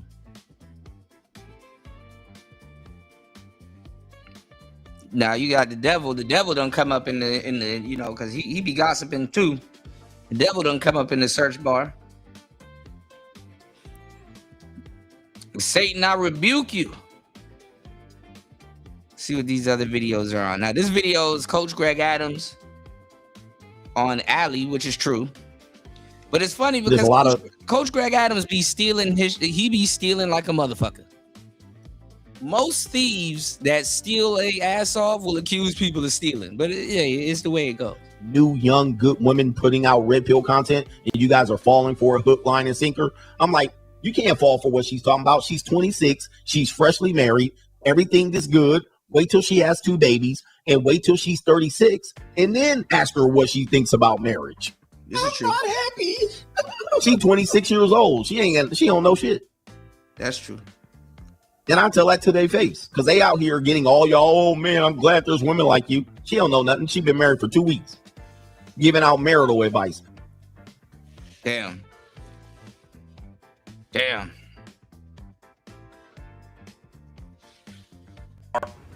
You know, do you feel sorry for not necessarily feel sorry, but guys are kind of cooked, huh?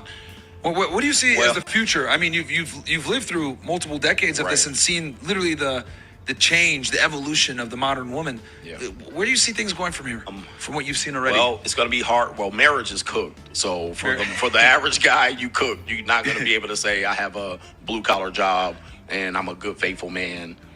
You're getting to go reform 304. You're getting that's what you're getting. So, yeah, you're cooked. If you don't chase a bag and you ain't got a bag, I'm going to beat you. I'm going to beat you at 30, 40, 50, 60, and 70 in your 20s. So average man. I mean, but if you're tricking, you're cooked too. And the type of woman that, that does get tricked on, there are certain type of caliber of women. So you're not getting a better quality woman, to tell you the truth. Like women ain't women ain't like produce at Safeway and shit. Like it's not.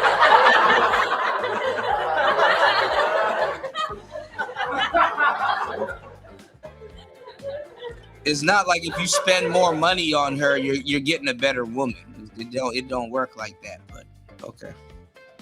Men are it's a wrap for y'all. Yeah, figure something out. You better go get a bag. Actually, the dude that didn't spend nothing on her at all got best of her. Bro, like average men are cooked, bro. Cooked. So and I think that's the biggest red pill for men is that like they need to like average is no longer good. Do you feel sorry for the? All right, I got you, Chris G. I do gotta check Discord. I re-downloaded it and I don't be on there. All right, he calls Myron a thief. Mo Prosperity CJ says you're a thief. How am I a thief? What the fuck? This tiring, it's exhausting. And then when you see somebody just jump up in here and just take the shit and run with it, and I know Fresh is watching me. Yo, nigga, Myron is a thief ass nigga. All right, that Myron is a thief. Go tell that nigga I said that. I got no respect for that nigga no more. All right, copying my shit and acting like he an expert. Go tell that nigga. Copying my shit and acting like he an expert. You know how much people do this shit around here? I'll tell him, get him on the phone. What?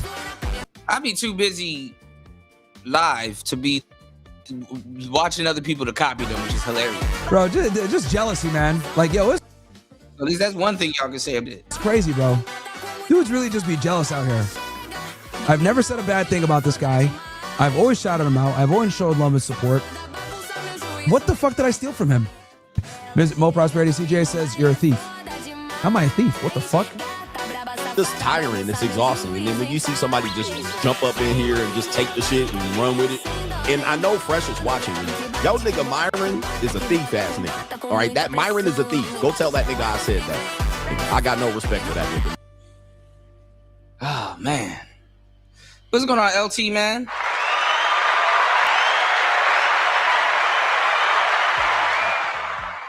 LT man said, if anyone gets their produce from Safeway, you deserve your produce to be spoiled.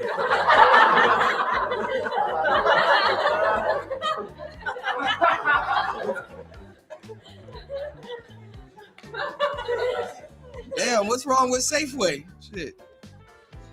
Safeway ain't safe all the way. Shout outs to LT man in the building. Let's go.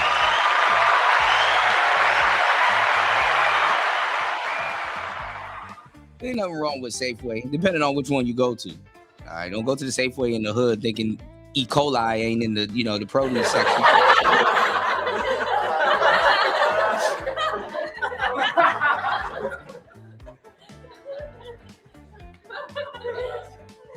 But no, that's what a lot of tricks do though LT man. Like they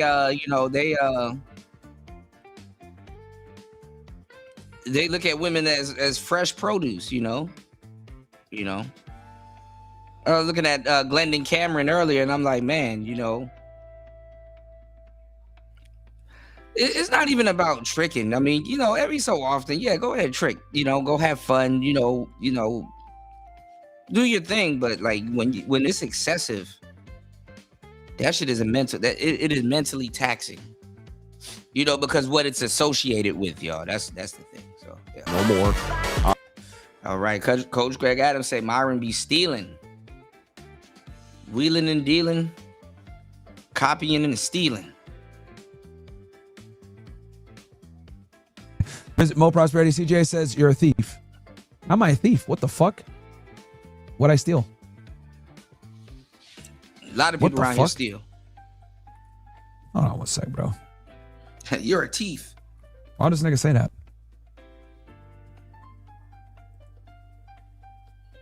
Shout out to our brother Gary. He says, I was at Walmart yesterday and I seen at least 40 women doing Instacart.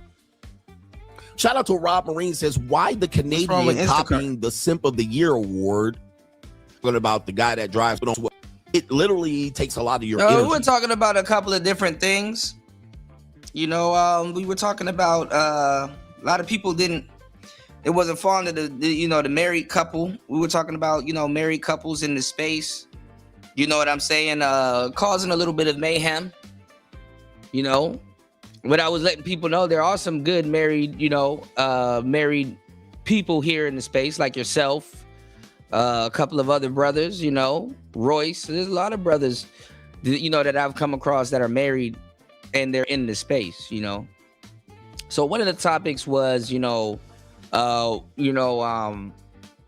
this has always been a topic in the space, a lot of married brothers and married sisters in the space, in single spaces, doing bullshit and causing havoc and running amok. And you know what? One of the examples I never even brought up to you guys today, which is a great example. Go look at those T channels. Half of those people are married. The T channels.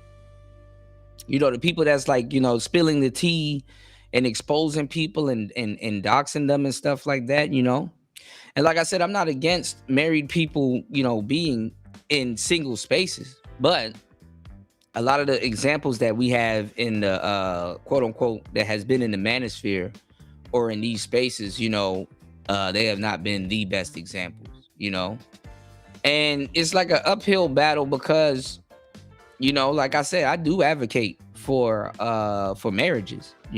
People be like, oh well, I thought you were a player. I'm like, well, you don't know how players operate.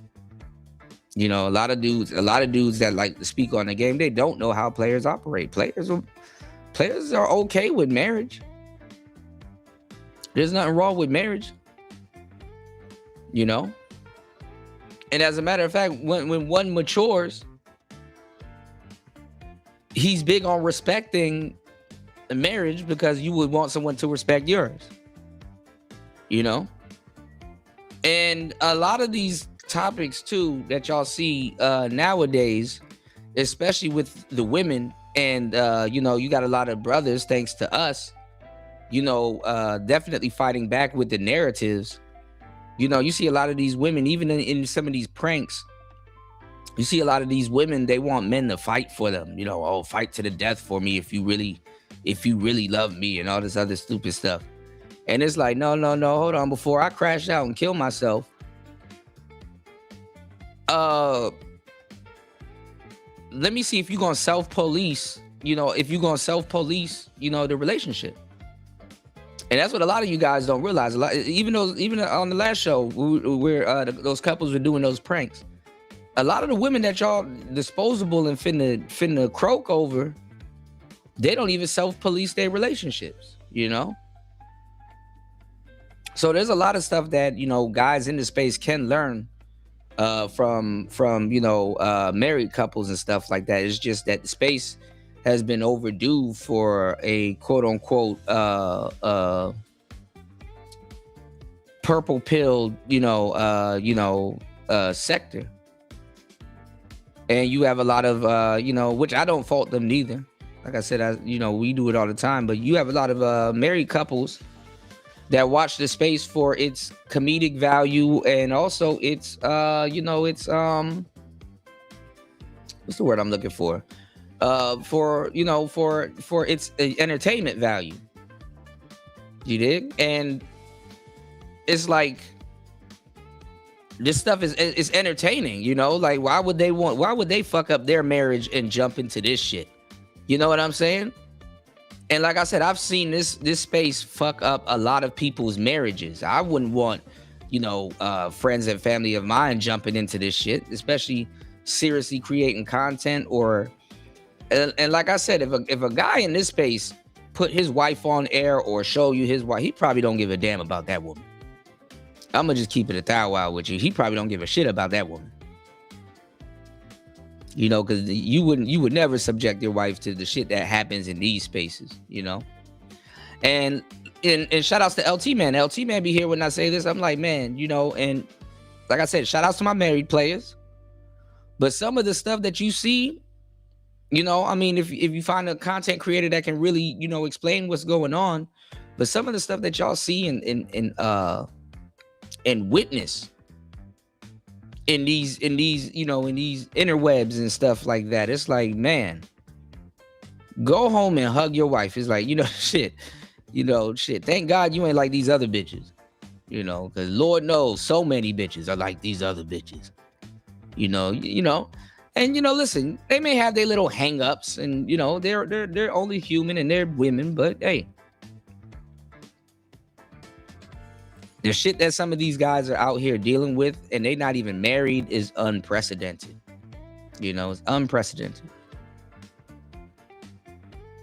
And not even the shit that these dudes want to put up with. That's half the story. These dudes are willing to put up with that.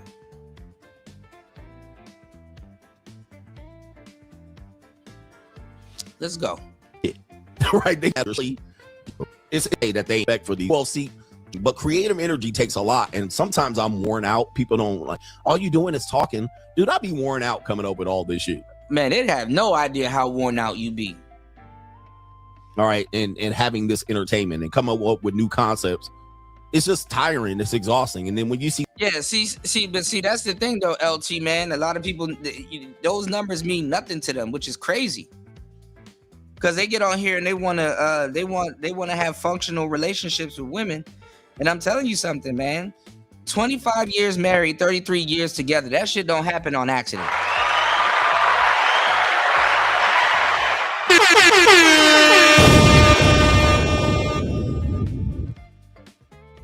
And my thing is, if you can find a good thing, man, nourish it. Because Lord knows when it's bad, it's bad.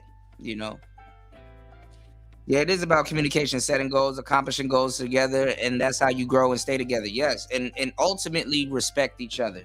You know what I'm saying?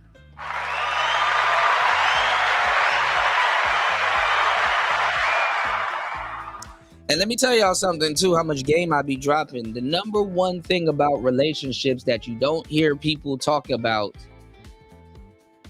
which is very valuable to any relationship that you get into, is problem solving skills. Yes.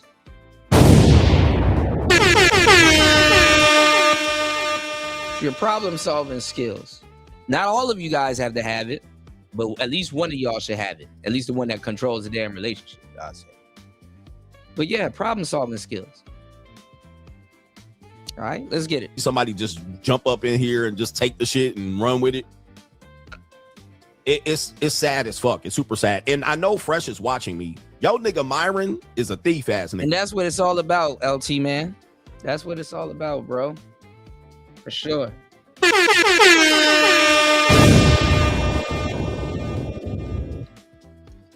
This is funny. Coach Greg Adams calling someone a thief. And I know Fresh is watching me. Yo, nigga Myron is a thief ass nigga. All right, that Myron is a thief. Go tell that nigga I said that. He's a thief ass nigga. I got no respect for that nigga no more. All right, just copying my shit and acting like he an expert. Go tell that nigga. Fuck it, I'll tell him. Get him on the phone. I'll tell that nigga. Just copying my shit left and right. And then niggas be like, I didn't know, man. I really didn't know. No, you nigga, no, you knew. You knew, nigga. No, you nigga, no, you knew. No, you nigga, right. No, you knew. What?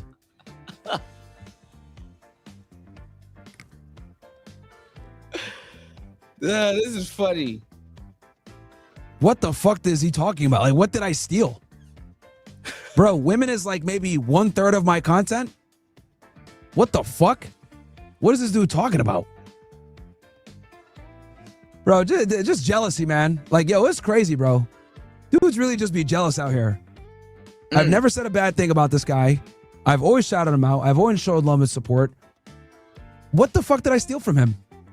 Dude, Red Pill content is like 1/3 of the content I do on my solo show. What is he talking about I stole from him?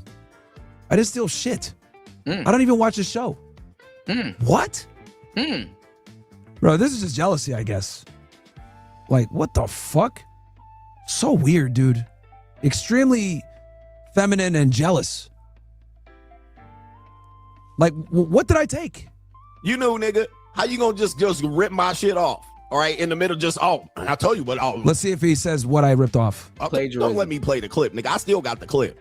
I'll load that shit up right now, nigga. Fresh is like, what you talking about? I'll load the shit up right now, nigga. He been a thief, nigga. But come on, nigga, say a nigga name, man. Say, man, you know, I heard from the great CGA, and I'm the great one. So, nigga, calling themselves Hostradamus. How much shit you gonna rip off, nigga? How much more of Biggie lyrics are gonna come out of your fat? I've never known that he used the term Hostradamus. Had no idea he used that fucking term. We'll throw our friendship away over some dumb shit. And look, here's the thing. People Imagine falling out with a nigga over Hostradamus.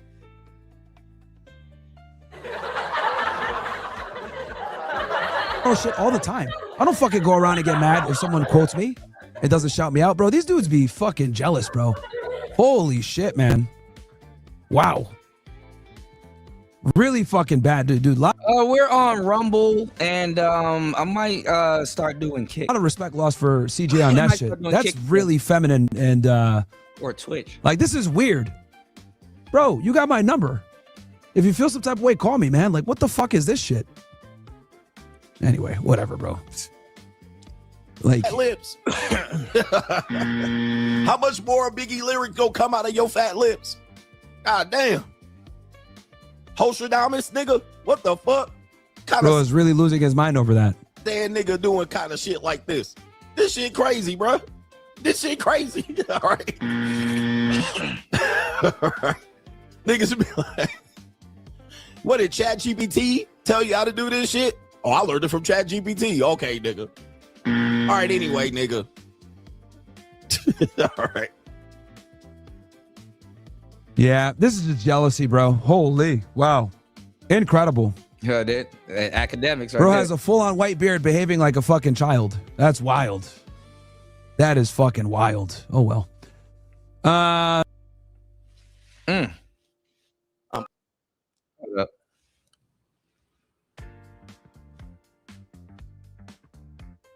Hold up.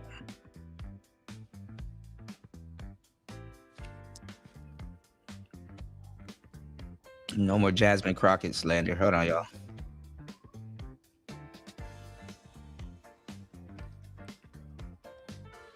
Yo, this is not him reacting to it. I thought it was him reacting to it. Negro wake up call. All right, there's a couple people on. All right, I'm gonna stick a pin in it here. We still got a lot of stuff to, you know, shout outs to BG. Okay, everybody's up. Okay, we still got a lot of stuff to cover. We even get into the Corey Holcomb stuff. I know some of y'all like, thank God.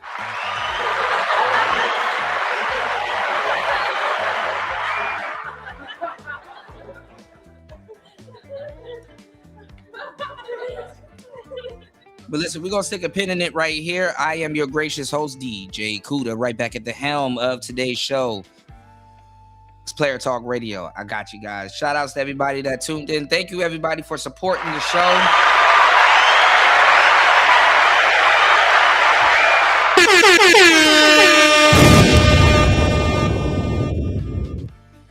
We will be right back with another one that's so different from the other one. It's Player Talk Radio. Peace.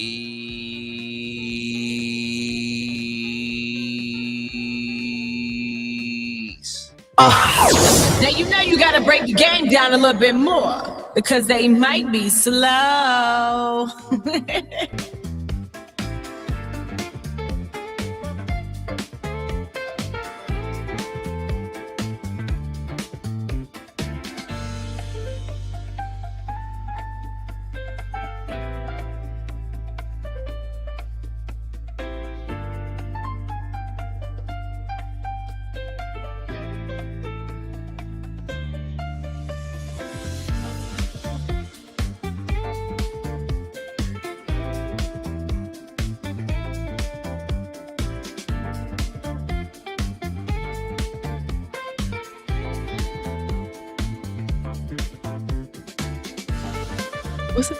What's the matter, Daddy?